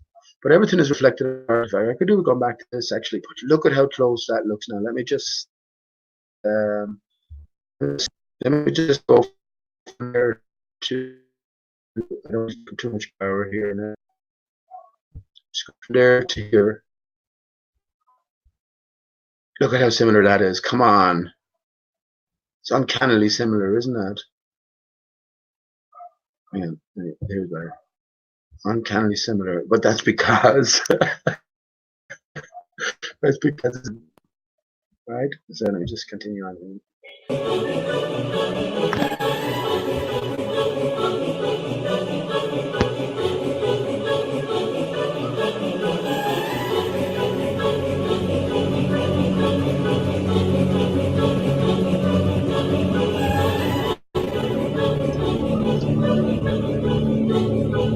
This is a fascinating imagery here. Look at that. Look at that. And you keep your eye out for spiraling as well. So all of these craters, as I said, they tell you that these are all craters. So one of these, this distance here might be something like, say, 20 kilometers or something like that. And one of these might be 5 kilometers across or something. No. They're just reflected artifacts, and it's again all of these little dots are just the same thing. You notice the outline, the same thing. The outline will change from crater to crater because you're looking at it from a more oblique or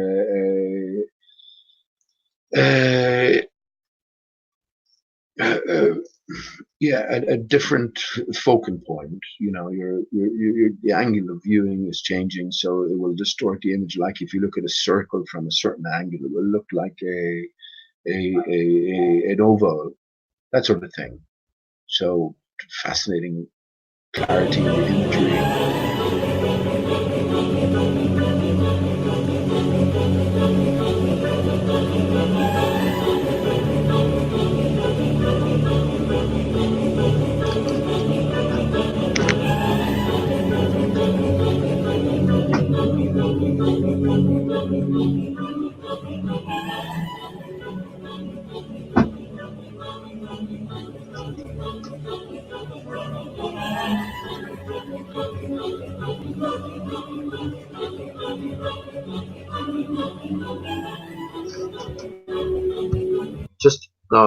Just missed it here. Hang on. Just saw a patch up here. It's a good example. Look over here. Look, if you were to try to take the separate components apart, you just have a load of craters stacked upon craters. So it's just like it's like a fucking work of art, you know, abstract art actually.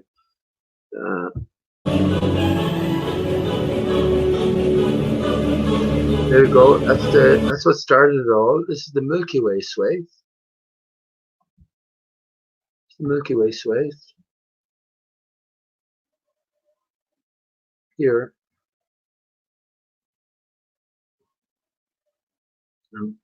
Brilliant in brilliant definition and clarity.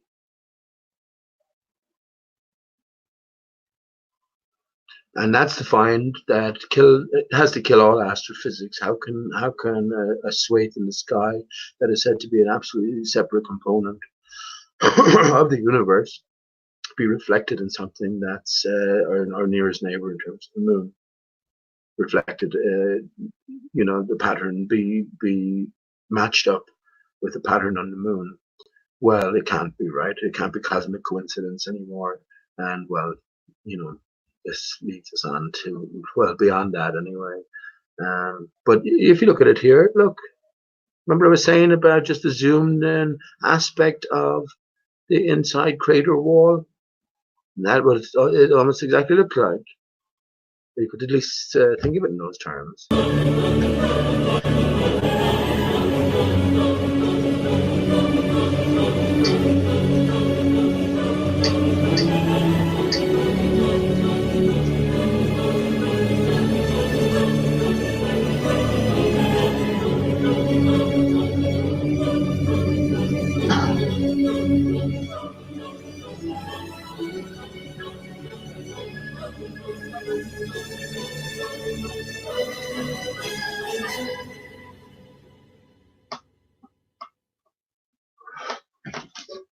Well, well, well, friends. Did you see how the music climaxed?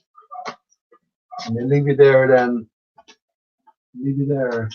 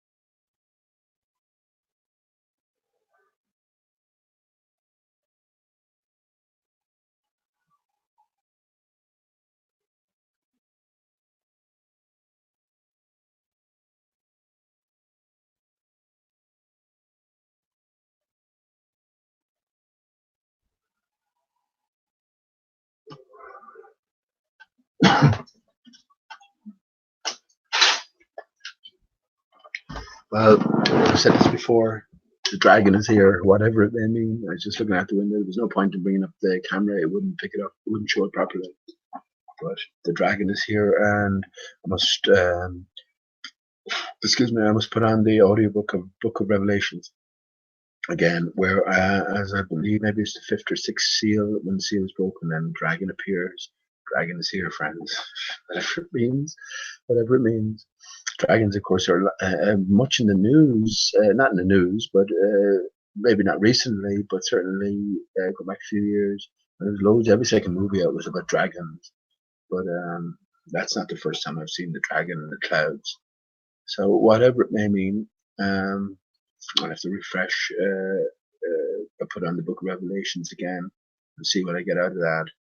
But that it's there, I don't deny these. I don't deny these things anymore. I don't spend too much time in them either, because you could get lost in it. And I would just say about this, isn't this fantastic, friends? I mean, again, thanks to Anders Ace for this, and I know you put it up a week or so ago, but just got around to looking at it, and fantastic. And there we have the dodo with the last scene presented to us, where the music climaxes and halts, stops on this is Aristarchus here. There we have the ray-like patterns, and well, as I said, this is Herodotus, and this is Prince, the Father, Son, Holy Ghost. This is the Black Sun as well, and but fundamentally, that it's been presented like this, it's beyond coincidence. For me, certainly is. For you, you might not understand it too much, or you might look it up here as well. It's a clear example that we're dealing with reflected artifacts. I've showed Crater Clavius before, I'll show it again actually. I'm going to show you Crater Clavius because I think this is why Stanley Kubrick located the moon base from 2001: A Space Odyssey on Crater Clavius. Because it's the clearest example that you are dealing with reflected artifacts. So let me just bring it up quickly. Here we go. There we go. Look at that. Look at that. All the way down. It spirals all the way down. And as I spin this around, it spirals all the way up. So he located it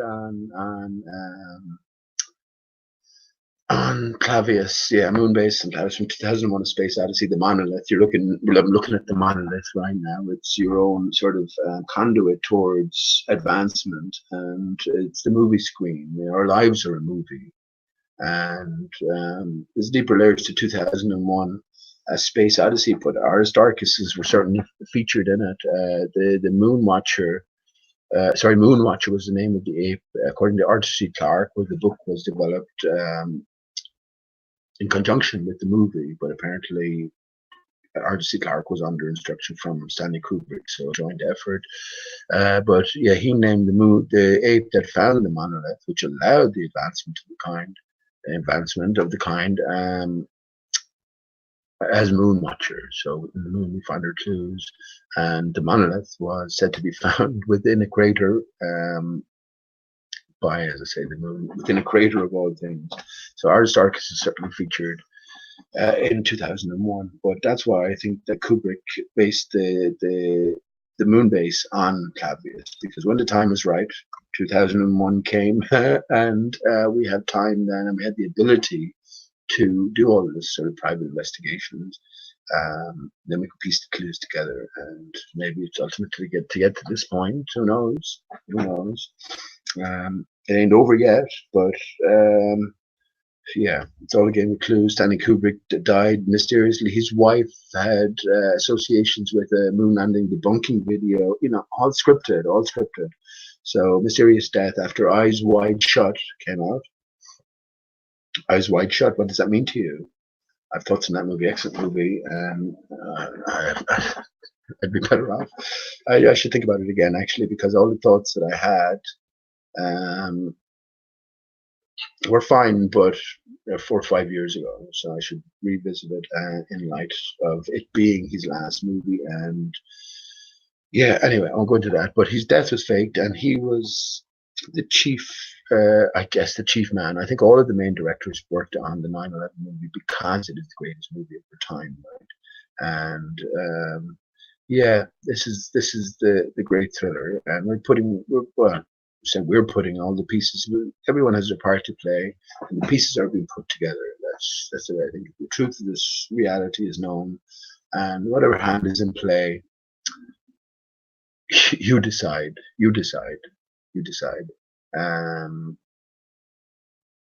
I'm not scared anymore. Anyway, I'm not scared much. I'm not scared much anymore. So fascinating, friends. Fascinating stuff. We're left with, I know there's a bit more, but the music stops and the day dawns, and there we have darkness. Isn't just like the silence in 2001: A Space Odyssey? That's what it reminds me of. There's so much of that movie. 50% of that movie is silent. You know, it's just all the visuals. It's a very, thinking about that movie, everything is rotated 90 degrees.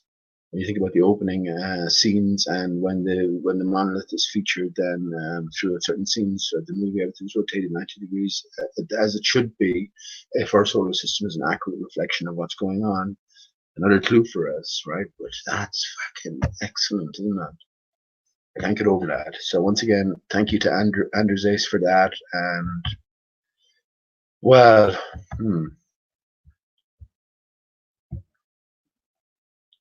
I reckon everything is monitored, so people certainly know about what I've been saying about the Dodo or Aristarchus. Is there some that'd be a bit self-important there, maybe, but it is what it is. the clues are probably there anyway. They may be completely unaware of what I'm saying, or whoever they are, but that the two gel up there. Something else is going on, and what do you think of that, friends? What do you think of that?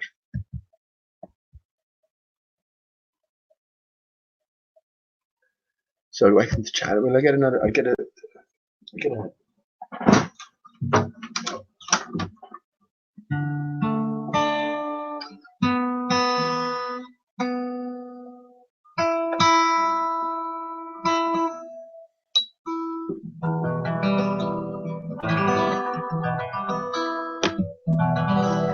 Okay. I'm not going to stay on for too much longer because I want to get a little bit to eat anyway before it's too late. But yeah.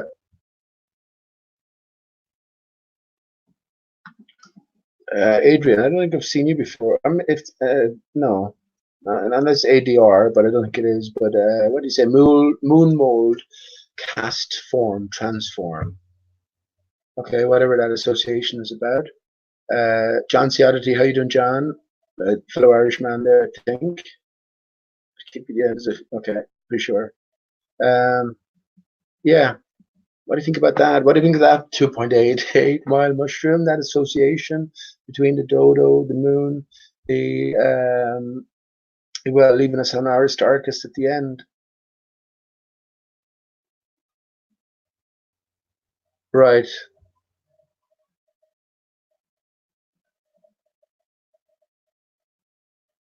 Okay, take it easy, Paul, if you're off. Okay.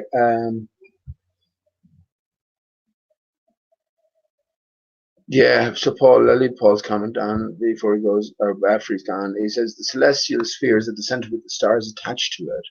We then have three solid firmaments between us and the celestial sphere, like Russian dolls. Yeah, I can understand. I don't think that's a literal thing, but as I mentioned earlier on, the different penetration between the different sort of bodies, the sun having different penetration power than, like, say, a star, because there's so much more energy involved. Yeah, but I think you're stuck in your ways, Paul. So, yeah. And if you're right, you're right. One thing we know anyway, we can agree on, is it's not a globe as given. I take it all as metaphor, as I say, and well, with Stephen Christ, known Stephen Christ somewhat, I have to understand that the truth doesn't lie that way. And if I don't understand that, well, so be it. Okay, well. So, yeah, well, geez, I've been going long enough, and yeah, as usual, nothing very specific talked about, but yeah. What is there to be specific about at this stage? I suppose it's just getting into the details. But once again, 9/11 is just gone, so it's 10, 11, 19, and we're just 10 minutes, we're just 9 minutes into it. So ultimately, bottom line, everything comes back to us ourselves. We can't separate ourselves from any equation. We are the thinker here. We are the sentient being. And, well, everything is connected. Everything is intimately connected.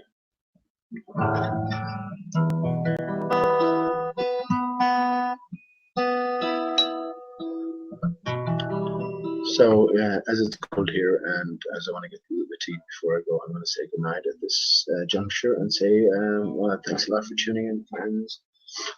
Next hangout, I think I'll definitely put aside maybe the whole hangout, even just to go through the Gospel of Thomas. Some very revealing things to me, anyway. And as I've said before, the way I think it works is, once you've arrived and familiarize yourself with a certain level, then the next level is waiting for your arrival. So it's like once you get through the Bible, then you look at the extra what's the word, canonical, extra canonical texts, you know, and all the different works that are left out of it, the Book of Enoch, for instance. And then you should continually move on. And I think ultimately maybe the Book of Thomas is close enough to the final stepping off point. That's where Jesus speaks to you after coming through certain steps, and this is speaking mano a mano to you, I think, you know, so certain things will resonate or not, I guess, but I certainly think that would be worthwhile me reading through it next time and commenting on anything that rings with me. So on that note,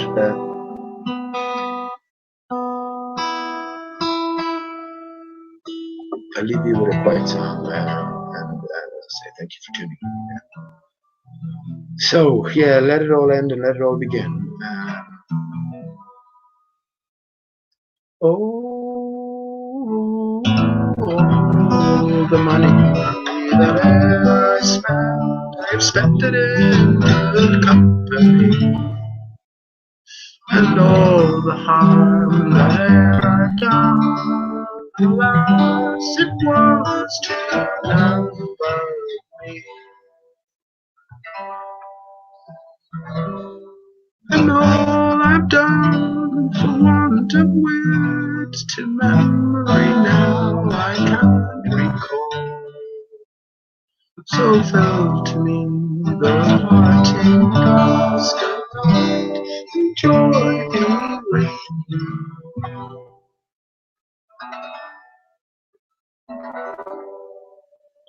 Oh, the conveys that e'er I've had, they were sung for my going away. And all the sweethearts that e'er I had, they would wish me one more day to stay.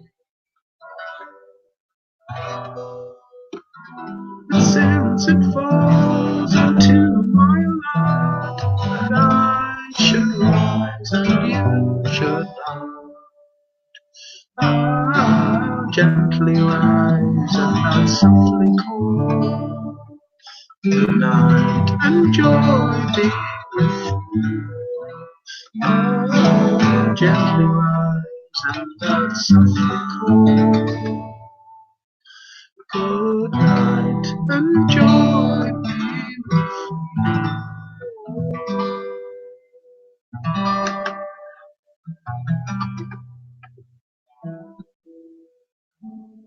Good night, friends. I love you, my Steve.